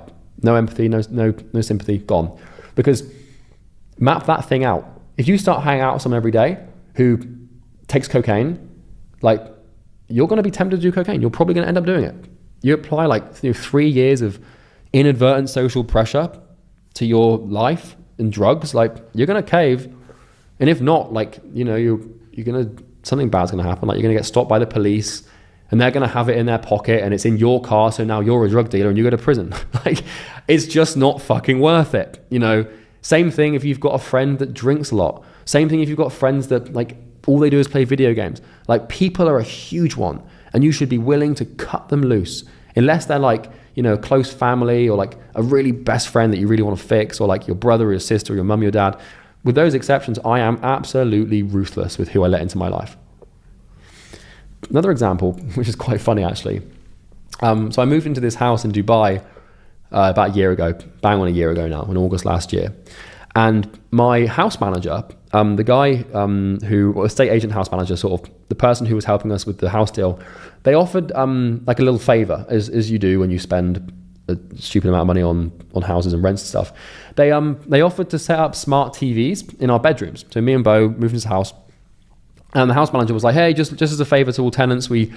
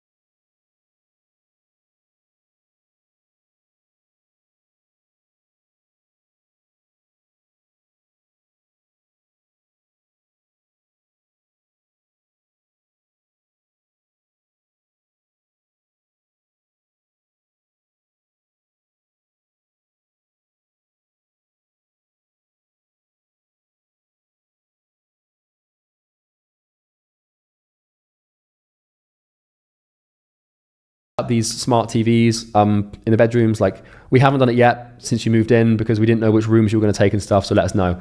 They were like, look, we'll set them up. You've got all the streaming services. It's all free. Like, it's all paid for. You've got Disney Plus, Paramount Plus, Amazon Video, Netflix, like YouTube, everything's on there. As soon as I heard that, like, I was like, that sounds great. But then I thought about it and I was like, nope. Is how good it feels in the moment. So the question then becomes like, well, Charlie, how do I know if an action is good or bad? Like, how do I know what is a snake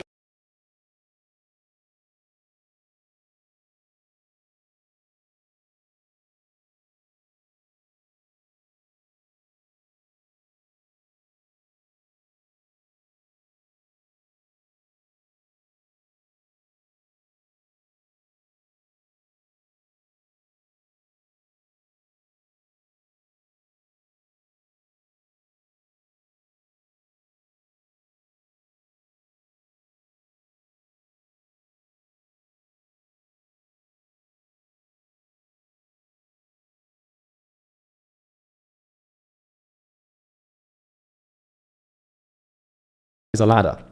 Well, it's really about how it makes you feel in the moment.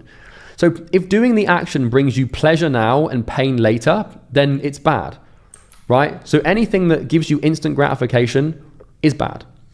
And if the action brings you pain now and pleasure later, it's good, and that's delayed gratification. So the more it sucks, the better it is for you usually. So if you have the choice today between watching Six Figure Fusion and sitting and watching, I don't know, some random Twitch streamer disrespect women for 3 hours, like one of those, like that's just, I'm not going to say that's a good thing, but like one of those things you might want, you might, like, let's just say streamer playing video games, right? To use a less political example. So there's two things you could do right now. You could go and watch a streamer play Minecraft, or you could sit down through a 3-hour painful business video. Like, well, the 3-hour business video that you're watching right now, or however long this thing is, I don't know, kind of sucks to watch right now because you got to pay attention and write stuff down. And like you could be watching a streamer play Minecraft and that sounds really fun right now. But the thing is with the streamer playing Minecraft is it brings you pleasure now and it feels good now, but it brings you a little bit of pain later because you go to bed that night like, shit, I wish I'd watched that video. God damn, why am I such an idiot? And then you do it all again the next day, right? So wherever you can in life, you're looking for delayed gratification. Every day you wake up with the choice to take instant gratification actions or delayed gratification actions. Like, what are you going to have for lunch? What are you going to have for dinner? Are you going to have like some, Deliveroo, instant food, like junk foody thing? Or are you going to eat something clean and healthy that you know is good for you? Because the junk food will feel great now, but at 4 a.m, it probably won't feel too good. When you've eaten something bad that doesn't agree with you because there's so much grease and crap in it. But if you eat like a salad now, it kind of just sucks. Just a salad. You're like, oh, I don't really want this. But then like at 4 a.m, you're not suffering, right? So with your consulting business, you have 4 main feeder actions that delay gratification. So remember, this is all about isolating these feeder actions. These are things that we can do every single day, like habits that we can perform, behaviors that we can manifest using our body to feed the consequences we want to feed. Because this map, this is a hungry beast. Remember, your life is an aggregate of everything you've ever done. You've got this consequence map that you're living, and it's being fed by a couple of specific behaviors, right? Like, eating junk food or playing video games or, all of these just basic bad habits that you have, right? And I want you to basically make a decision to remove it. And if that sounds too difficult, then just try and not do it tomorrow. Because you've probably got these behaviors that you've done every day since you can remember. Let's just try and not do them tomorrow. That's a good place to start, right? That's your first action item. Not too tricky. Just, if there's something bad that you do every day that you shouldn't do, that maps out all these terrible. And so the point, it took me like 60 to 70 sales calls to get my first client. And it took me 3,500 cold calls to book 60 sales calls. I wasn't very good. Don't worry, it shouldn't take you, well, it might take you this. And it can be done. All we have to do is iterate our way to success, which once again, I can tell you that your brain's gonna go fucking crazy on you. Like, you're gonna get a couple months in, you're gonna be like, oh, this isn't working.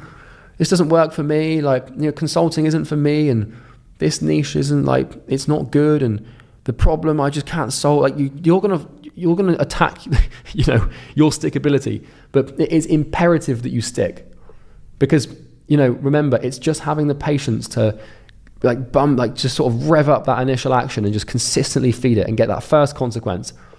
And then the second and third and fourth and fifth, you're still not seeing, even by maybe here we're at the 15th consequence or the 70th consequence, and you're still not seeing what you want.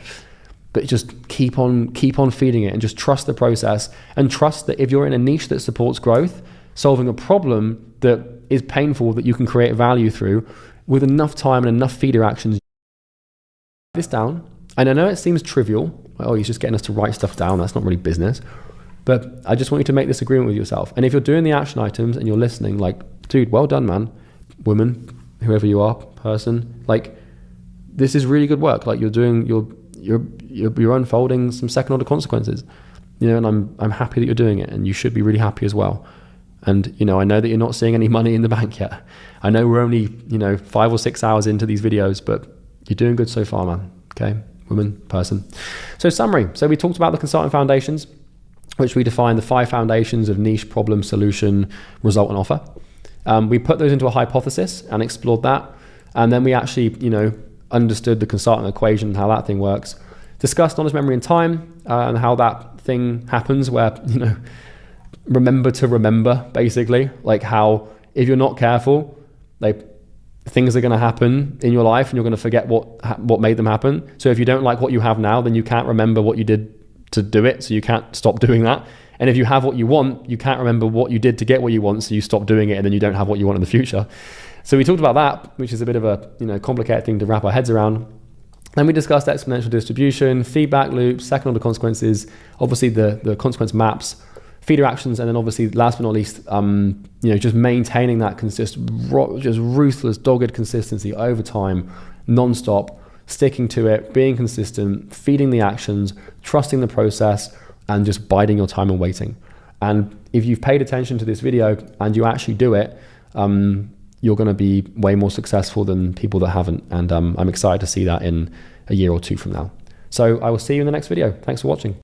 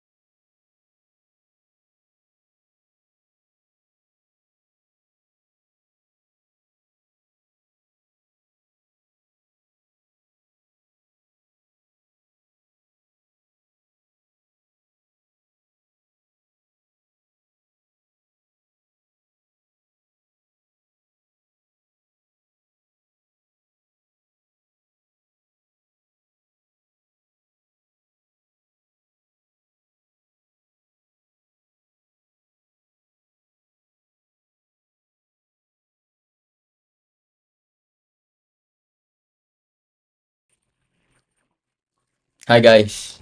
So right now I just went through all the content and video on six-figure fusion, and I just did the action plan here, right?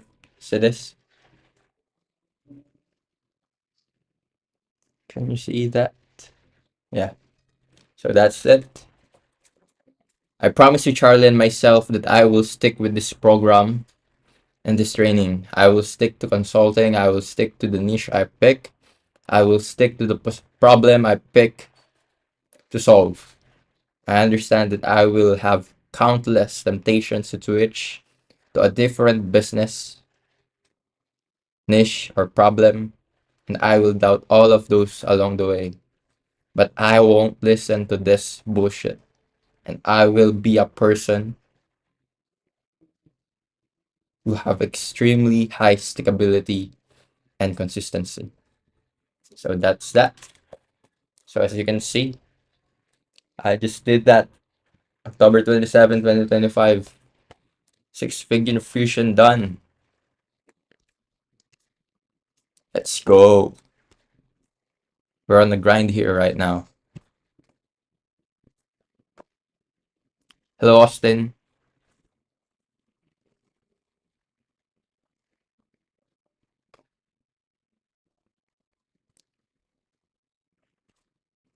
So now I'm gonna reflect on basically what I've learned in this part, okay? What I've learned in this part.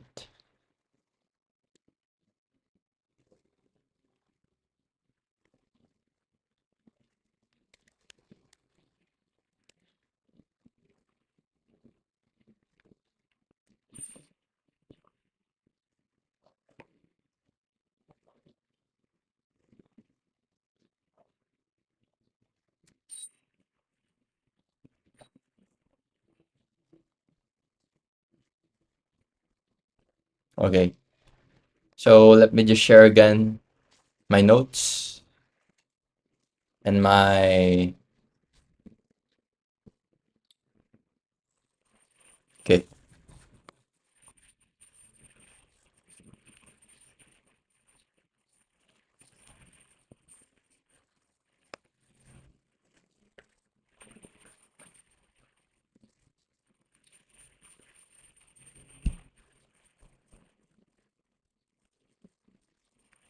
Wait a minute.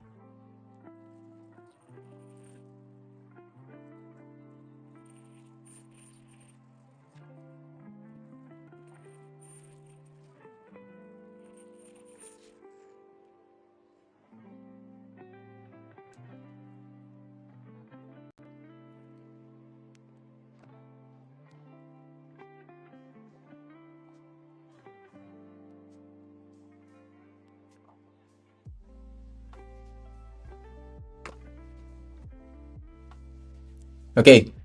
So right now I'm just gonna share my reflections and everything on the six-figure fusion video.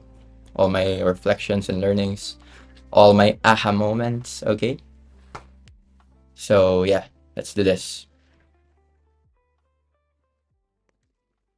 Okay.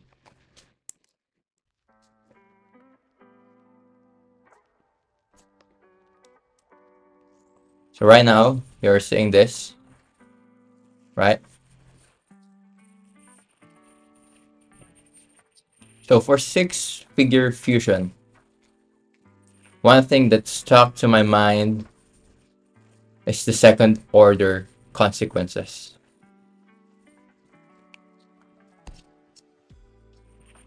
Let's go back to the starting point, okay?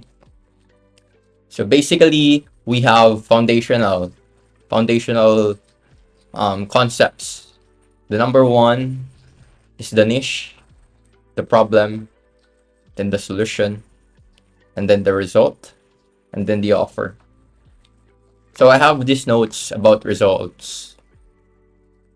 It says solutions are only strong or weak when results are measured compared to the results of another solution. Are you saying this or no?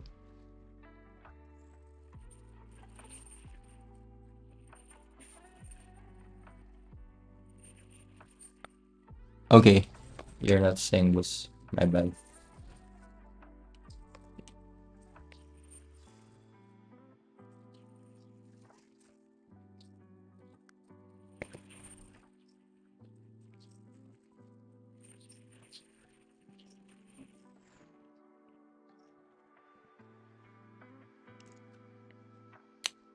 Okay, there we go.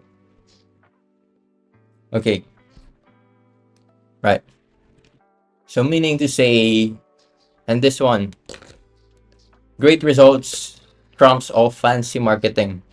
You destroy competitors by providing better results. It's like you don't even need to have a great marketing if the product speaks for itself, right? You're saying that if you are the best, you don't need to worry about anything at all, actually, right? So and at the same time, comparison, which means the thing that you are giving, the results, the outcome that you're getting, is always compared to the other agencies or consultants that are doing the same thing. So the one thing that will get you better outcome is by being better at giving them results, right? So that's one thing. And the next is offers. Offers are how solutions and results are packaged and positioned. Wait a minute.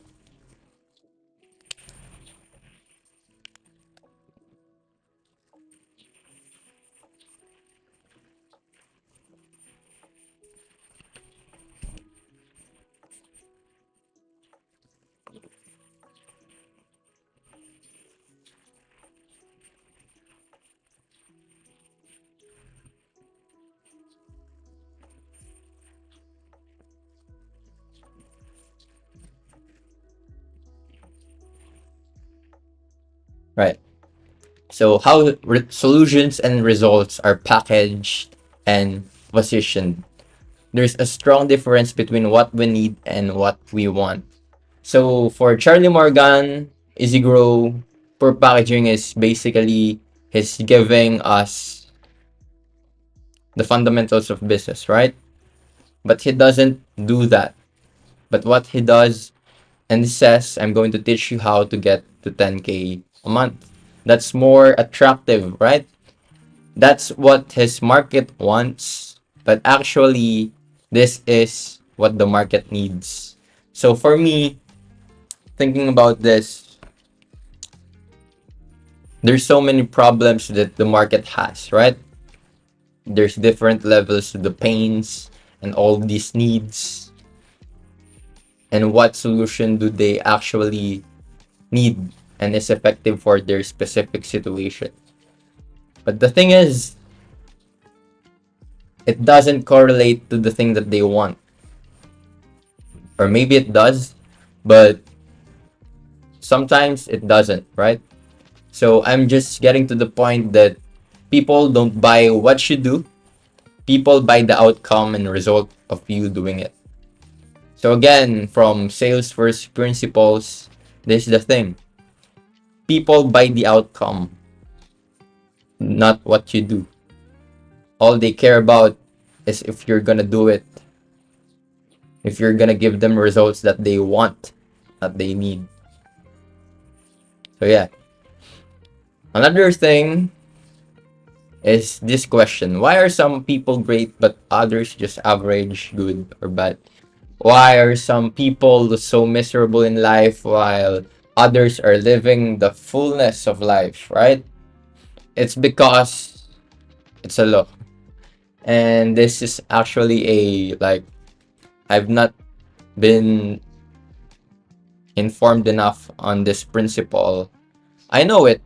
What's the Pareto principle on studying? But Pareto principle actually applies in every aspect of life. There is a universal phenomenon whereby 80% of effects come from 20% of causes. which means it creates asymmetric output on minimal inputs. And it's a law. Like, you cannot do anything about it. That's why life isn't fair. This one. Feedback loops. Cause creates effect, the causal law from the elucidatory axioms, right? So when the effect of a cause feeds back on itself to create more of the cause that caused it, then there is more cause causing more effect then. It's like tongue twisters, right? So with time, this loop compounds and flywheels, creating some truly extraordinary and unbelievable results. But it says as well, negative feedback loop can also exist. The thing about negative feedback loops I haven't got wrong, the concept of it. I thought that negative feedback loops is a thing about you degrading, but it's actually about maintaining a status quo. It's about control. It's about regulation. It's about, it's an attempt to regulate control systems back toward the base to maintain. So meaning if I have a, let's say a graph, a positive feedback loop means going away from the baseline, right?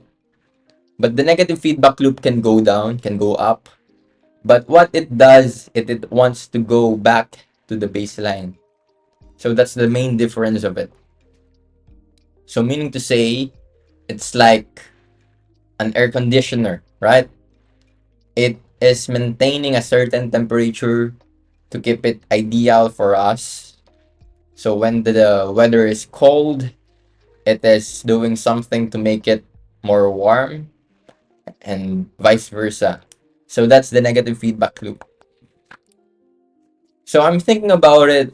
Negative feedback loop is sentimentally not negative, right? If you're thinking about it, let's say you are sleeping well and you are doing crazy things like for the past days, and the negative feedback loop actually helps you on getting back to maintaining a certain sleep schedule, right? And yeah, so just a thought. Another thing is second order consequence.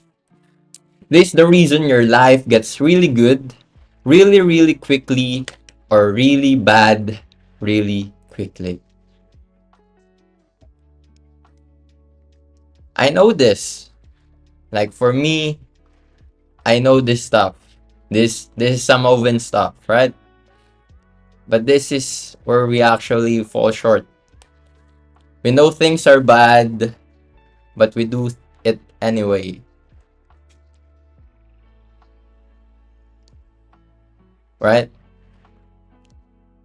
And it made me think that my past actions, my past decisions that I've made affected me in the long run. Not just at that moment, but up to this day, it manifests into my reality. So if you want to stop a negative trajectory, stop the feeder action. If you want to accelerate a positive trajectory, increase the feeder action. So yeah, and this is one nugget that I actually liked in this video is an action step. The fastest way to know if an action is going to set you on a positive or negative consequence trajectory is how good it feels in the moment. It's all about having a reward instantly or not having a reward, postponing it as long as possible to have pain now and receive better reward in the future, right? So it basically means doing the work. If you're doing the work, we're doing the good thing. We're doing the right thing. Okay? If doing the action brings you pain now and pleasure later, it's good. The more it sucks, the better it is for you, right? Every day you wake up with the choice you take. instant gratification actions or delayed gratification actions. The quality of your life in the future depends on this. And yeah, it just takes everything into perspective. The feedback loops, the second order consequence, and all the business foundations, right?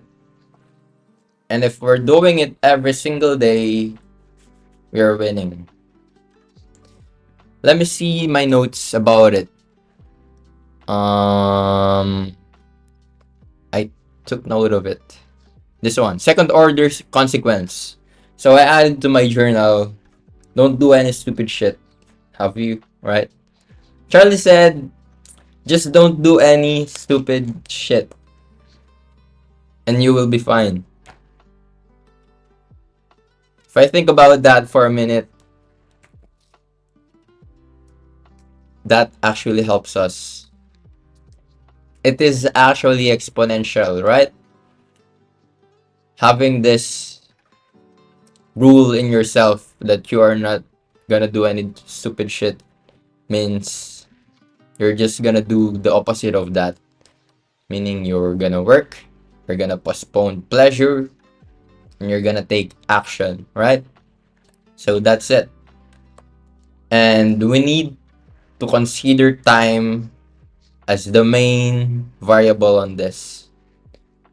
For consistency and stability, we cannot expect anything to happen too soon because it takes time.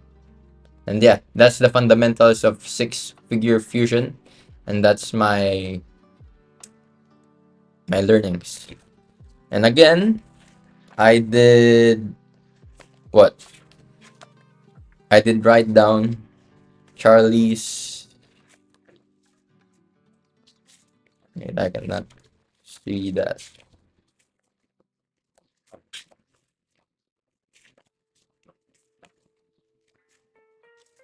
Where is it?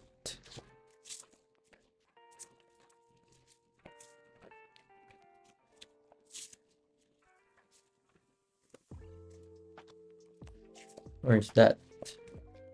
There we go. See this?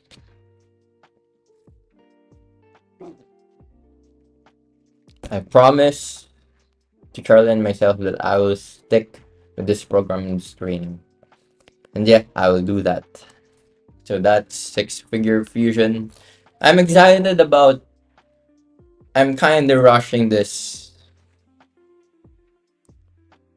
See, it's already 5 hours and I've finished 2 videos because I already know the concept of it. I'm pretty familiar and I'm reminding myself on that thing. And one thing that I wanted to reflect back again is this.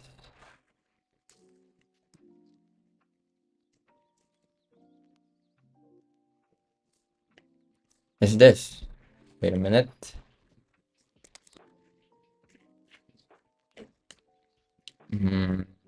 Is this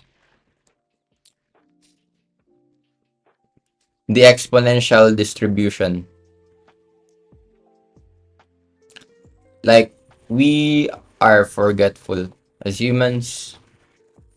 Time is not our intrinsically, you know, but it will help us if we position ourselves to be in line with time. How do we do that? By reminding ourselves on what is important to the business. So yeah, that's it. That's my reflection. Let's go.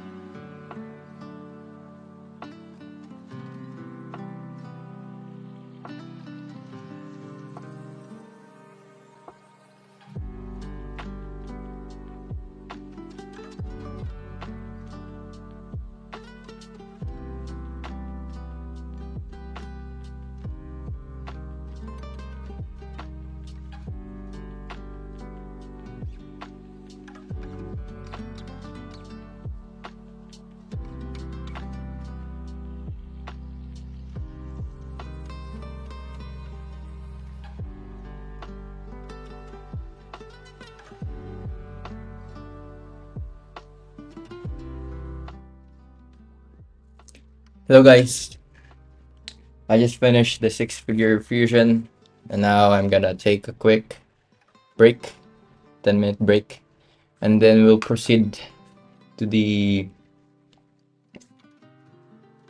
next module. Yeah, no cuts, just straight work. Let's do this.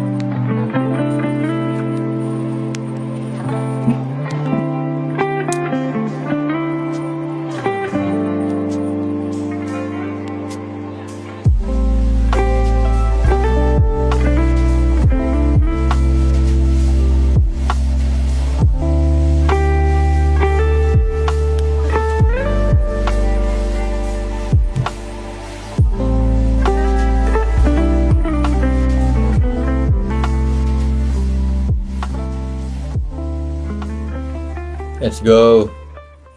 Let's do another round. Let's go, let's go, let's go.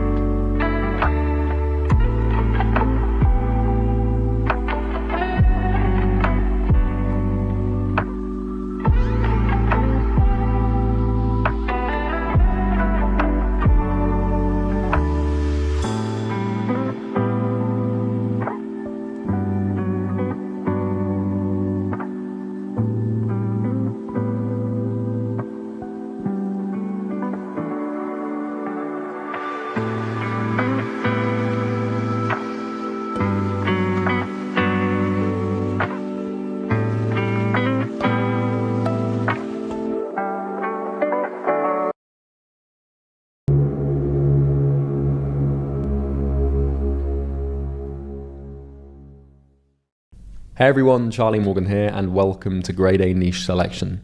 So what we're going to be doing in this video is picking a niche and defining the best niche for you, and I'm going to help you basically pick a niche.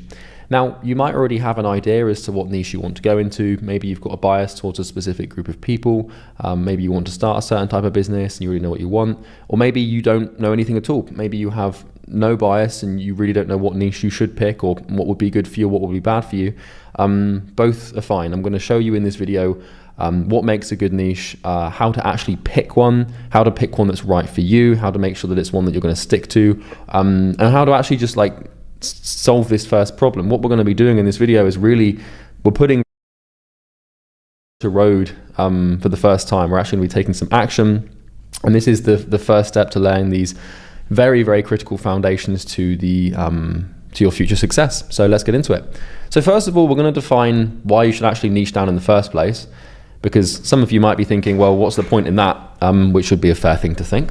Then we're going to be talking about niche selection mistakes and what to avoid. We're going to talk about booming niches, picking your niche, the best and worst niche. So I'm going to straight up tell you, which niche is best, niche is worst, and then the niche selection process and also picking and sticking. So it's important that you've watched the previous two videos or the introduction video as well, elucidatory axioms, six-figure fusion. Please make sure you've watched them before this video. Don't just try and skip them because they're long, okay? Very important that you've done that first, but I'm assuming you have, so let's just get straight into it, shall we? So here we've got the Grade A Niche Selection resource, which will be available in the resources section below.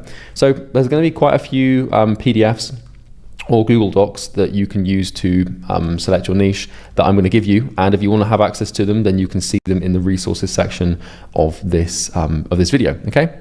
So welcome to Grade A Niche Selection. Here we're going to cover the importance of having a niche, and I'm going to give you a complete A to Z process on what you need to know and how to basically pick one. We're also going to discuss the best niche and the worst niche to pick, and I'm going to give you some guidance on that as well. So first of all, why pick a niche? You might be thinking, Charlie, like, what's the point in having a niche? Surely it just makes sense for me to, just target everyone and anyone, and surely I'm going to have more success, like, the wider my net is cast. Well, the truth is that nothing could really be further from the truth. Because I know people say this all the time when they're starting businesses, right? Surely it's better to target everyone. Surely if I pick multiple niches, I'll make more money. Surely targeting less people leads to less money and customers. And surely if I pick two niches, I'll make double the progress. You might be asking yourself these questions, and that's fair enough. A lot of people who, are just starting out, they have these sort of questions. Like, surely it makes sense. Like, if I want more money, like, surely I should have more markets. But honestly, these questions, I promise you, are wrong on every single account. They are totally wrong. So throw these questions away and get rid of this method of thinking. I know it seems counterintuitive to the average, civilian or, average human that, less is more, but trust me, it really is. Now, if you remove the context of business, then this starts to make sense.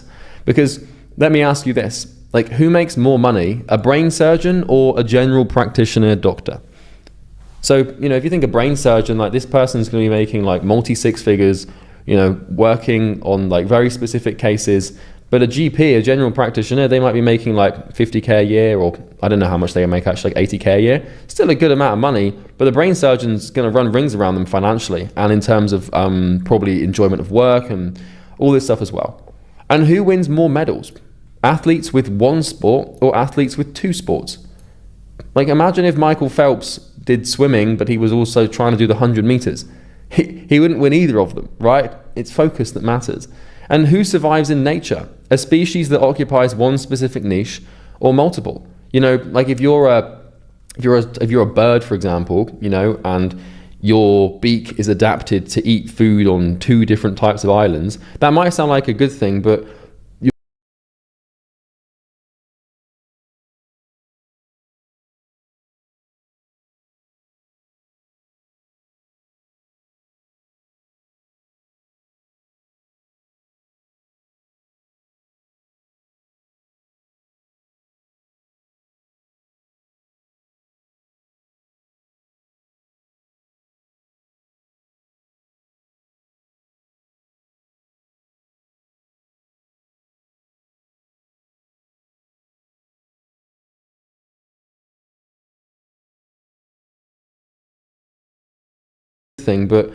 you're going to get out-competed on each island by birds that have specific beaks to that island, if that makes sense. And there's a whole biological reason behind this. But if you're wondering where the word niche actually comes from, or niche, it comes from biology. It comes from an observation in nature that Darwin and other naturalists have made that states that organisms are adapted to their specific niche. They have a role or a functional role to play, which is the biological term, inside of an environment. And so if all of the species that have ever evolved have been adapted to exist in a specific niche, or at least 99.999% of them, then it kind of makes sense that we should follow that pattern of nature into our business.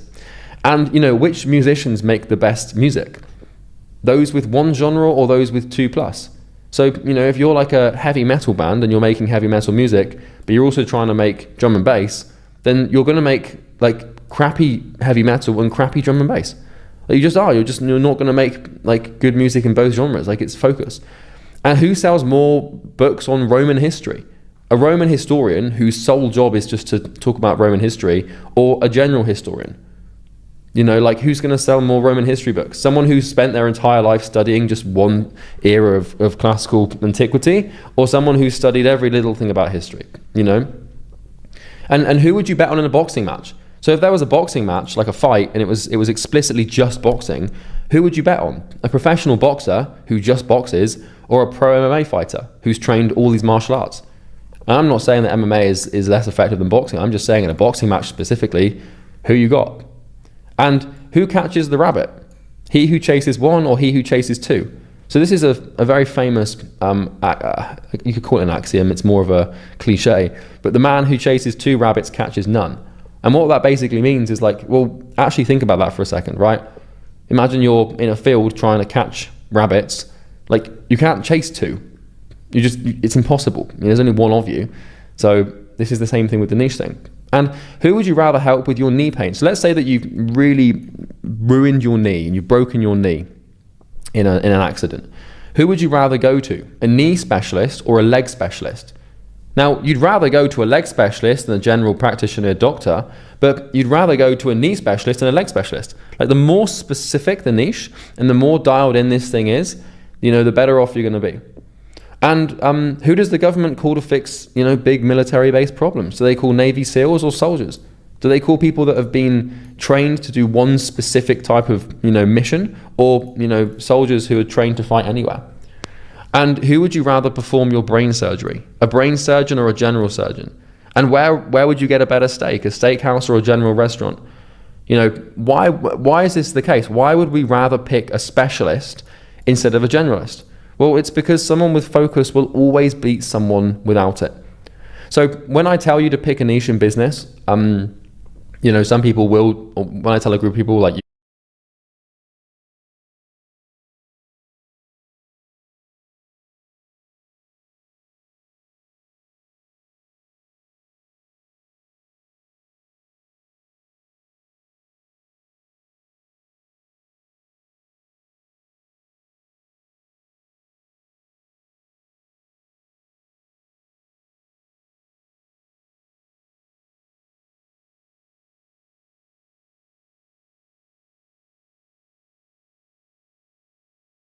a lot of people are like, oh, I don't need a niche, I'm just going to target everyone. Well, like, just take the concept, just remove the idea of business and look anywhere in the world. The best people who have done anything, you know, the greatest surgeons, the greatest athletes, the greatest historians, the greatest musicians, the greatest like military people, like, they just do one thing. You know, it's kind of like the reason why McDonald's has started to fall apart, you know, in recent history, in terms of economic history. Like, you know, you've got restaurant chains popping up like Five Guys and other like burger places that literally just sell one burger. But like McDonald's has got this like massive menu now, like that, you know, is got like 50 items on it. And then you've got these other burger places popping up, like these burgers, and all they do is they just sell one burger, and they've got very good at just making one burger. And because they only have one thing, they're way better at that thing than McDonald's, which now has like 30 things. And so like those restaurants can charge more for that specific burger. People want to keep coming back. Bezos and Elon Musk have all, you're not Jeff, you're not Elon, right? We're just trying to figure out how to make 10 damn K a month. And you can't even do that with one business. So who are you to think you can do it with 3? I mean, you know, I don't want to be harsh, but well, you might say, oh, but the other one's got a broader audience, but that's the problem. Like the broad thing, and we're going to do that. We are going to do that. But what I don't want to see people doing is worrying about their skill and understanding. So don't be discouraged to pick a niche that you think would be viable because you don't understand it yet or have the skills to help that niche yet. So there might be a niche that you've got in mind that seems really compelling and really interesting.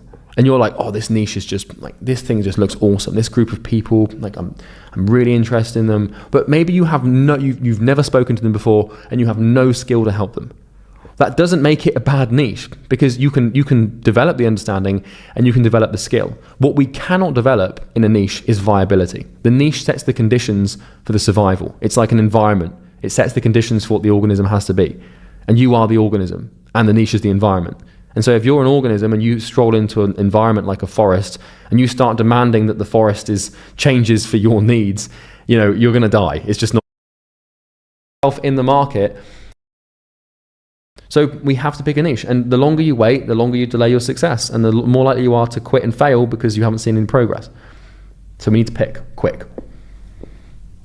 It's kind of like a three-piece phrase. It's like pick, quick, stick. What that means is pick quickly and then stick to the thing you've picked quickly, okay?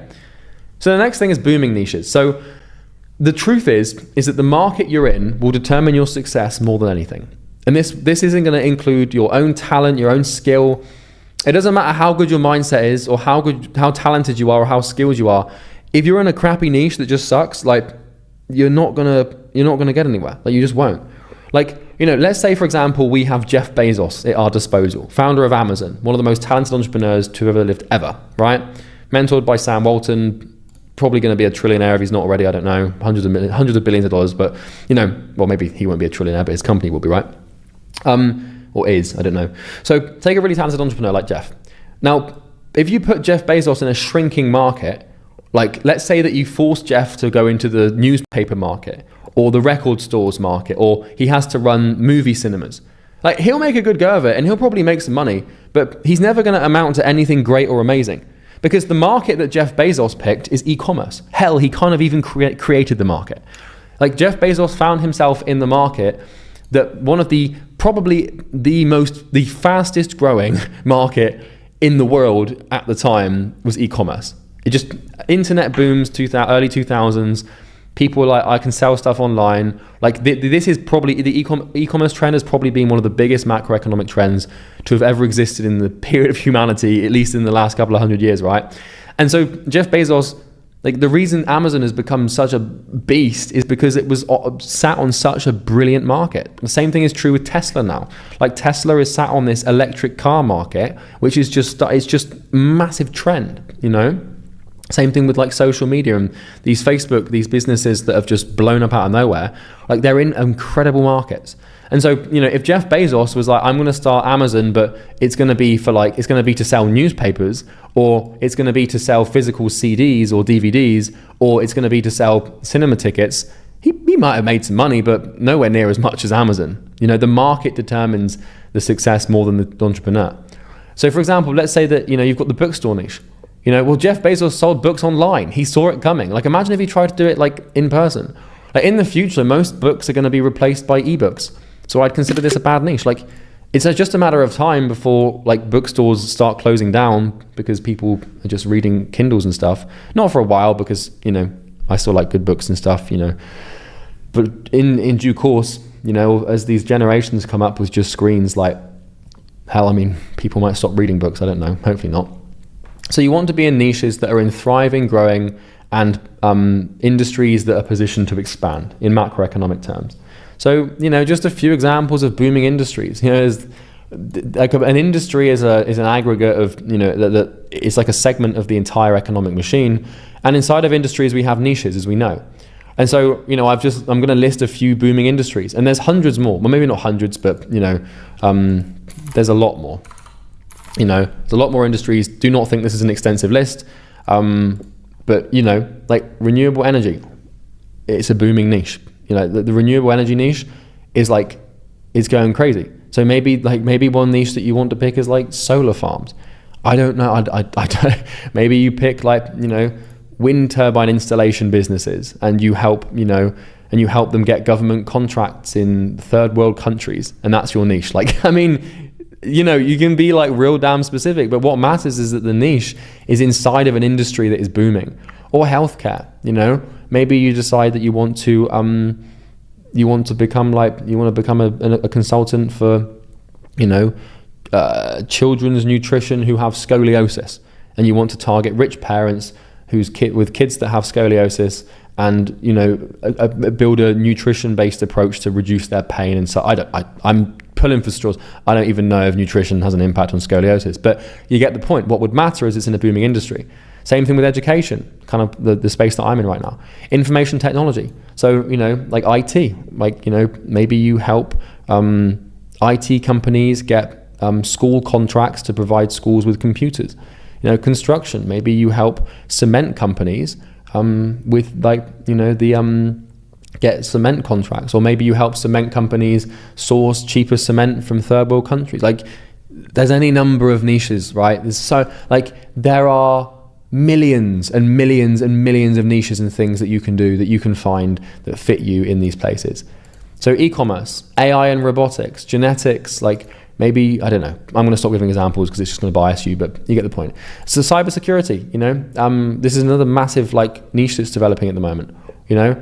Real estate, virtual reality, transportation, biotech, financial technology, electric vehicles, fitness, beverage production. This is a big one, like massive one at the moment. Food delivery, software engineering, direct retail, trucking, you know. This is another big one as well, trucking. Maybe you create like a solution for like truckers on how to do something specific with their truck, you know, or you help trucking companies with, like, you know, logistics or something. I don't know, it could be anything, right? Architectural engineering, military, travel, online gambling, pet care, farming, esports, and many, many more. Like, this is no extensive list. You can probably triple, quadruple, pentuple this list and find 5 times more examples than this. So you want to find niches that exist in booming industries where possible, because a great entrepreneur in a bad market has little chance to succeed. Like Jeff Bezos in the cinema market, like he'll make a good go of it, but he has significantly less chance to succeed than if he's in like a space like, you know, like military or something. I mean, God, this thing's going crazy as well, right? Or if he's like in the esports niche, like it's growing, right? And a bad entrepreneur in a great market has more chance to succeed. So even if you suck, which is fine because you probably do because you've never done this before. Like by picking a great market or a great niche, like you're giving yourself so much more chance. Like you really are, you're really like giving yourself an advantage. But then if you take a great entrepreneur and you put them in a great market, they will crush everything. Everything, okay?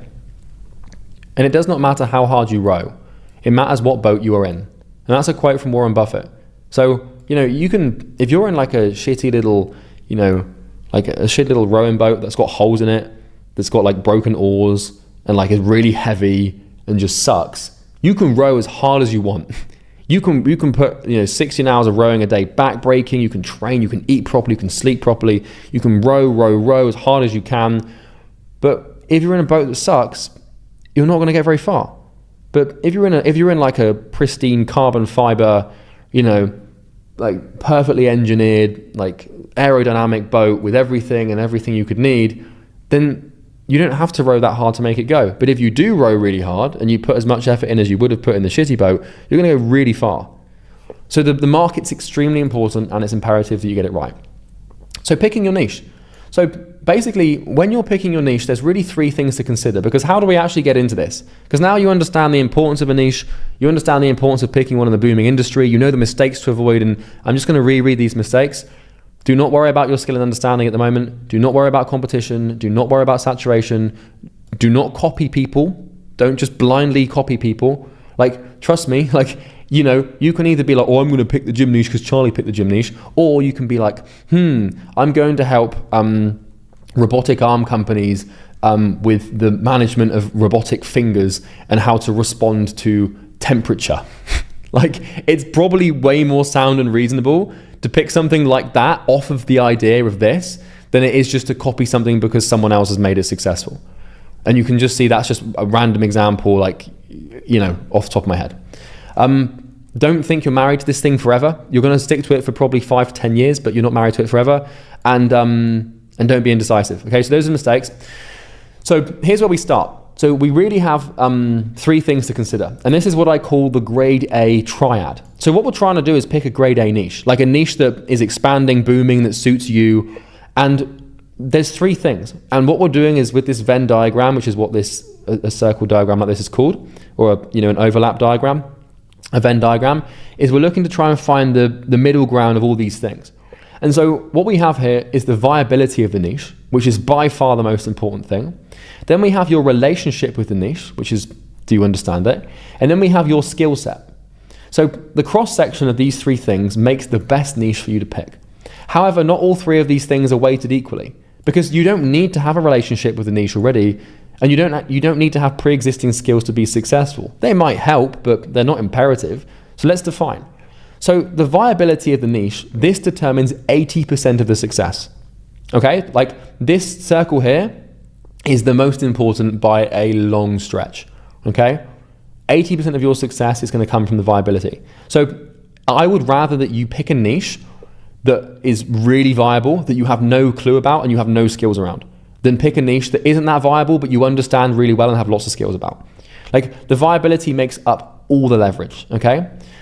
The ideal thing is to find a really viable niche that you understand and already have some skills around. If we can do that, then like you're going to absolutely crush. But if you know, like, let's say that you know like the student niche really well. Let's say that you're a student and that's the niche you want to pick. And let's say that you're really good at studying. And so you've got the skills of studying and you get really good grades, and you are a student and all your friends are students, so you understand the niche incredibly well and you have the skills that can help them get what they want. Well, the problem with the student niche is the viability of it is just cursed, because A, like, students don't have any money, so they're not going to be able to buy this thing for you, at least for a high ticket price, to make it worthwhile. And B, the market's going to shrink. Like, this university thing, like, you only have to read the writing on the wall to realize that this market's going to start shrinking. Like, AI is taking over as well. So like students, like certain roles, like it's not a viable niche. So just because you understand it really well and have the skills to actually fulfill it doesn't make it a good niche. But what we want is one that you do understand and have the skills in and viable. But if you don't have any understanding of anything and you have no skills, then we only look for viability. Okay? So the viability is just, viable basically means like how good is this thing, right? So how viable is the niche for success? Is the niche growing, or at least not shrinking? Does the niche have painful problems? Is the niche large enough? Does the niche have the financial resources to invest? Are their competitors already serving this niche successfully? Can people in this niche be directly targeted online via basic communication tools, right? So this one's really important because you need to be able to reach out to these people and create content for them. And so let's say, for example, that, the niche that you were going to pick was members of the Illuminati, right? I'm using an extreme example, like members of secret societies that no one knows about. And that's the niche you want to pick. Well, it's not viable because you can't target these people. You can't run ads, really, well, you could try, but you get shut down probably. You can't really maybe you can make content, but more importantly, you can't cold call these people or cold email them or cold message them. How are you going to get clients? You can't even find them. You can only get a client if you can find the client in the first place. So it's very important that they can be targeted online. So this is what makes a niche viable: growth, problems, size, finances, competition, and targeting. Okay? And on the competition side, we want competitors. You need to find a niche that you have competition in. Because, if you want to try and solve a problem, it's good to know that it can be solved. Okay? And they don't have to be competing directly with you. Say for example, you've got a very specific expertise and you don't see anyone solving that problem. What matters is that the problem can be solved. If you know the problem can be solved because you're an expert in that problem, then it can be solved. But the easiest way to know if a problem can be solved is if there's other people solving it already. So 10% of your success will be determined by your relationship with the niche, okay? And this is really how hot or cold your relationship with the niche is. In other words, how well do you get it or understand the niche? So are you interested in the niche? Do you already understand the people in this niche? Were you or are you a member of this niche? Do you like the people in this niche? And will serving this niche conflict with your values? So let's say, for example, that your mother when you were growing up, your mother and father were vets. They worked in a veterinary practice. Let's say they ran their own veterinary practice specifically for dogs, right? And you did an apprenticeship there when you were younger, and you would wash the dogs, and you sort of learned how to do give certain pills out to dogs and stuff, and you got to know the dog owners really well, and this, that, and the other, and suddenly you got to know all the expensive breeds and what these dogs ate, and you just started to sort of get the hang of it. Well, it's okay, well, you've got a really strong relationship with the veterinary niche, but you've also got a really strong relationship with the luxury dog niche. So maybe, using your understanding, you have an advantage here, because maybe what you can do now is pick the niche of luxury dog owners and create a program containing critical information that teaches them how to best take care of their dog, based on the dog they have. Hell, you could even be more specific. I mean, I don't know what a luxury dog entails. I don't really know any breeds. But maybe there's a luxury dog that you understand just so damn well. And for a fact that only rich people buy them. And these rich people, they want to take care of this dog with their life. And they want to make sure it gets the best training. And maybe how to train it and how to understand its nature perfectly and exactly how to walk it. Maybe you have that down to a complete science. Well, this is an insane advantage,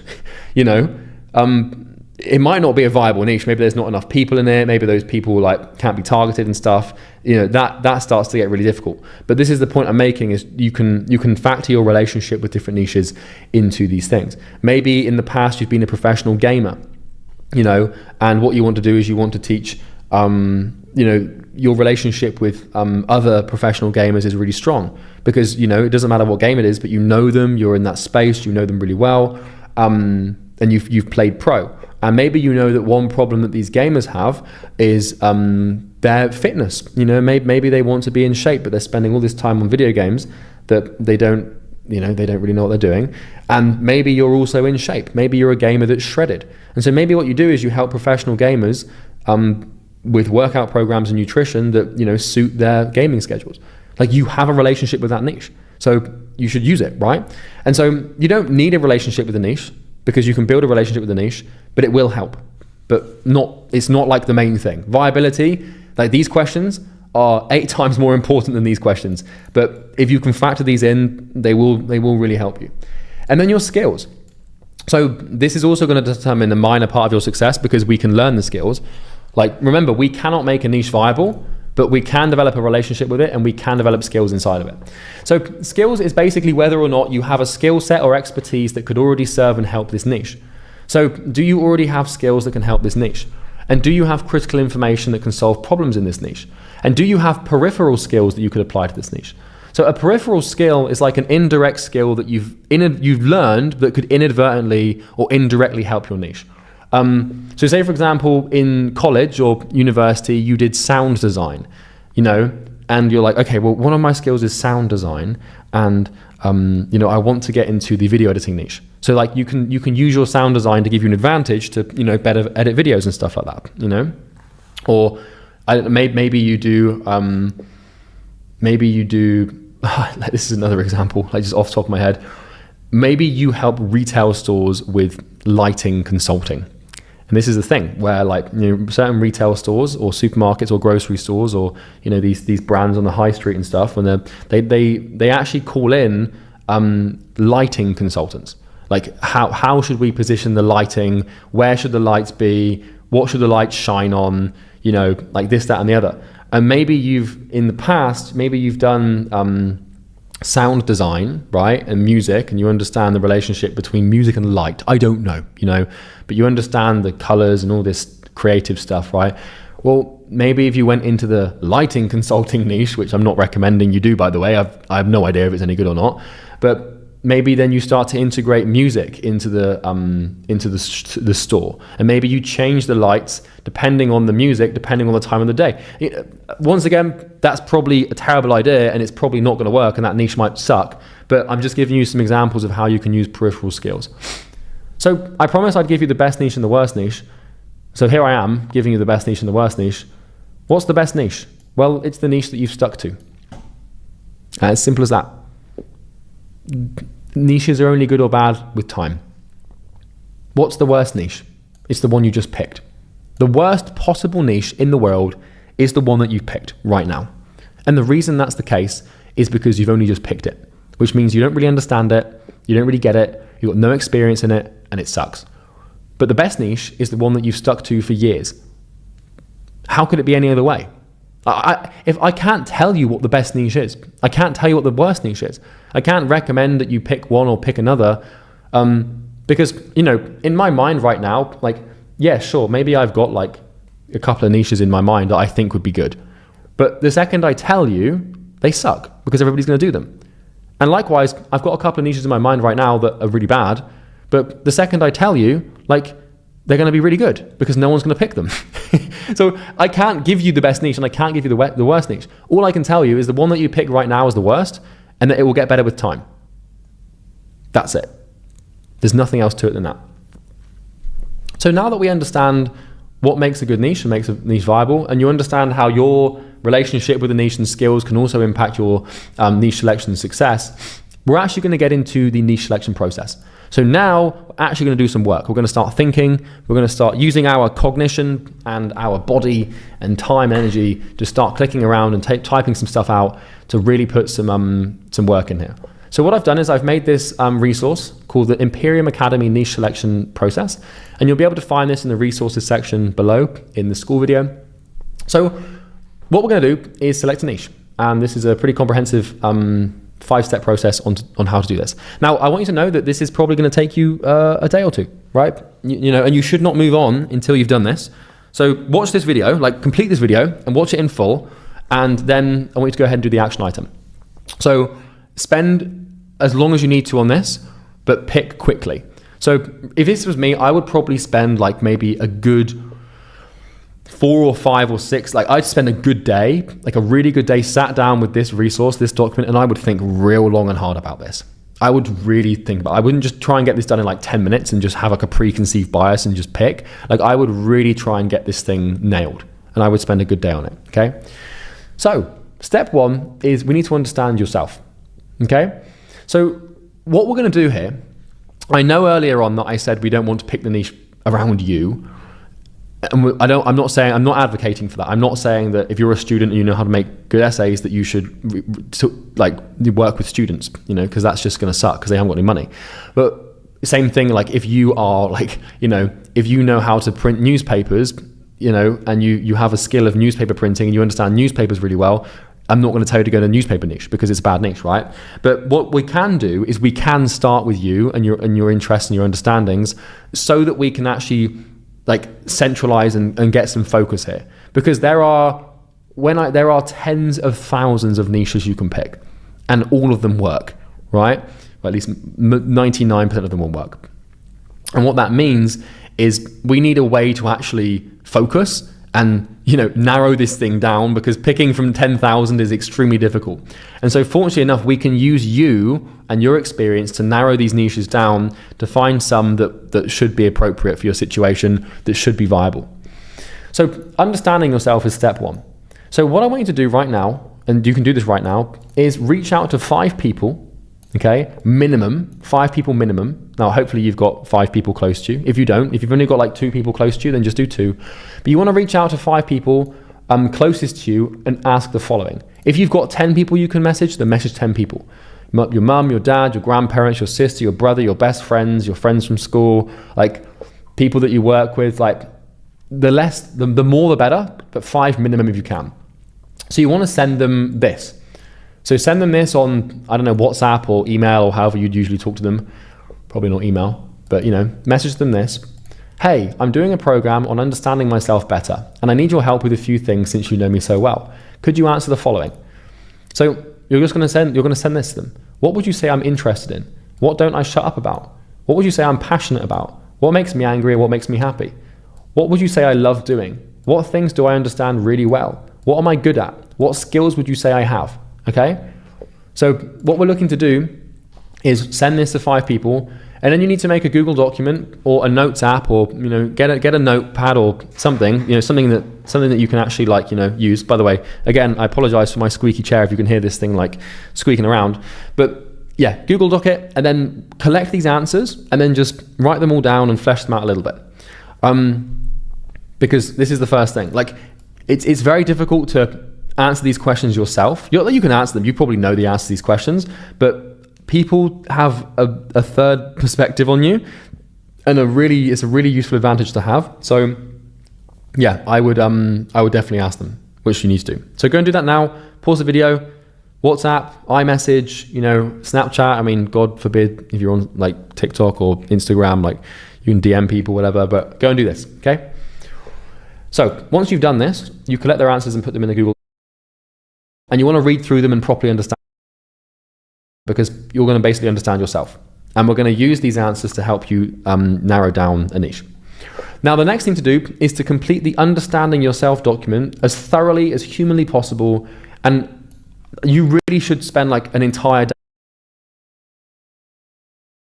on this if you can. So this is the understanding yourself document. So use your understanding of yourself and the answers from your close friends or family to complete this. So I wouldn't worry about completing this until your family or your friends have got back to you. Or you can go and fill this out as best you can now. Actually do that now. And then when you get answers in from your friends and family, you can start to flesh it out a little bit more. But what you want to do is like fill this out. So obviously we're doing this to understand what you're interested in, what you're passionate about, what you love, what you hate, etc., etc. And then we're going to start pulling niches, from you and then we're going to test their viability, right? So do not concern yourself with anything else than just understanding yourself.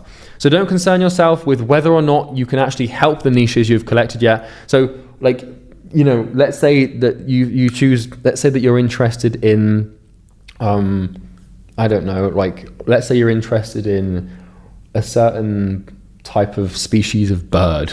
You just put it down, right? It doesn't matter, because if you're interested in a specific type of species of bird, it's like, well, that's not a niche. I can't help these birds. But then it like opens up an entire can of worms, because now it's like, oh, actually, well, I'm interested in like this bird, and maybe that means that I could help like bird watchers or people who want to conserve like specific species in the end. Like it just starts to open things up for you. So don't worry about the niche yet. Just worry about understanding yourself. Okay.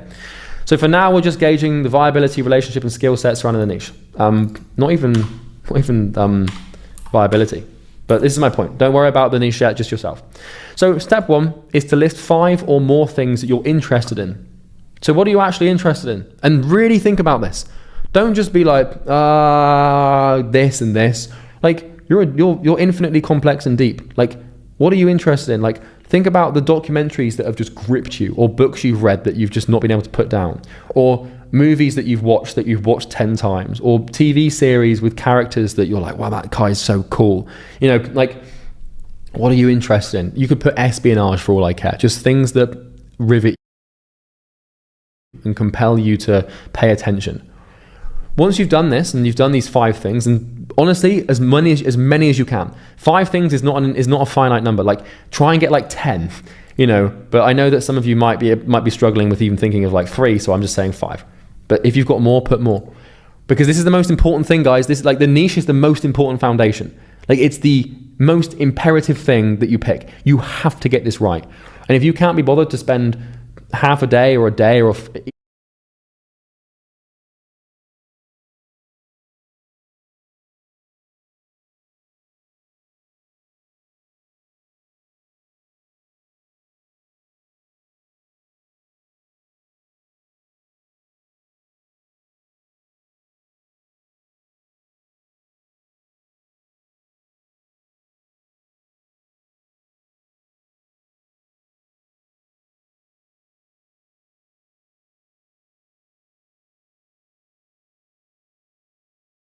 just a bunch of hours on getting this thing right, you're screwed, because your entire business is going to manifest out of you. And so it's imperative we understand you. So now you explain why you're interested in these things.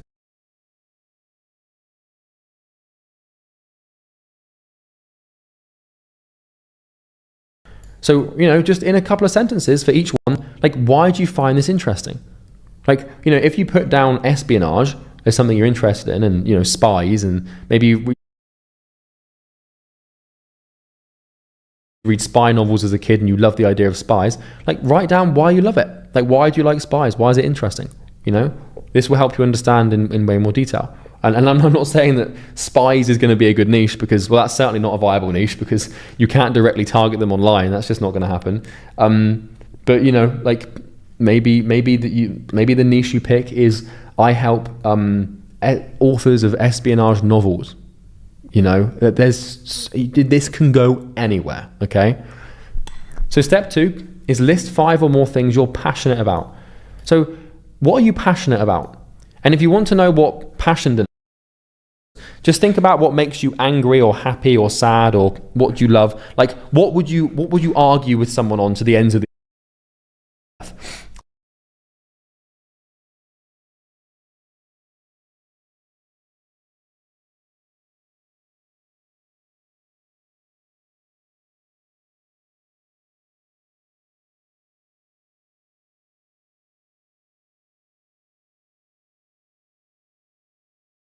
What pisses you? What makes you?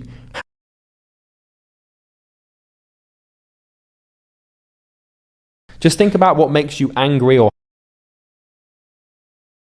happy or sad, or what you love. Like, what would you argue with someone on to the ends of the earth? Like, what pisses you off? What makes you happy? Like, what things, if you come into contact with them, conjure up some sort of emotion? And there should be a lot of things here. Maybe you're passionate about pizza. Maybe you just love pizza. For me, like, it could be the Roman Empire, which I know is an absolutely terrible cliche, but I love it. Like, if you get me started on like Hadrian and the Trajan and these emperors and stuff, like, I just love it. It compels me. I read about it all the time and I love it. You know, likewise, I'm passionate about helping people make money online and business.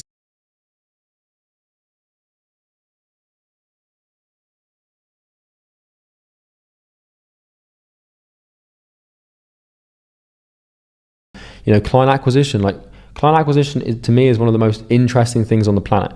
And that's partly why my entire business is based around it. Because what client acquisition is psychology. And I'm passionate about psychology. And I love psychology. And I'm passionate about nature and Darwinism. You know, natural selection. And I'm passionate about tons of stuff.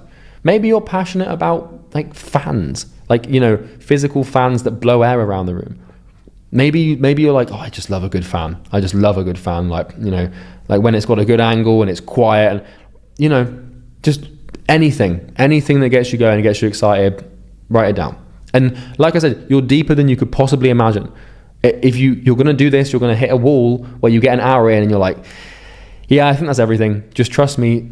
3-4 hours of just sitting in a room on your own without your phone, thinking about what you're passionate about and what you're interested in, you will find so much about yourself. Okay? And also, obviously, you're going to use the answers from other people. So list them down here, as many as you can. You know, hopefully you've got more than 5, because otherwise your life's probably full of misery and, you know, you're not passionate about anything. And then explain why you're passionate about these things. Like, why are you passionate about the things you're passionate about? Understand them in more detail. Why do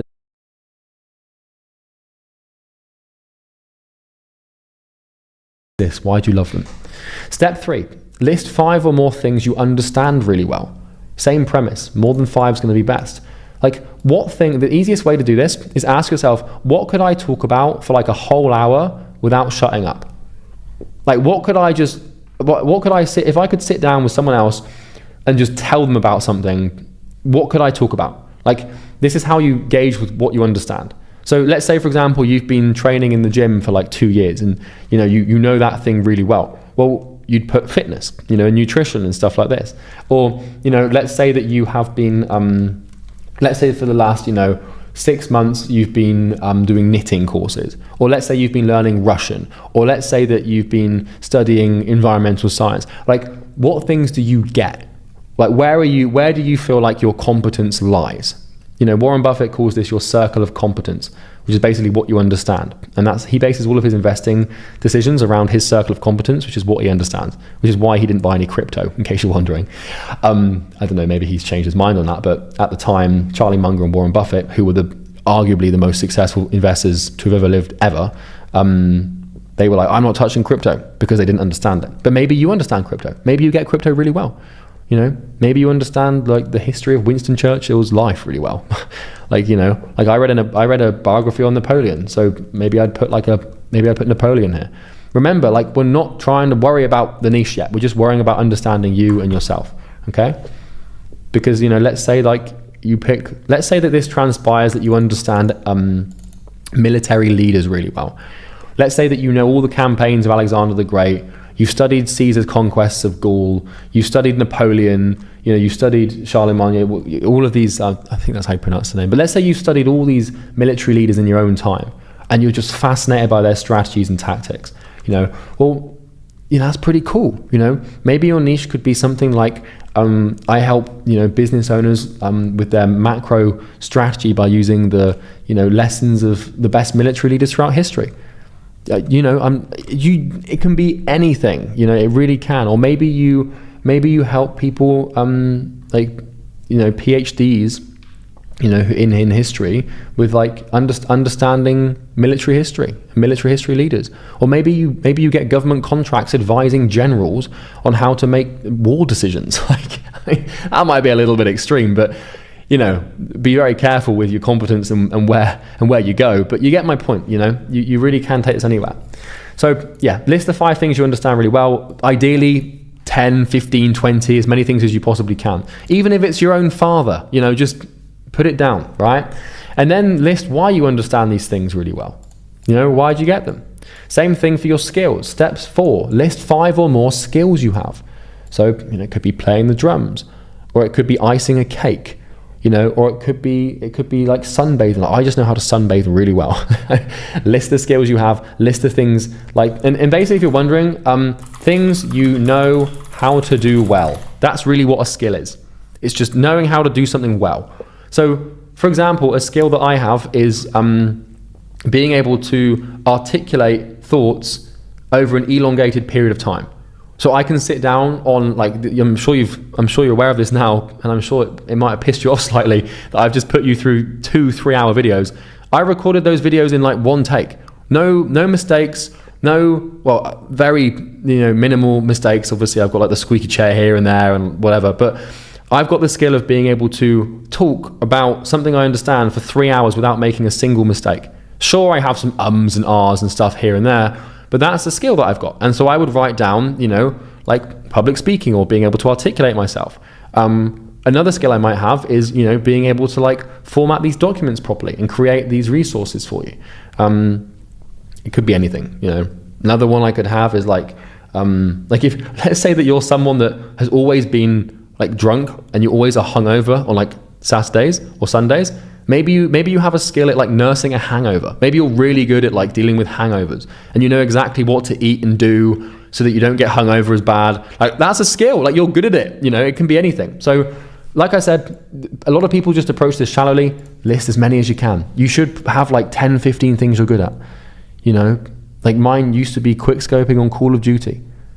It doesn't mean that that's what I'm going to pick my niche around, but just get your brain flowing. And then step 5 is list 5 or more things you've always wanted to get into but never have. So what are the things that you've always they've always been on like the peripheral of your experience of reality that you've always been interested in getting into, but you've never got into them? Like, what are these things that you're like, that seems really cool and really interesting, but you've never really, stepped into it before? Like one for me, for example, would be comedy clubs. Like I've always wanted to go to comedy clubs and like check them out and visit them and stuff and like go to comedy clubs regularly, but I've never done it. Like, that's just an example of something I've always wanted to sort of get into. But I've never, had the time or attention for whatever reason. So, think about these, list the 5 things. What have you always wanted to get into? Hell, it could be, learning Russian, for example. Maybe you want to get into gardening or botany, or maybe you want to like learn the Latin words for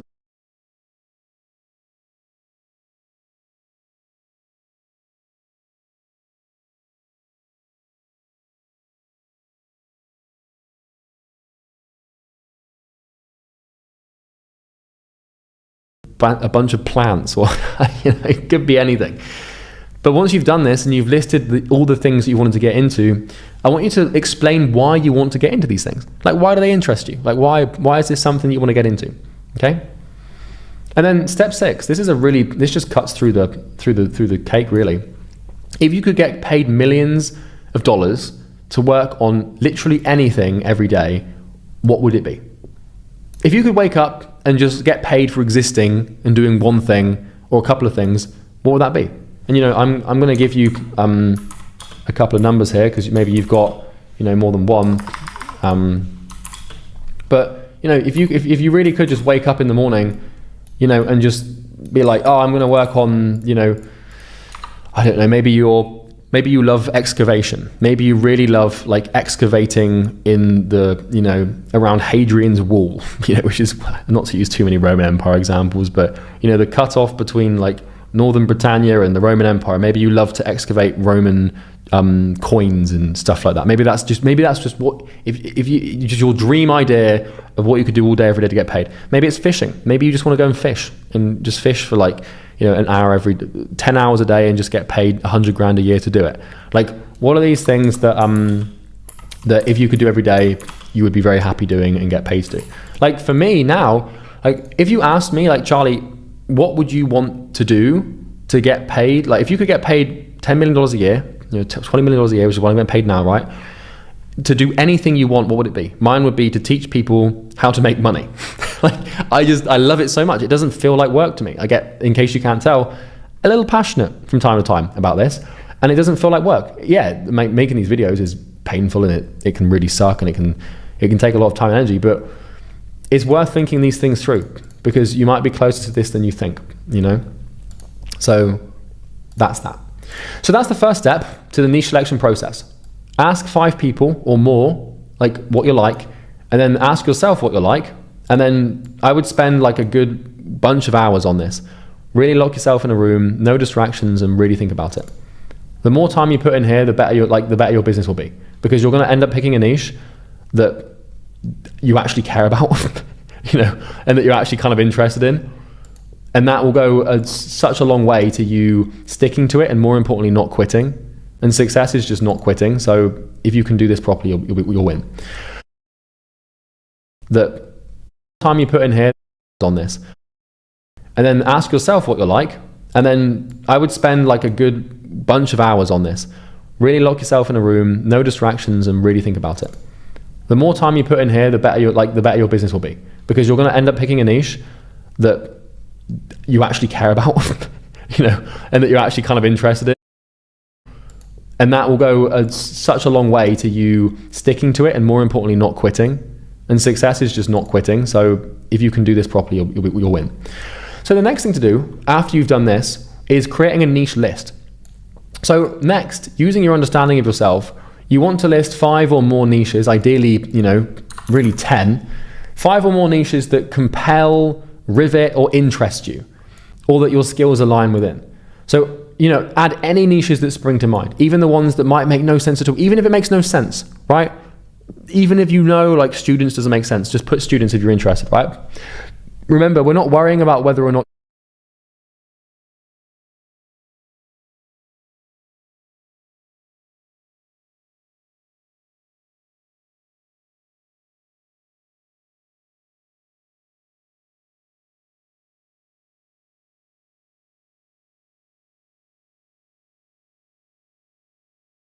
help these niches yet.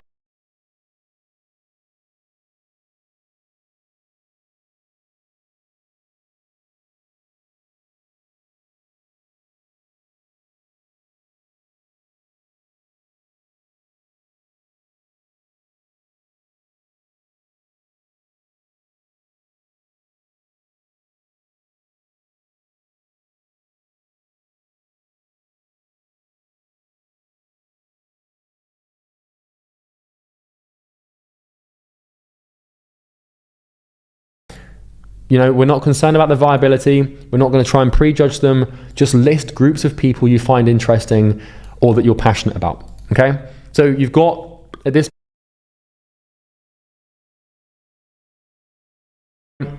you should have this thing out using not only your understanding of yourself, but your understanding of people that love you.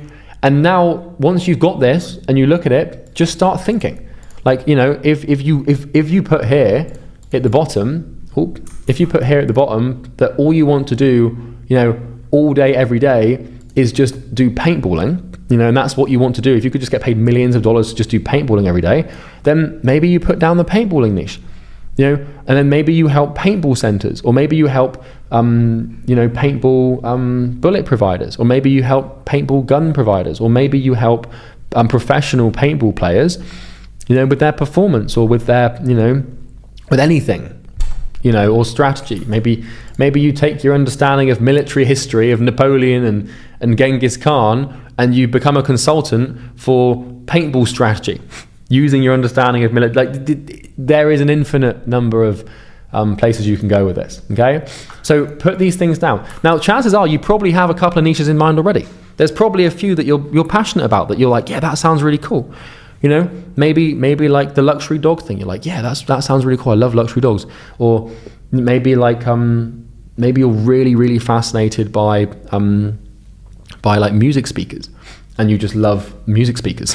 You just put that one down. You know, like, there's no right or wrong answer at this point. We're gonna go through a viability checklist after this, but for now, as many as you can list. I don't put 30 down for all I care. Just let them come out of you. Let them just flow, and no niche is too stupid or too smart. Okay, so like I said before this training, you probably already had 1 or 2 in mind. Put them down, and then the secret, by the way, to getting as many down as you can, because that's really what we're trying to do here, is write them all down, and then ask. I'm going to put here. Now ask what niches are similar to the ones you've picked. Brackets E.G. paintball school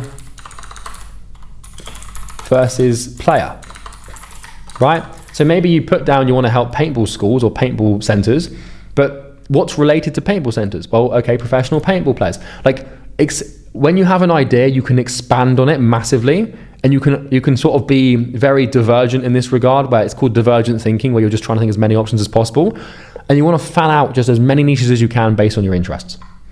And you should have more than 10. Like, it should just be a bunch, you know? If you need some inspiration, then you can go to this document, okay?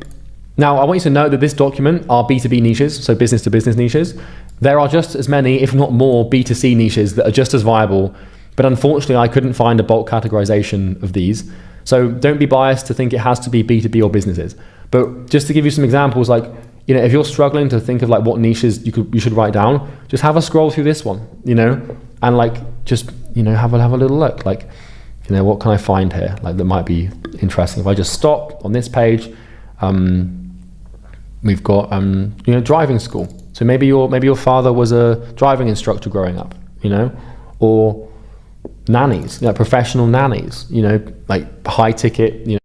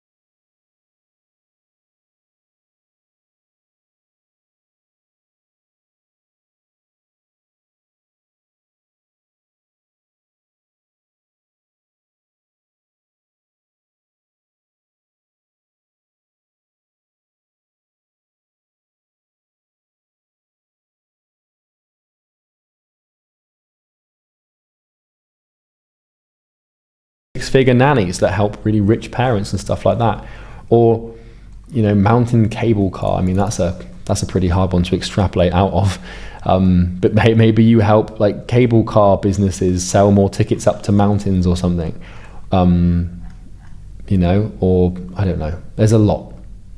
Dairy supplier, maybe you grew up on a farm, maybe you understand that really well. Topsoil supplier, you know, like there is an infinite number of places you can go. I don't even know what half of these are, you know, like oyster supplier.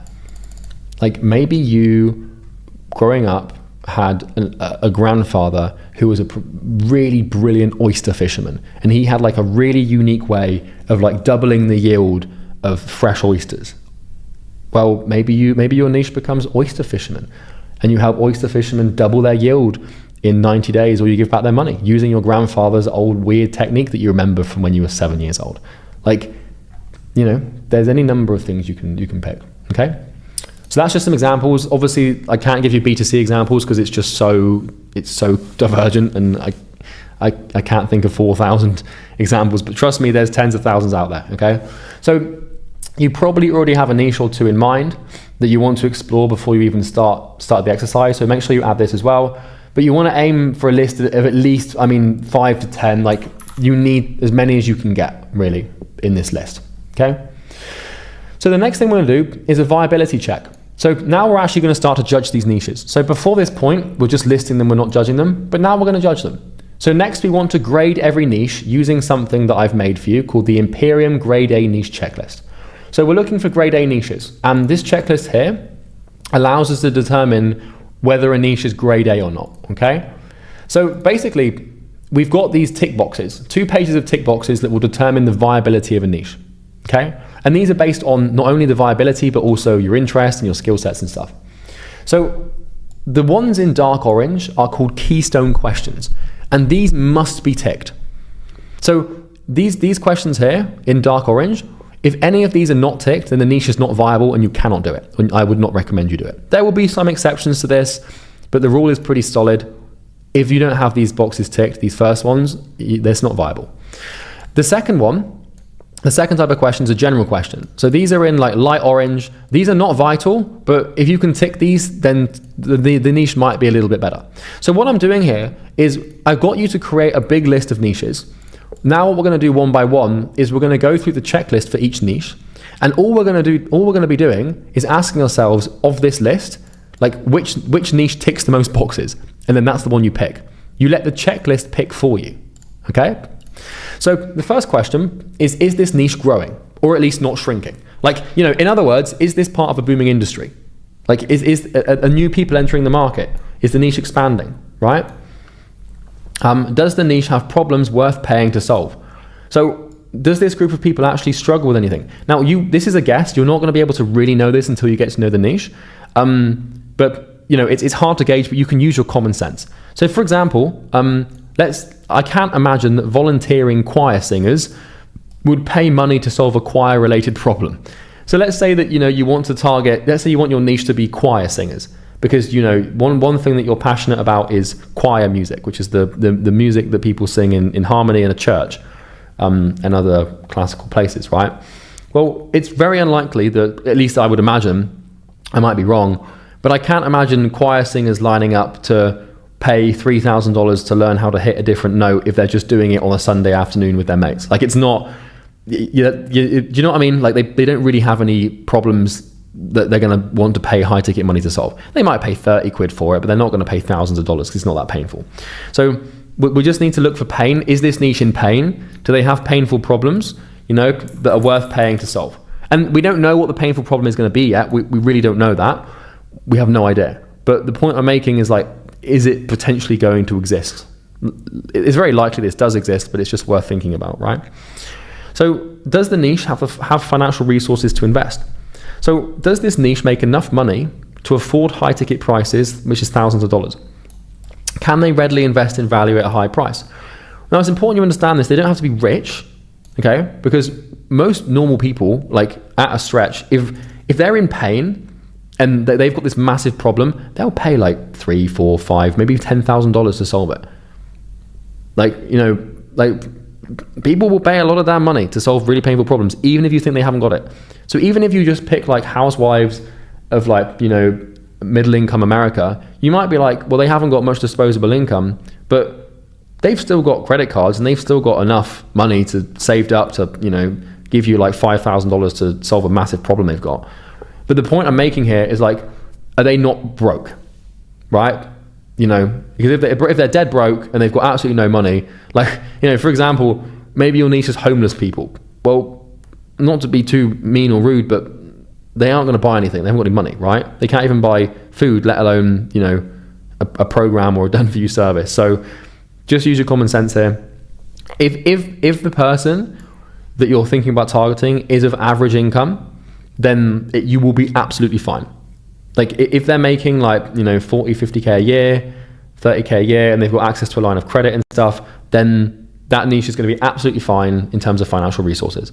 But if they're blatantly broke and poor, then it's not going to work. This is a big one. Are there more than 30,000 people in this niche? So basically what we're asking here is this niche large enough to support growth? You will have big trouble running ads or building an audience or running cold outreach systems if there's only a few hundred or thousand people in your niche. So this isn't absolutely like vital 30,000, but you want tens of thousands of people in this niche. Because if you don't, well, you're going to run out of people to reach out to, unless it is hyper specific. So let's say you use the oyster fisherman example, and you've got a way to double their yield, and let's say there's only 1,000 of them in the world, right? Well, that's not really enough people. It's not really, you can't run ads, you can't make content because they're probably not watching YouTube, and they're probably not gonna, the audience isn't big enough to run ads to. It's very unlikely you're going to be able to get their phone number. Maybe you can get their email, but if it's really specific, it might work, but my point here is it's better off picking niches that have lots and lots of people in them. Otherwise you're going to get in trouble, because if you do 100 cold calls a day, after 10 days you run out of people to reach out to. But if it's really specific and they're willing to pay $30,000 a time, and it takes you a month to deliver, then yeah, that niche can make sense, but you can use your brain. Are there businesses already serving this niche? Will you have competition? This is another big one, Contrary to popular belief, competition is a good thing as it indicates a sign of life. Imagine being a fish picking a pond to live in. You'd rather pick a pond with fish in it because it indicates that water isn't toxic. This doesn't have to be competition in terms of what you're doing. So if you want to help a certain type of person with a certain type of thing, it's good if someone's already doing that. It's really, really important someone's already doing that. But what you're looking to see is, are there other businesses serving this niche, in some way, shape or form? Are there people that help these people? And then, can this niche be directly targeted online? Can you find their phone numbers or emails or social profiles? Can they be targeted with content? Are they active on advertising platforms? Let's say that your niche is 80-year-old Vietnam veterans in the USA. Well, I don't know how you're going to find their phone numbers. You're not going to find their emails because they probably don't have one, and they definitely don't have social profiles, and they're not going to watch content because, well, they're not on any of this stuff, and they're not on any advertising platform, so you can't advertise to them. So that would be you cannot tick this box, which means that niche is not viable and you cannot pick it. Okay. Does this niche interest you? So now we're in the general questions where these aren't vital, but they're nice to have and they will help a little bit. So are you interested in the niche? Will you find it exciting or compelling? Is there potential? Can you potentially or even love working with these people? Do you already have some level of understanding in the niche? Can you speak the lingo? Do you know it? Do you speak the language? Were you or are you a member of this niche? Have you actually been in this niche before? Do you know the niche? Are you a member of the niche? Were you in the niche? Do you actually like people in this niche? This is a big one. You're going to be working with hundreds, if not maybe eventually thousands of these people, right? Over the next, decade or whatever. Do you actually like them? Can you see yourself getting along with these people? Are you going to enjoy working with them, etc.? Does this niche align with your values? So, if you work with this niche, are you going to feel a conflict of values? Will you feel guilty? Will it play on your conscience? I can give you an example of this. We had a client recently working with plastic surgeons, and he kept self-sabotaging. He just did not want to do the work. And it turned out that he hated plastic surgery. He thought it was this evil, malevolent thing that, is contributing to making society a worse off place. And it's yeah, okay, fair enough. I mean, my opinion on plastic surgery, I couldn't care less, but he was really against it. And so because of that, he just didn't enjoy his work. And he was I can't do this anymore. I can't promote plastics. He was promoting them, right? Doing lead generation. He was I can't promote plastic surgeons if I just think that every lead I get is potentially going to ruin someone's life. So I was fair enough.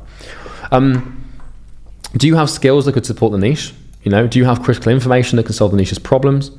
So have you already found a solution to a problem? Do you already know a problem exists? Have you already solved it before? And then also, do you have external peripheral skills that could help with this niche? So in your life, have you acquired skills that might come in handy when helping this niche, you know, et cetera, et cetera. So this is the checklist. So what you're going to do now is you're going to take your list of niches. There should be at least 10, ideally more. And you're going to go through each one by one, and you're going to, you know, try and check these off. And what you want to do is you want to make a copy of this, like this, by clicking make a copy. So then what you can actually do is edit this.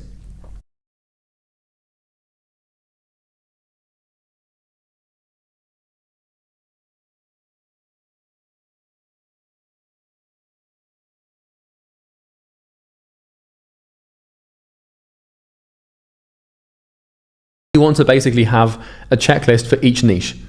So what you're going to do, so I can just give you an example, is if I go file, make a copy like this.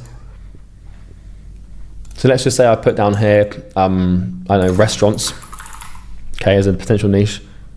I could put like steak restaurants. So now what I'm going to do is I'm going to change this to steak restaurants checklist, you know, like this, change the title. And now I'm going to go through and I'm going to start ticking these off. You know, is this, is this, this, you know, this, whatever, blah, blah, blah. And then what I'm going to do afterwards is I'm going to come in here and then get the URL and I'm going to put it next to it and then pin it. And then all I'm doing is I'm going through all the niches I've got, making the checklists, and then afterwards I can go ahead and you know, start to make some decisions on which one I'm actually going to pick. Okay, so that's how we do that. So if a niche doesn't tick all the dark orange boxes, you just cross it out. And if it does tick all the orange boxes, keep it in. So the dark oranges, you know, these are the important ones. You need to have them. These ones, not so much, but they are nice to have. Ideally, what we're looking for is a niche where we obviously have all of these ones ticked, and as many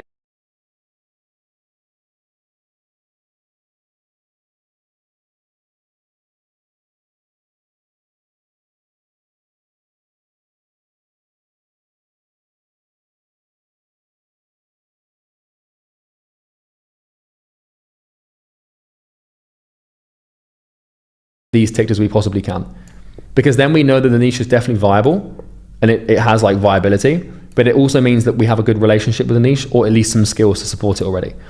Now, if you find a niche that has, like, once again, the viability is 80% of the problem. So if it's perfectly viable, but you have like no understanding of it, like that, you might want to be careful, because if you have no interest and, you know, you really hate everyone in the niche and it really destroys your value system, like, I wouldn't pick it. So these are still important, but they're less important than the first ones, okay?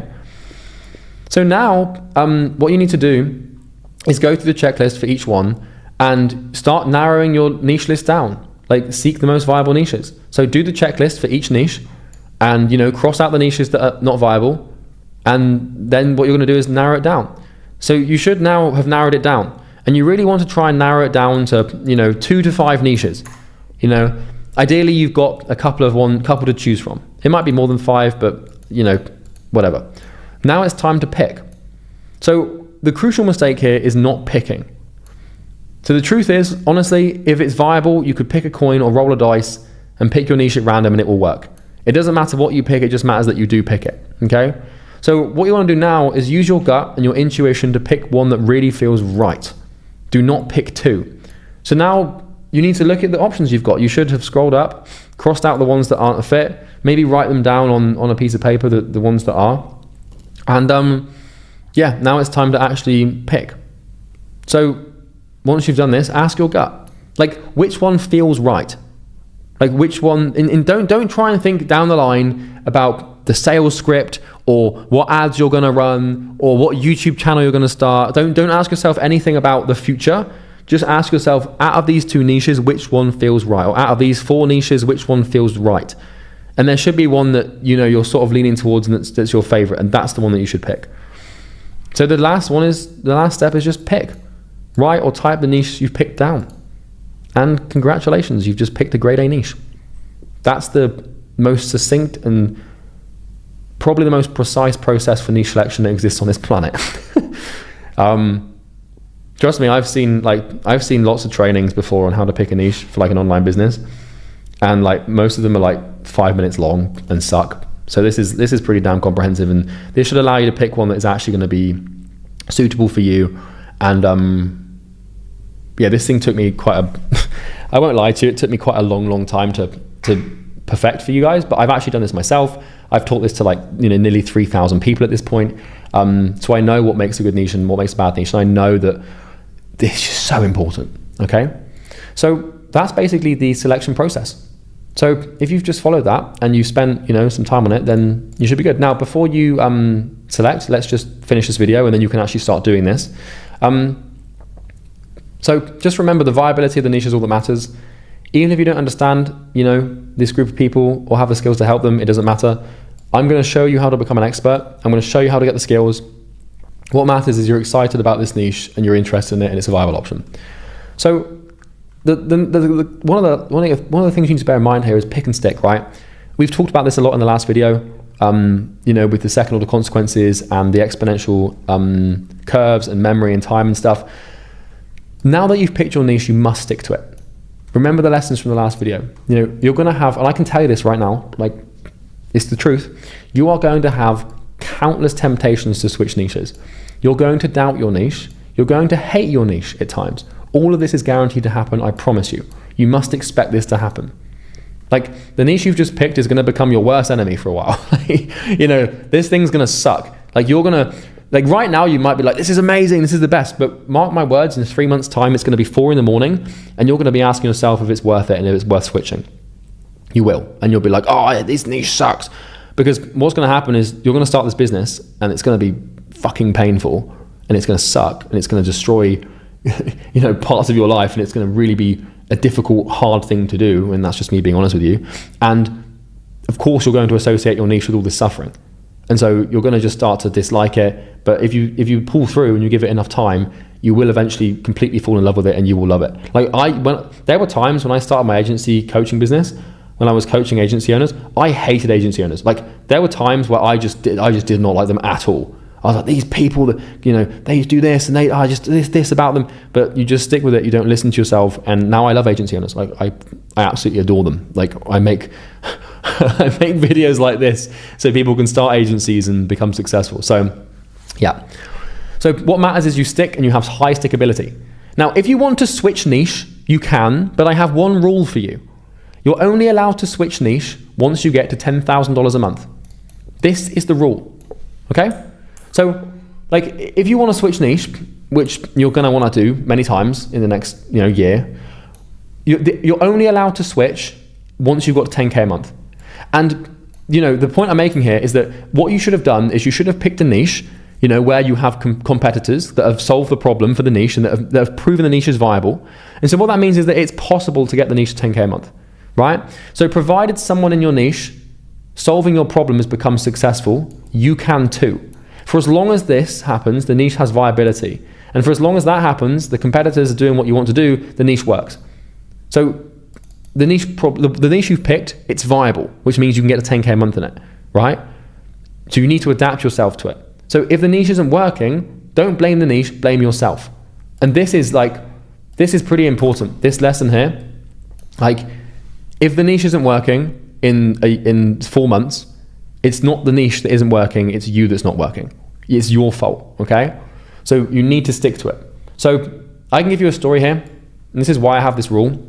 So with EasyGrow clients, I've had hundreds of people come to me on EasyGrow coaching calls and in the community in EasyGrow who are like, oh, Charlie, I want to switch niche. Should I switch niche? And every single time I say to them, sure, switch, but only switch once you got to 10K a month. And what happens is they go away and they keep working and then they get to 10K a month and then they don't want to switch because they're at 10K a month. They're like, oh, I actually like this niche. A prime example of this is one of my clients called Jaden. And Jaden last month made $300,000. And 2 years ago, Jaden was a video editor from South Africa making, I think, like $800 a month. Okay? He was in the e-commerce niche, right? And this was when SMA for e-com sucked, right? Poor Jaden. It's not so bad anymore, but still, I don't know if it's any good or not. But anyway, you get the point. And Jaden was like, oh, I want to switch niche. I want to switch to the home improvement niche. And I was like, get 10K a month in e-com and then switch to home improvement. And what he did is he put his head down and he spent the next 6 months, he got to 10K a month in ecom, and then he decided to switch to home improvement. And he went from 10K a month to 300K a month in a year. And that was because he built the character to actually just stick to one thing. And he built the skills to get to 10K a month, and then he got into a different market, which was actually objectively better. But like, it's kind of like, you know, even if you're in a bad niche, and even if your niche sucks, it's probably still possible for you to get to 10K a month through brute force. And if you can do that in a bad niche, then you can, dude, if you can do that and you can figure out how to get 10K a month in a bad niche, then the second you enter a good niche and switch, you're going to crush everyone.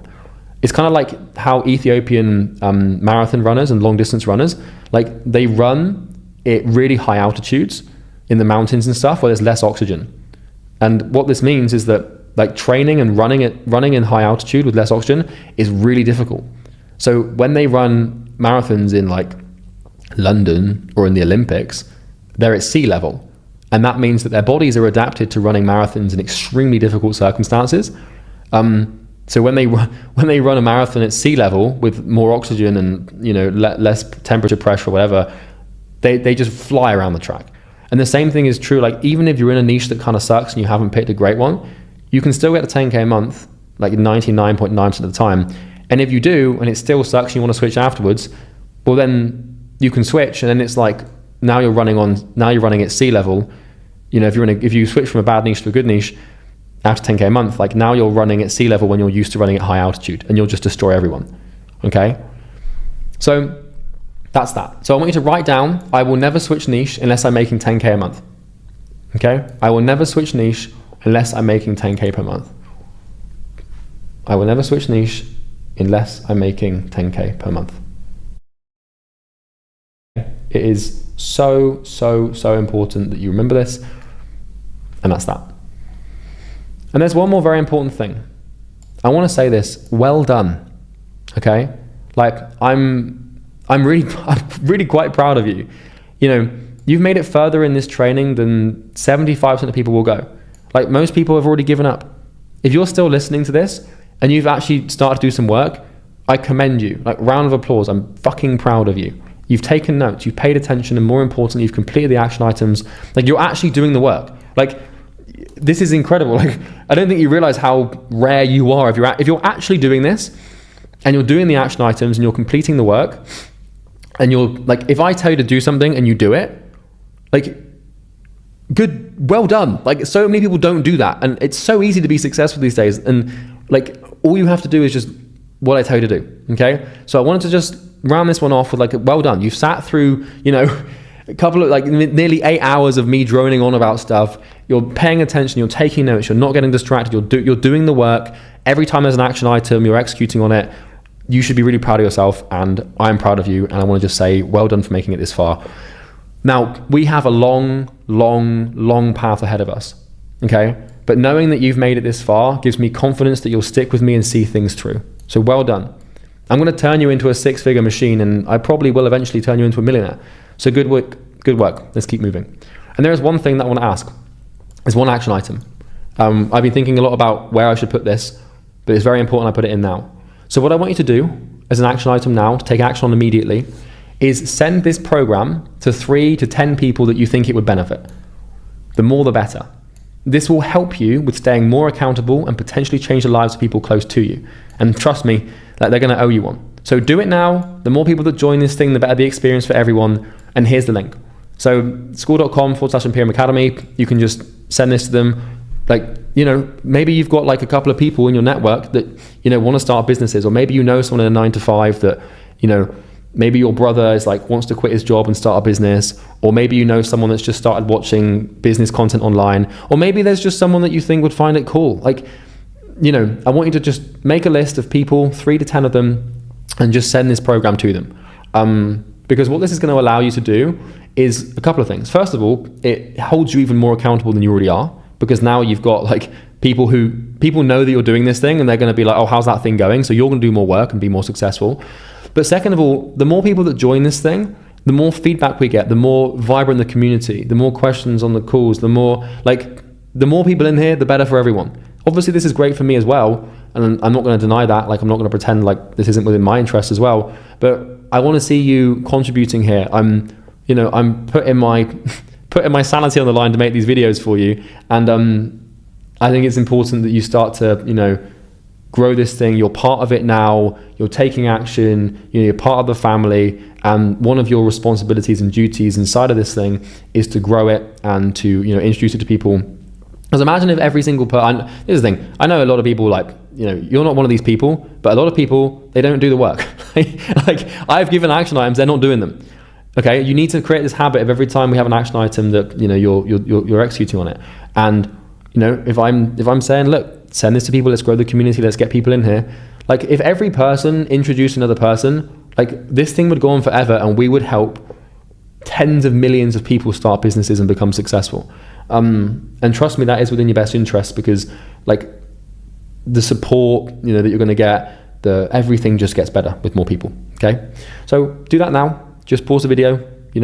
Reach out to a few of your friends on Discord, or hell, even if it's a Reddit post that you're in, like a business thing, like, check this out. Not only would it mean the world to me, but I also think it will solidify your identity as part of this group and hold you accountable to doing the work, and it will make you more successful. So yeah, that's grade A niche selection. That's how to pick a niche. I know it's been a bit of a ride so far, and trust me, we're only just getting started. We're scratching the surface in terms of this business thing. But if you do the work, stick with me, keep it up, start getting people in the program, like, start really holding yourself accountable to this thing, before you know it, you're going to be crushing it. So yeah, make sure that you've picked this niche, make sure that you've done the exercises, spend a good day or two on it, and when you're ready, I'll see you in the next video. Thanks for watching.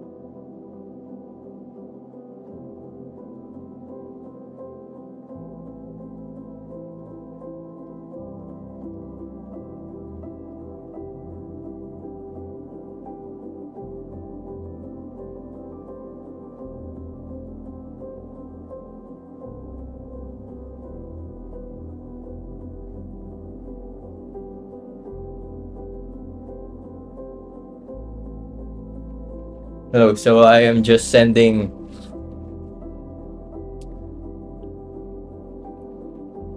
the how do you think about me to my friends, to my colleagues, and I did it. At first, I don't want to do it because I'm shy, like I don't want to bother them. But at the same time, it's just taking action. That's the main thing that needs to be done, confronting discomfort. So yeah, I'm glad I did it. Now I've sent it to them, and now I'm waiting for their answers. That's it.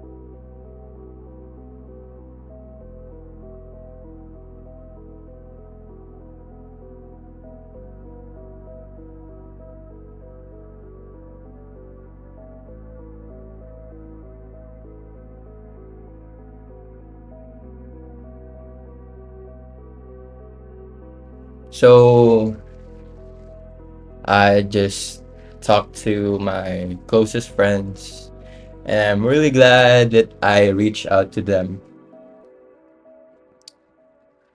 Yeah, that's good. And they're quite surprised as to why I am reaching out to them all of a sudden. But yeah, that's okay. They're my homies. So yeah, let's keep continuing.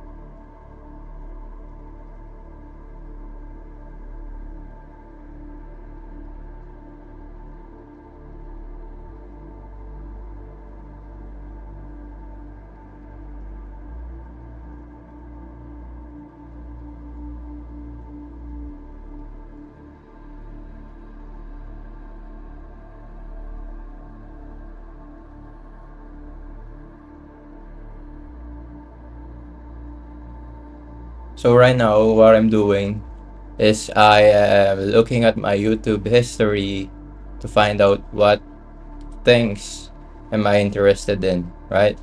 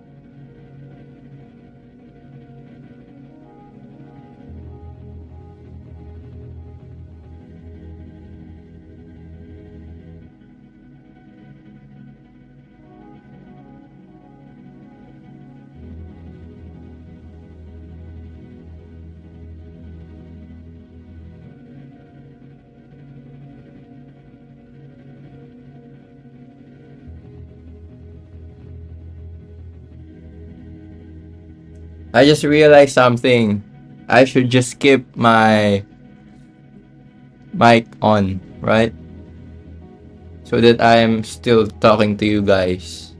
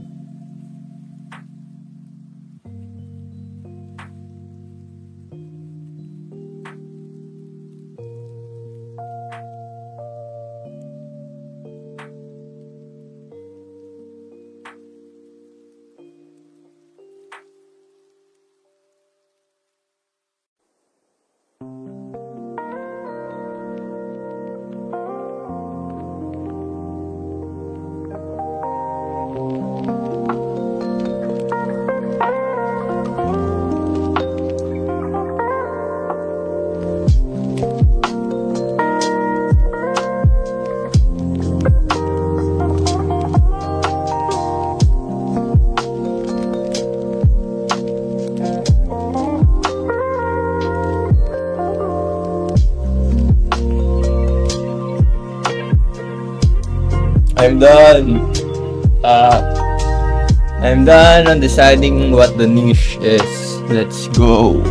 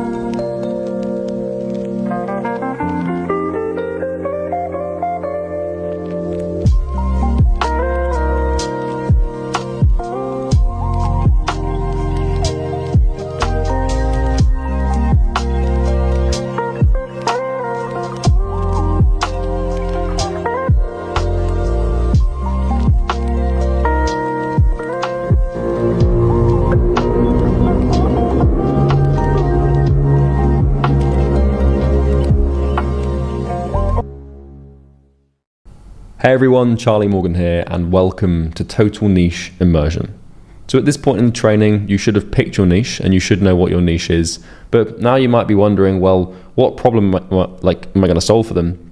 And also you might know nothing about your niche. You might have some understanding of it, but you could also have no understanding of it. And so what we're going to be doing in this video is I'm going to unveil a strategy that I've used in the past, that I've created myself, that will help you completely immerse yourself in the world of your niche. And this is going to help you understand your niche probably better than they understand themselves. I'm going to show you how to find a painful problem to solve and validate that that problem is the right problem to pick and everything. But I'm also going to show you how to construct an avatar and how to really get to grips with this thing. Now, even if you already know your niche, and even if you already understand your niche, I'd still recommend you do this video, and I'd still recommend that you follow the instructions in this video, because you can never understand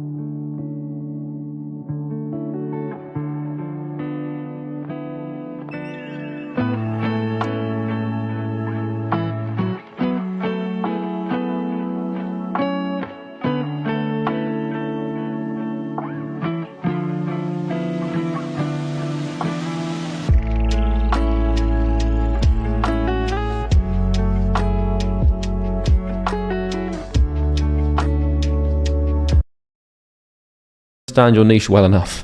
I've been doing this for 8 years now with my niche, and I still learn new things about them every week, every month. I'm learning something new, something's unfolding, and I'm able to use that information to bolster my business and make more money. And so if you think you know everything you need to know about your niche, then you've kind of failed before you've even started, because you never know everything about your niche, because it's always changing and evolving. So let's get into it. So we're going to go through Born from Niche, Avatars, 28 Buckets, the Imperium Academy Avatar, Ongoing Cycle, Immersion Strategy, Validating Problem and Solution, and Deciding Solution. And so the objective of this video is to help you understand your niche, basically, and also pick what problem you're going to solve, which is quite exciting because, now that we've picked the niche and we've done a little bit of work, this is where I'm going to give you some exercises and some sort of challenges here. And this is where we're really going to be getting to work. So this is sort of like a proper, okay, we're actually building the business now, which is very exciting. So without further ado, let's jump in. So welcome to Total Niche Immersion. Here we're going to totally nail your avatar, problem and solution, which obviously contribute to your core foundations. Now this resource will give you a solid process to help you properly understand your niche on a deep level and extrapolate a problem from them, and from that understanding that will be worthy of building a consulting business on top of it. You must get this right, so pay attention. If you skip, like the niche research thing, it's kind of boring and it doesn't sound that shiny or exciting. Like I know what you're thinking, like, it's just a bit of research, like I don't care. But honestly, like I cannot overstate the importance of this. You must get this right. You must find a good problem and a good solution. And the only way we're going to do that is if we really, really dig in and try and understand this thing. So Born from Niche. So your business is born from your niche. Your niche essentially gives birth to all the foundations in your business. Your offer that you have, the result you offer, the solution you have, the problem you have, all of these things are upstream from the selection of your niche. And the quality of your foundations, which determines the quality of your business and therefore the quality of your entire future, pretty much, is hinged upon your niche. And so it's imperative that you get it and you understand it, because the better you understand it, the better you can adapt yourself and your business to it. And the truth is, like in nature, for example, like the species that survive are the ones that fit the niche the best in any given environment. And so the species that understands that niche the best is able to adapt its body and its behaviors and everything about itself to that niche. And it's only through understanding the niche that adaptation can manifest. And so businesses don't start because of a good idea. They start because a market has a need, want, or desire that can be capitalized on. So we don't just, you should be realizing this by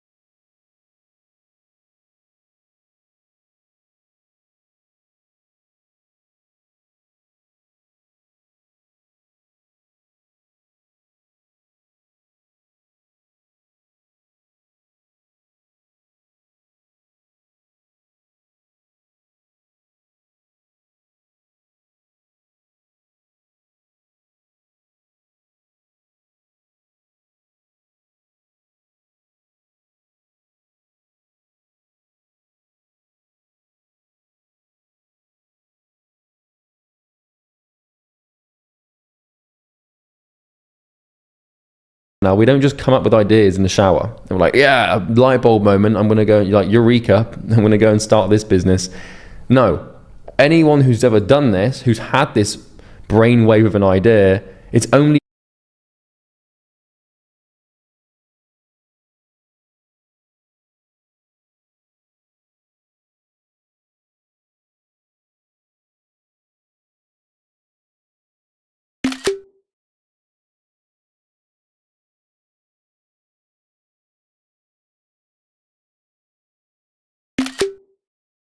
worked because the market has had a need, want, or desire that idea facilitates.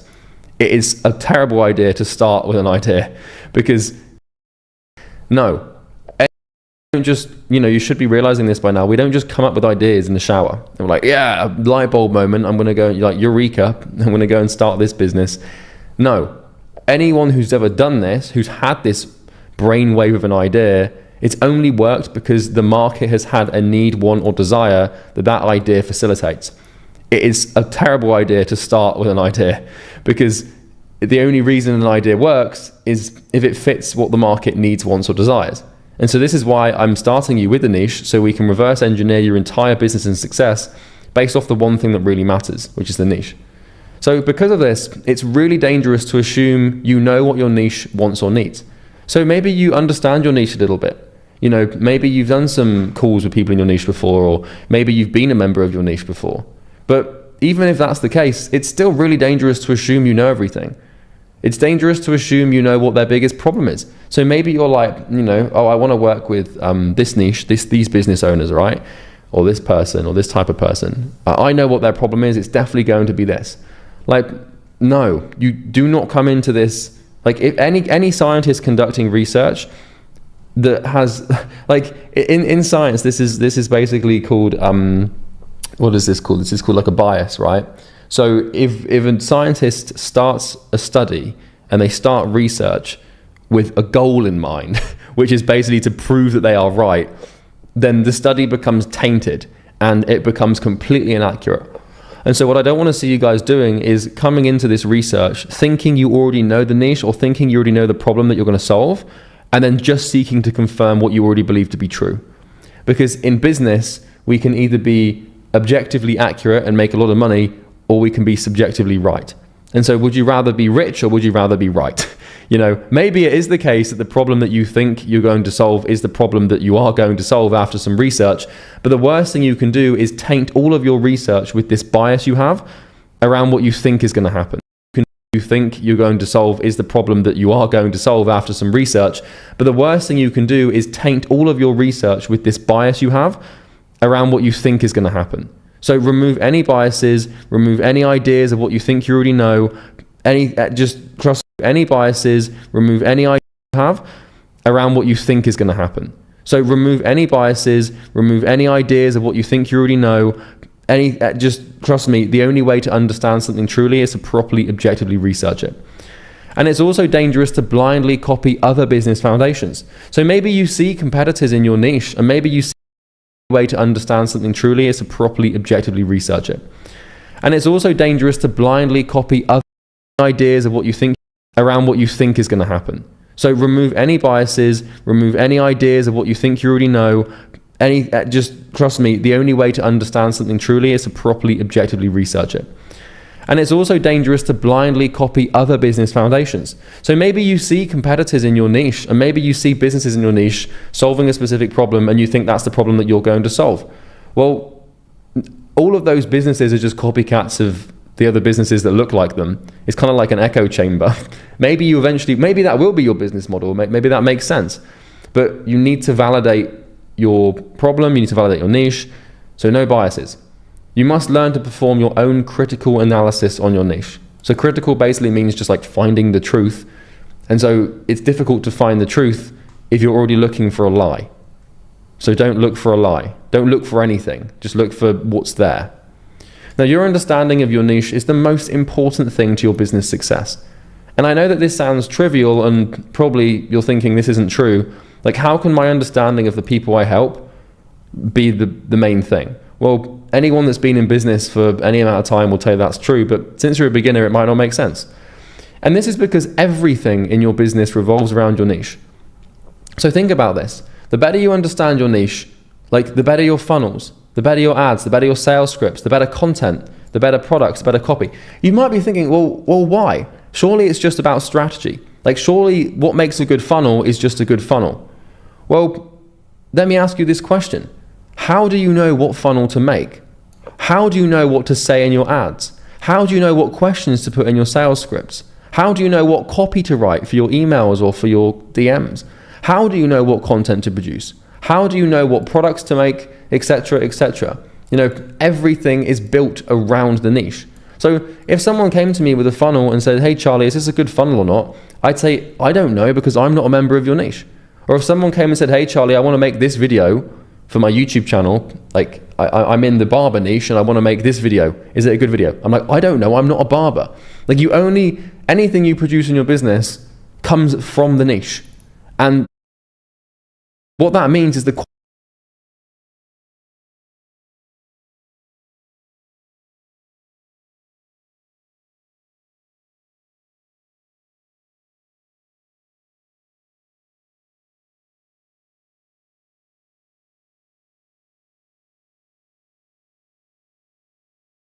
quality of your production of all of the assets in your business, marketing assets, onboarding assets, product assets, anything you build ever comes out of your niche and your market. And so you have to understand it. You know, like for example, all of my YouTube videos start with an idea of what would my niche want to see. And this program, this product, right? Like, how do I know what to put in this program? There's like, you know, if I compiled all of my knowledge about the world and business and everything together, like I could make this thing like, I mean, literally Easy Grow, for example, like 400 videos long because it solves a more complex issue of scale and client acquisition. But like, how do I know what you need? Like, how do I know what to put in this program? Like, surely I could just like dump my entire brain into a PDF and that would help. Well, no.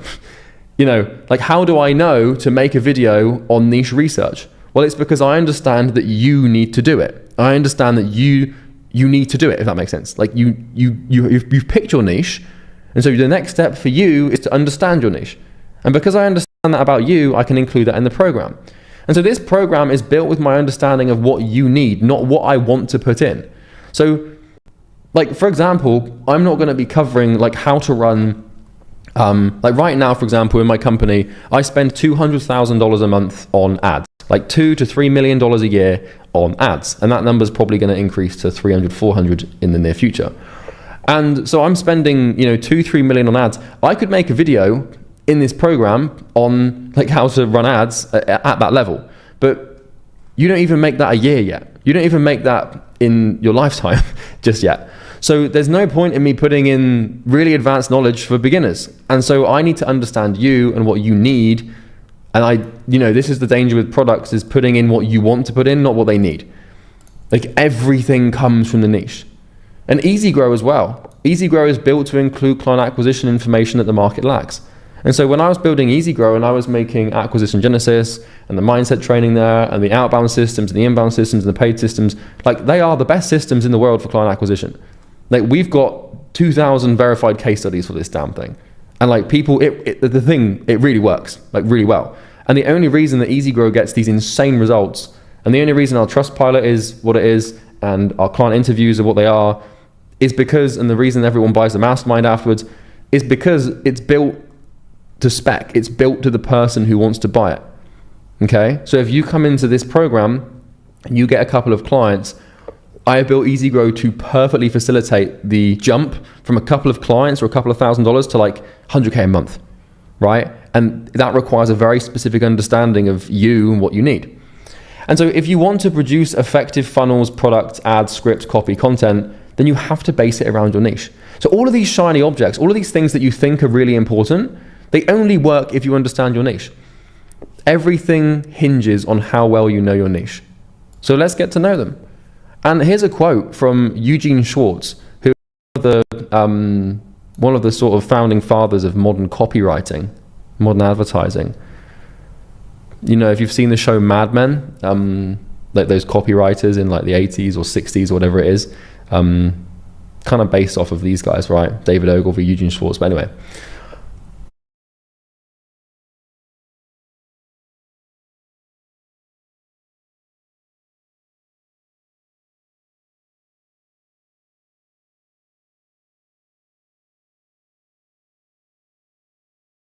This summarizes it perfectly. Let's get to the heart of the matter. The power, the force, the overwhelming urge to own that makes advertising work comes from the market itself and not the copy. Copy cannot create desire for a product. It can only take the hopes, dreams, fears, and desires that already exist in the hearts of millions of people and focus those already existing desires onto a particular product. This is the copywriter's task. Not to create this mass desire, but to channel and direct it. And so anytime we're building anything in our business, for marketing, for advertising, for sales, for the team, for the product, it's always about channeling what is inside of the customer, okay? It's not about like writing, like good copy is only good copy if it applies to your niche. Doesn't matter what strategies, you can have the best copywriting strategies in the world. You can have the best, you can be the best YouTuber in the world. You can make the best YouTube videos with the best quality production and the best scripts. But if it doesn't suit your niche, then it doesn't work. Everyone is so concerned with how to write the best copy and make the best content, but they're not concerned with understanding the very party of people that make it possible. So I hope that makes sense. Let's get into it. So avatars. Now, I'm not talking about the movies. If you don't know what the word avatar means, I'm going to explain it. So an avatar is, in essence, a written profile of the average person in your niche. And so what we can do, if we understand the niche really well, is we can create what's called an avatar. An avatar is basically like a profile that simply defines the average human being in your niche. And if you understand the average human being in your niche, then typically you can understand all of the people in your niche. So by understanding one, we can understand many. Now, don't get me wrong. You're not just going out and talking to one person in your niche and then assuming that that person represents your entire niche. Quite the opposite. We need to talk to a lot of people. But once you've spoken to a lot of people, and once you've understood a lot of people in your niche, and you've really done some research, and you've been where they are, and you've consumed the content they consume, and you've spoken to them and asked them questions and done some sales calls and got some results with them, then you can really start to make generalizations about an entire group, right?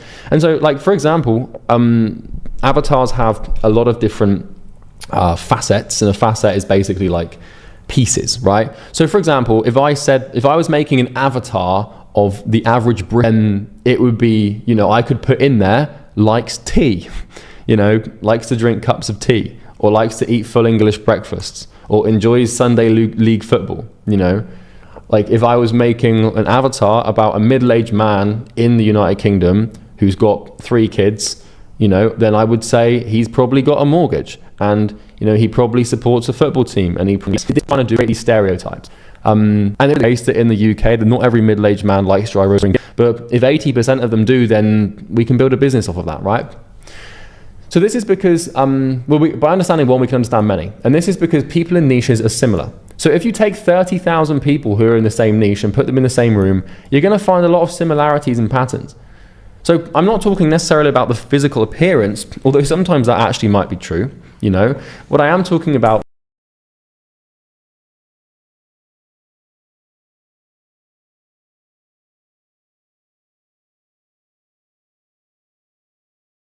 is their qualities and characteristics.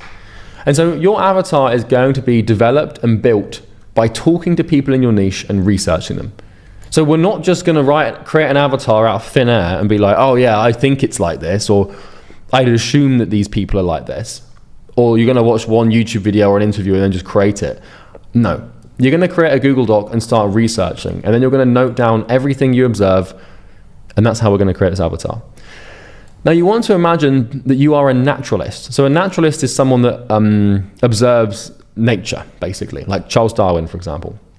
So imagine you're observing something like a species of butterfly. Well, if you went to an island and you started seeing these butterflies flying around, then you'd write everything down about the butterfly. So what color are they? What size? What's their mating ritual? What's the length of their antennae? I think butterflies have antennae, but whatever. How fast do they fly? What's their habitat? How long are their legs? What are their behavioral patterns? How long do they sleep? What's their diet? What do they do to defend themselves from predators? What territorial displays do they have? You would note down everything about these butterflies. And then what you could do is you could publish in a journal, hey, like this is what these butterflies are like. Like this is the nature of this butterfly. This is just how it is. And by making these observations, you can then, generalize, okay, well, if we have this species of butterfly, then it's probably going to have all these things. And then that way, if you're dealing with the butterfly in the future, then you know what to do. So like if you know that it has a certain territorial display, then if you want to, if you wanted to like manage the species and introduce a new butterfly to mitigate the species size, then you can do it when it's doing a territorial display that does something. But you know what I mean. You can start to, actually, if you understand a species, then you can start to play around with it and, you know, have some not psychopathic fun, but, you know, you can have some fun with predicting its behavior and stuff. Now, don't worry, you're not obviously going to be observing your niche's mating rituals, but you get the point, right? You know, you get the point. So how do you build an avatar? Well, you go out and you talk to your niche. And in order to build an avatar and really understand this thing, you need to totally absorb yourself in their life and completely obsess over them. And there's 28 buckets. So I've spent the last 8 years building my avatar for my company. And I've really got 2 avatars, right? So the first avatar, and you're probably only going to have one, but the reason I've got 2 is because I've got 2 products now, right? The first avatar I have is obviously the Imperium Academy avatar, which is you, which is a beginner who has no idea how business works and wants to start a business and basically, you know, go from 0 to something, right? And then the second avatar I have is a business owner in the agency, coaching or consulting space who's already got clients, but who wants to really scale up and get more. And so I've got kind of the same thing, but 2 avatars. And so over the last few years, I've really worked on my avatars, and I've come up with a pretty smart, you know, way of creating these avatars, I think, even if I do so myself. And so what I've done is I've defined 28 buckets of life. And so in the same way that if you were observing a butterfly or a species or any animal, you'd probably create like a list of things that you want to understand about that animal. And so you'd want to know what color, you'd want to know how long does it sleep for, and like, you know, what other species does it interact with, and does it make, what noises does it make, etc. If you wanted to understand the nature of something, you'd make a list of things you want to understand about it. And so what I've done is I've defined what I call 28 buckets of life. And these are essentially categories of observation that make the avatar creation process a lot easier. And so what I did a while ago is on my whiteboard, I was like, if I really want to understand someone, what's everything that I need to understand about them that, if understood, paints a really damn clear picture of them? And there might be a couple of things that are missing here, but this covers most of it. And so if you really want to understand someone, you know, if you ask yourself, like, what does it mean to get someone? Like, as in, like, understand them. If you've got a really close friend, and you're like, I understand this person really well. It's like, well, why? What is understanding? Well, understanding is basically just knowing these things about them. And so what trauma do they have? What obstacles and problems do they face? How old are they? What doubts do they have in life? What are their goals and dreams? What are their fears? What insecurities do they have? What vices and addictions? What do they think about? What belief systems do they have? How do they identify in the world? What emotional patterns do they show? What do they resent? Who do they look up to? What do they feel guilty and shameful about? What media do they consume? What platforms are they on? What routines and habits do they develop? What's their family and relationships like, you know, with their friends? What purchases do they make? How do they take care of their health? What's their health like? What traits do they have? What values do they have? What education do they have? What social life do they have? What hobbies? What work experience? What finances? If you understand these about someone, then, like, you know them, right? Because this is really what I was thinking. I was like, how the hell do I know if I know someone? It's like, well, if I can just list all of these things about them, I'm probably pretty damn close. And so if you understood all of this about a person in a ton of detail, you'd know pretty much everything there is to know about them. So think about your best friend. Think about your brother, your father. Like, think about someone really close to you that you know, like the person that you just know best. Not yourself, right?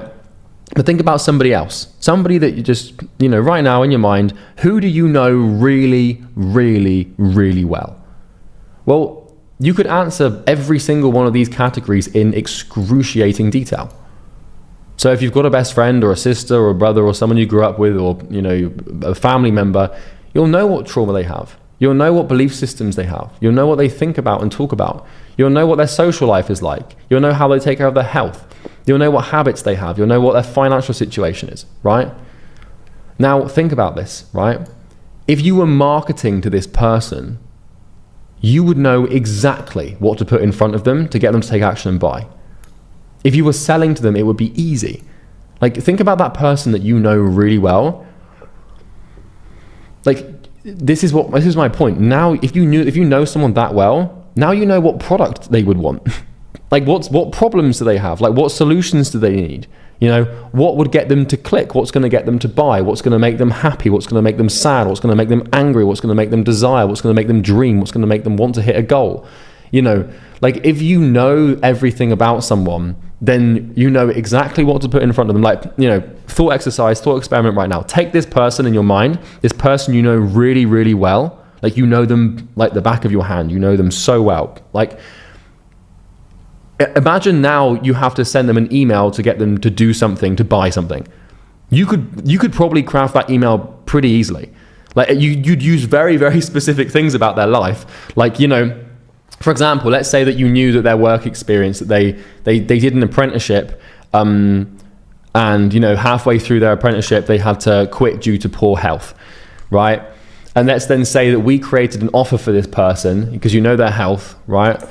And their work experience, and you also know, well, you know these two things, and they had to quit their apprenticeship because of poor health. Well, you could craft an email to email them and say, I have a product that helps apprentices with this specific facet, with migraines. Let's say they had to quit because of migraines. I help apprentices that get migraines remove their migraines so they can advance their career. Does that sound interesting to you? Like, that person's going to respond because it's scarily specific. And the only reason it's scarily specific is because you understand them, okay? And so what we want to try and do is understand the niche and the group of people in the niche on this granular molecular level. And this is how close you want to get to your niche and your avatar, to the point where you can describe your niche as if it's your best friend or your mother or your father. You know, you just know everything about them. So what I'm going to do now is give you an example, and honestly, this is probably going to scare you a little bit. So just a little warning, a little fair warning that, you know, I'm going to scare you a little bit here. So here's an example. So I'm going to give you the Imperium Academy avatar. So I've spent the last 8 years working on my avatar and this program. My avatar extends over nearly 30 pages. So my understanding of you, because this is the avatar, it's you, I've got like 30 pages of information on you. I've got a whole dossier, right? Now, you're not going to have 30 pages of information on your avatar yet. It's taken me, you know, you might only have 1 or 2 pages.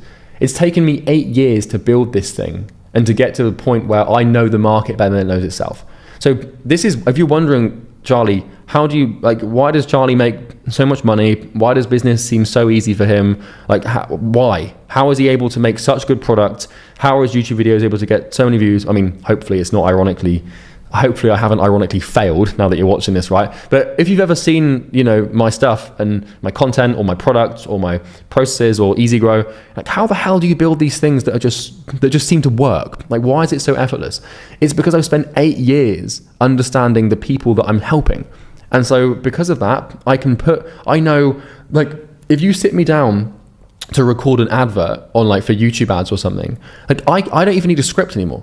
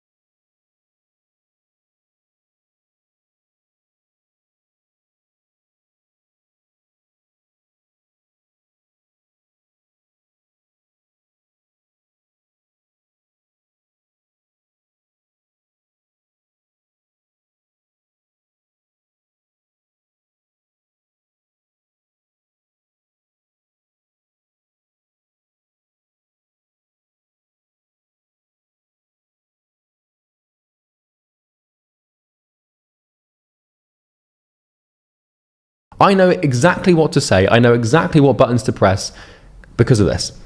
And so I've done all of this in my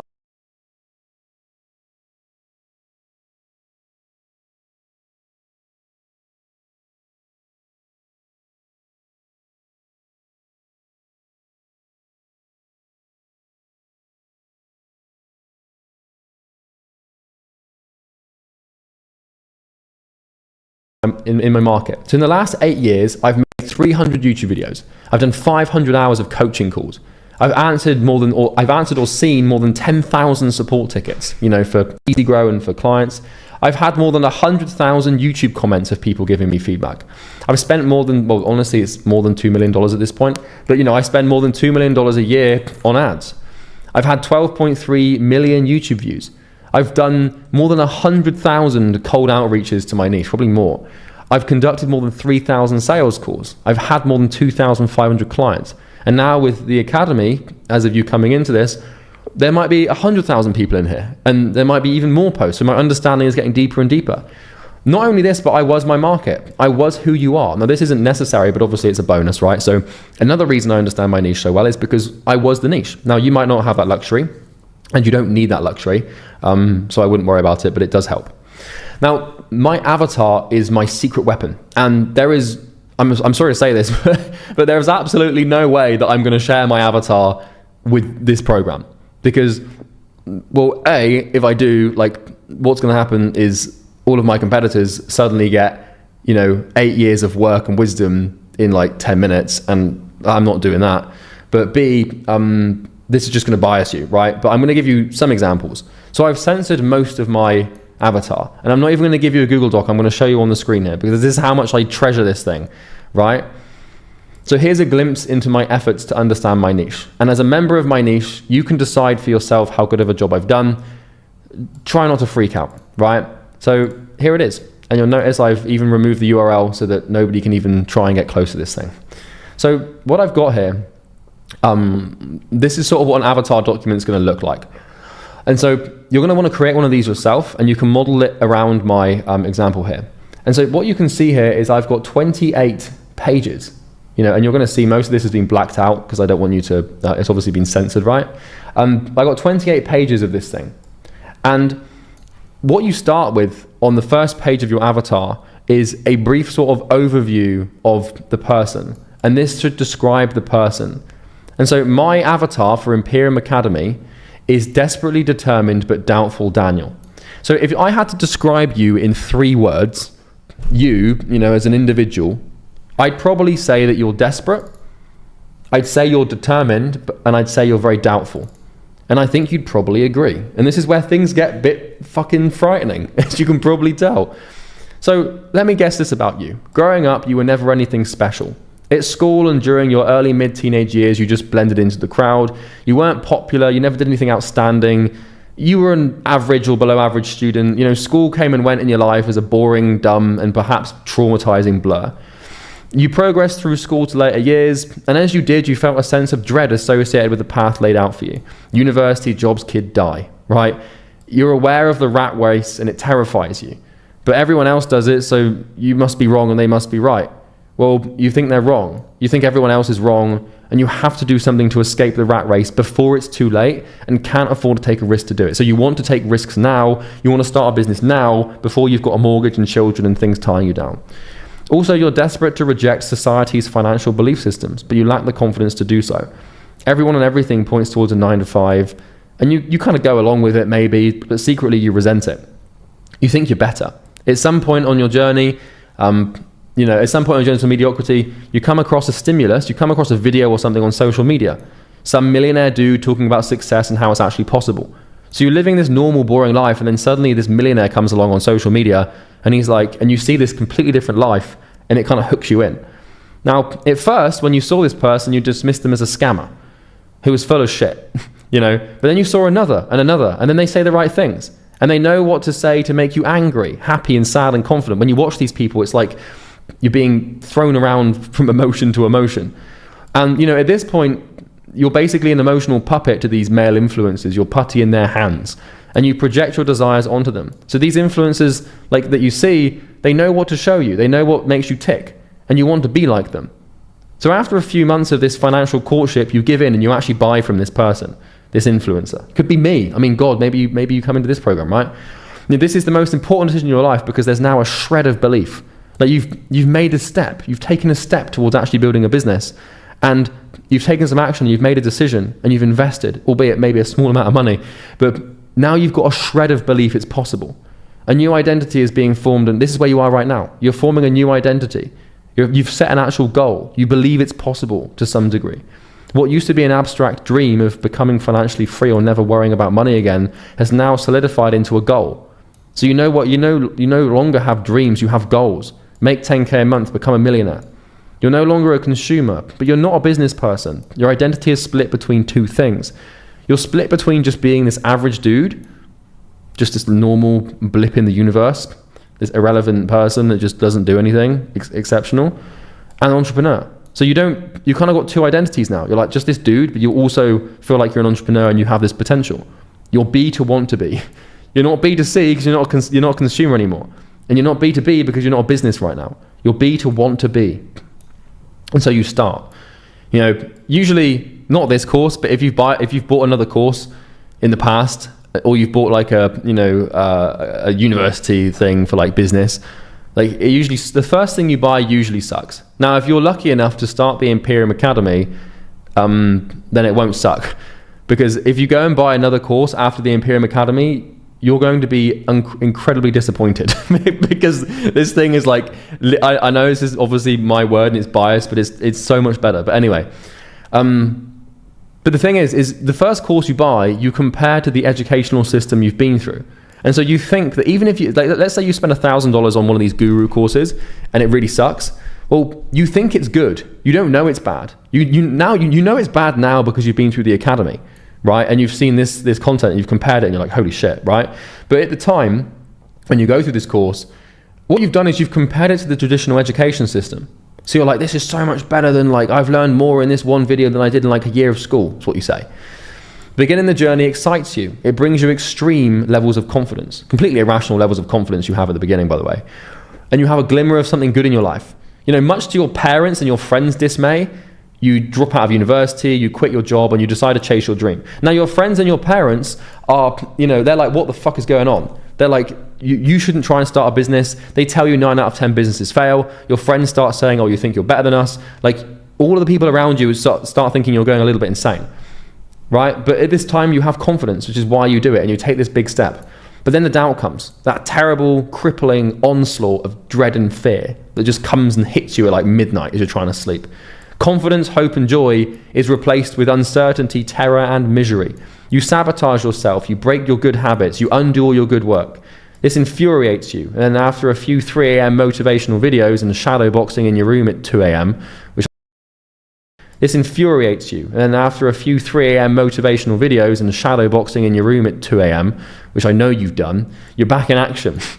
And then the cycle of emotion repeats itself over and over again. You go from confidence to doubt, extreme, I'm going to be a millionaire and get everything I want, to this isn't worth it, this is never going to work. But you stick to it. You make some small marks of progress, and you suffer significantly for them.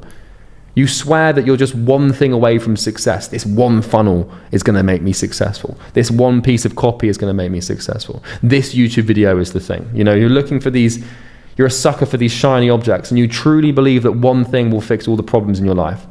But you're ruthlessly determined. You're desperate and you're doubtful, but you are bloody determined. You plug on. You're inspired to never quit. You want it and you will work for it. That is you. And that might scare the living shit out of you, because I've just described, well, hopefully, if I've, some of you won't resonate with this, because, this is 95% of the people that are watching this video, but there are going to be 5% that are just like, what the hell, that's not me at all, you weirdo, right? But what you need to realize is that avatars are never, the map is not the territory, so to speak. Like, they're not going to be absolutely perfect every single time, but what matters is it accurately describes, 80 to 90% of your market. And so now if you're wondering, well, how does Charlie make so much money, and why is it that he knows what to say? And it's because I know you. I've spent 8 years like in love with you, not in like a weird, erotic way, but I love I love this market, so to speak. I love it. I love the people in it. I love helping them, and I'm completely obsessed with understanding them. And I'm able to, channel all of that love and that, that passion for this market into really understanding it.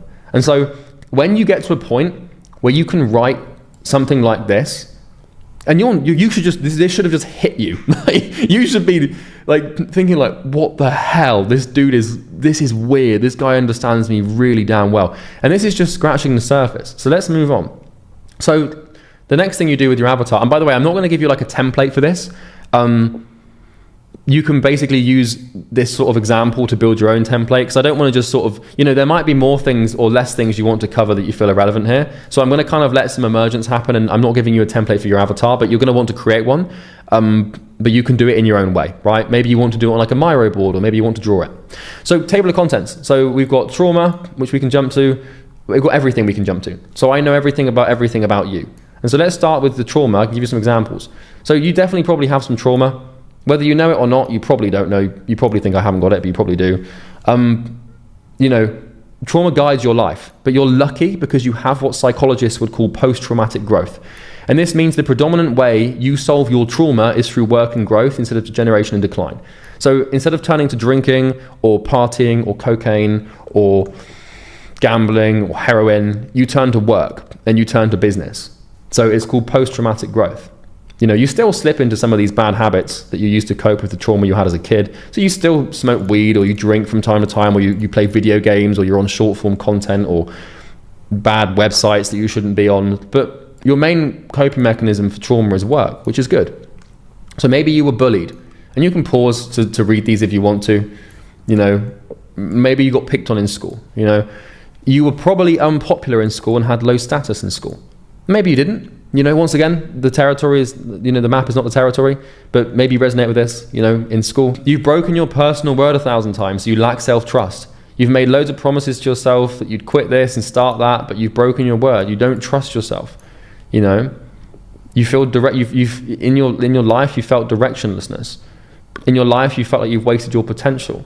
Maybe in school, you had no friends. Maybe when you were growing up, you've made loads of promises to yourself that you'd quit this.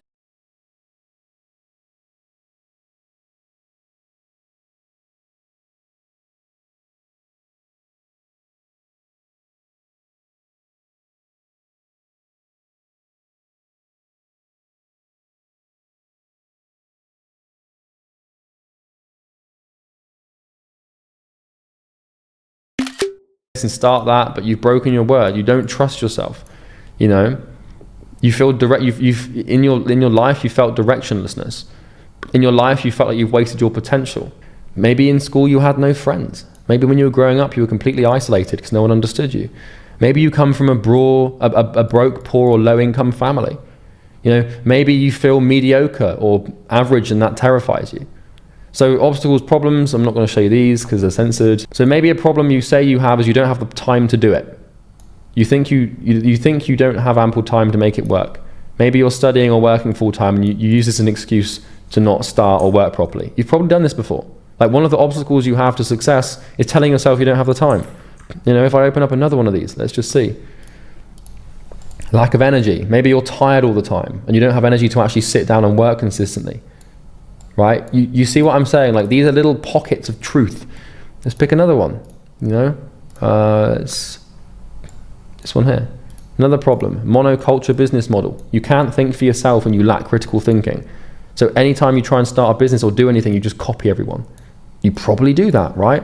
So I can use this understanding to get you to do things, which sounds Machiavellian. So age, you're probably one of these ages. Either you're between 16 and 20,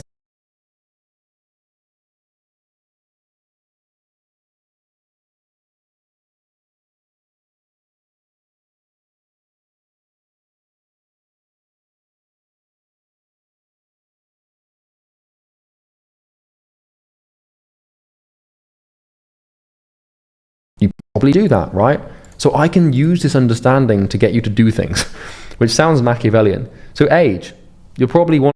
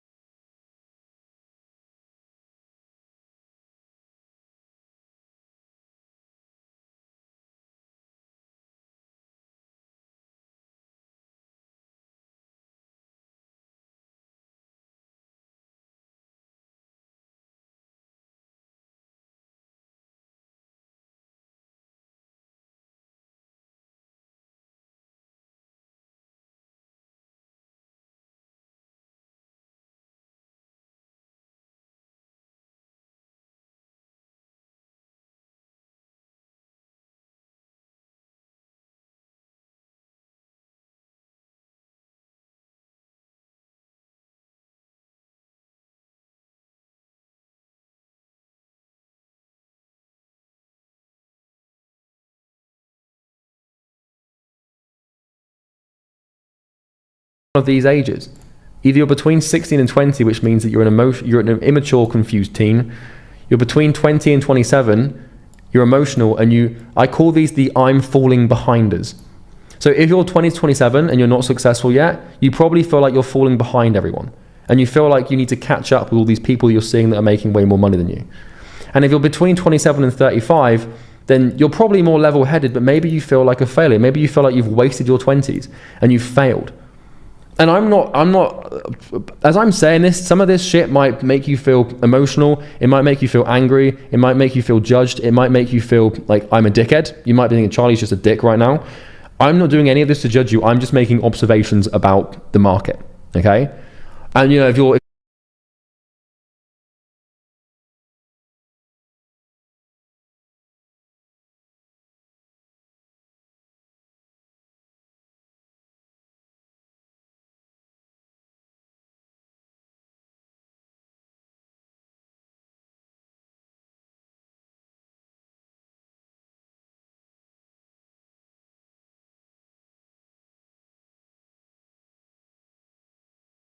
you're 18, maybe you're just confused. Maybe you're like, what the hell do I do? I don't know where to start, So these are the 3 ages. These are the 3 different types of avatar I've got, and then some doubts. Let's just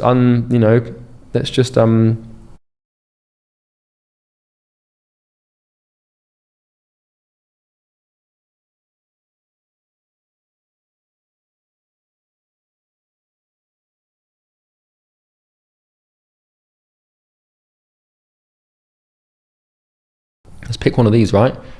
So one thing that you probably doubt is your competence. You feel like an imposter.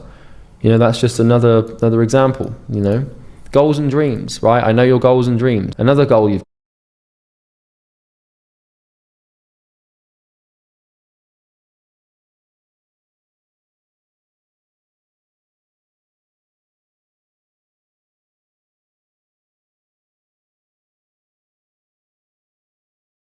got supercars or equivalent status object. Maybe another goal you've got is being shredded, learning to fight, monk mode, good habits, all of this stuff. So fears, your primary fears of failure, wasting potential. You're afraid of commitment. You're afraid of mediocrity. You're afraid of the shame from your family and friends. You're afraid of being judged. You're afraid of losing the opportunity because you feel like it's now or never. You're afraid of someone saying, I told you so. Recession, rejection, not being able to provide, losing, starting too late, being out of control, being left behind, disappointing your parents, being mundane, burned out, getting out competed, all of these things. You're afraid of them. So you kind of get the point. I've got these sort of data points. Like, what do you think about? I know what you think about. There's only 12 things that you think about. Politics, money, women, other men that you're competing with, the game.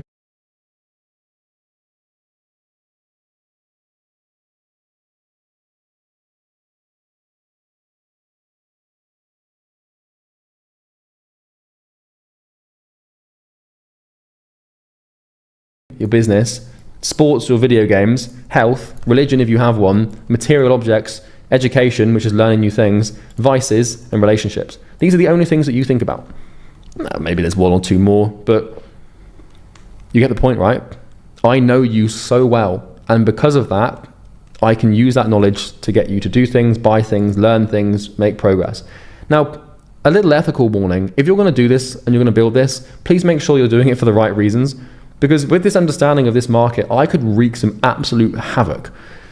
And you've only got to look on the internet to sort of realize that this is true with all the people that scam and, create massive problems online.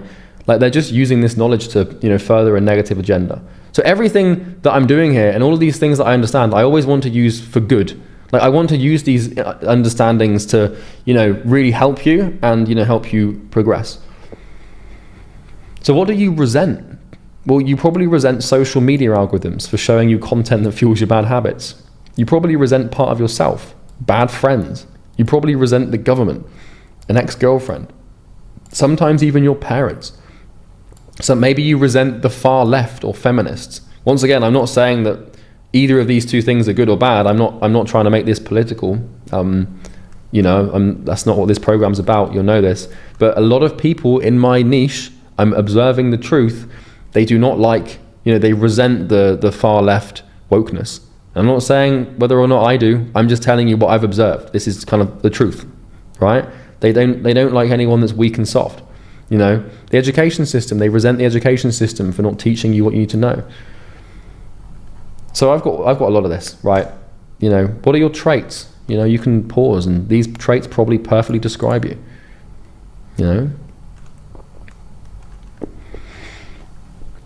Yeah, so that might frighten you a little bit, and you might not sleep as well tonight.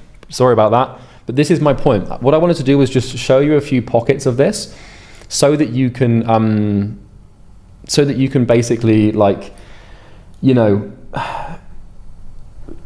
just understand the importance of this and how imperative that this thing is to your success and your growth and your progress. You just got to know it, okay? Because if you do, then you'll absolutely crush everyone. So avatars are never going to be perfect. That's impossible, because we're taking an average person in the niche. Average is as good as we've got, unfortunately, but it definitely gets the job done. You simply cannot understand every single person in your niche on a case-by-case basis. So by showing you this, what I'm hoping to have achieved is helping you understand just how important this is. And you might be thinking, for your niche, there's no way that there's that much detail on them. Trust me, there is. If you spend, many years talking to many people in the same place, you'll be able to create one of these things, and it will be 20 to 30 to 40 pages long. It really will. This is possible, right?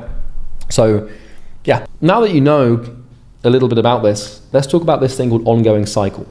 So, building an avatar requires market understanding, and to start, you have to do manual research. So, in order for us to really, the best way to get to grips with an avatar is to do sales calls and talk to clients. But the problem is you can't talk to clients and get sales calls if you don't understand your avatar, because you need the avatar to get it. So let me explain. So true market understanding comes from doing sales calls, talking to customers, and getting results. And here's how it goes. So you heavily research your market to hypothesize your avatar. So the first avatar you create is basically a hypothesis. And what this, in essence, means is you're creating a theory about what these people are like. And that's your version 1. And you're going to use this hypothesis to call out your niche and get sales calls and clients. And so you're going to craft your cold emails around this avatar. You're going to craft your cold DMs around this avatar. You're going to craft your cold calling scripts around this avatar. You're going to create your sales pitch, your content, your machine. Your whole business is going to be created around this thing. And this hypothesis should be accurate enough, because I'm going to show you how to do this. It should be accurate enough to get some sales calls. And so once you've got some sales calls and some clients, then this will help you re-hypothesize a more accurate avatar, which will be version. And just continuously work on it. To do that now. You should be doing that right now.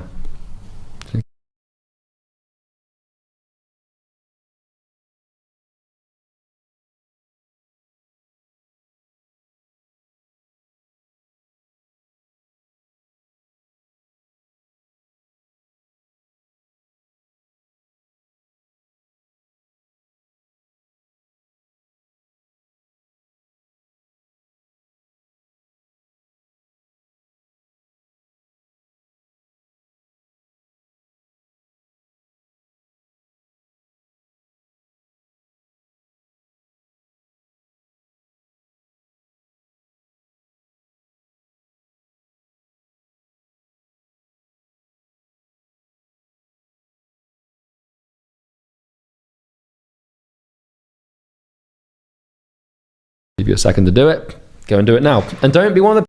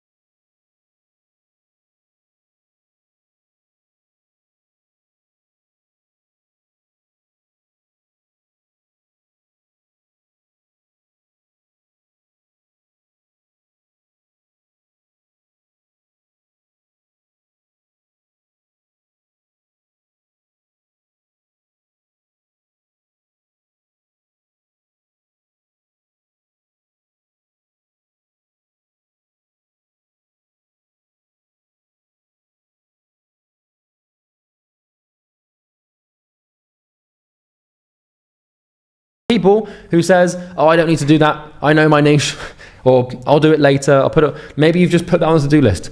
Do it now. There's no time like the present to put cause to effect, my friend. So the next thing is the immersion strategy. So the point of this video is total niche immersion, and immersion basically means to become heavily involved in something. And so what we're going to do now that you understand the importance of understanding your niche, and you've seen the absolute devastating raw power, that comes with being able to do that, as demonstrated by my avatar and my understanding of you, we're going to develop an immersion strategy. So this is by far the most powerful strategy on the planet for avatar building and niche research. And I created this and did exactly this to build all my avatars for my past businesses and my present business. And this strategy got me to 10K a month, 100K a month, and $1 million a month, respectively. And it's going to get me to 3 million a month soon, right?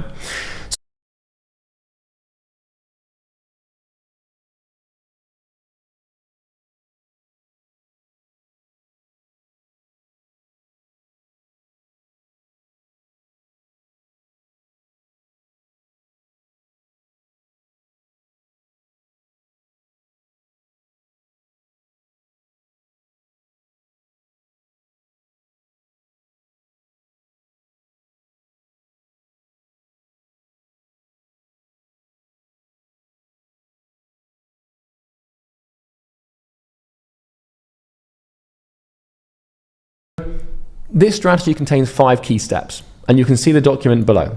So we have step 1, which is called immersive community. Step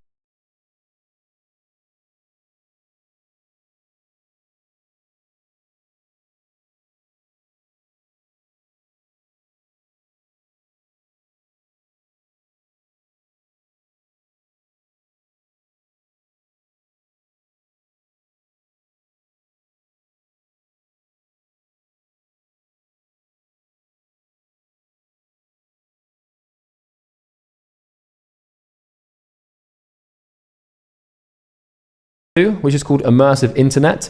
Step 3, which is called immersive content. Step 4, immersive outreach. And step 5, conducting research calls. So in order to build your avatar, in order to find your problem, in order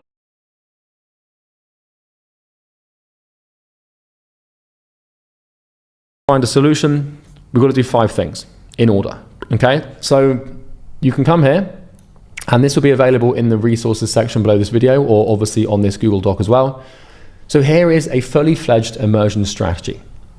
So in the same way that professional actors will immerse themselves in the world of the character of their upcoming role, we too want to do the same thing for our niche. So to do this, we use a process that I've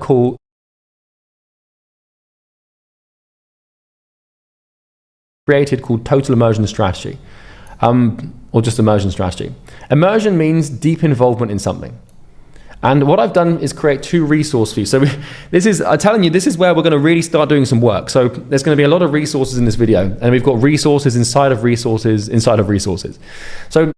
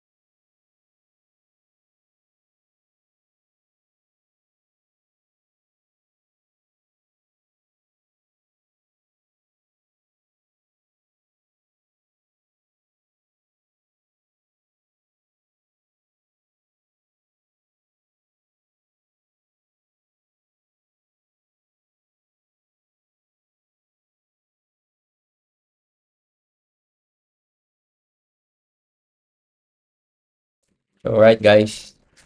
So we did over 10 hours of work of basically studying and doing all the action steps. We got to the, wait a minute. We got to the 1.5 5, total niche immersion. So basically, we've done all the action steps. That's good. And just a clarity on the thing, the niche that I picked is actually aligned on my interest, on what I'm excited about, on what basically my interest combined. It encompasses that thing, and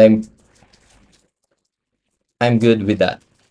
And now, so tomorrow, we're gonna start on doing immersion calls, basically outreaching to prospects just to have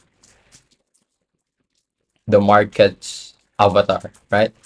So yeah, this is it. This is the first day. It is a quiet. It doesn't seem like a long day. Didn't seem like a long day for me. I'm just immersed. I'm just immersed on the content that I'm watching. And yeah, that's it. Tomorrow is gonna be day 2. I'm thinking let's do it again. Let's double it down. So 10 plus our stream tomorrow again. And yeah, let's go.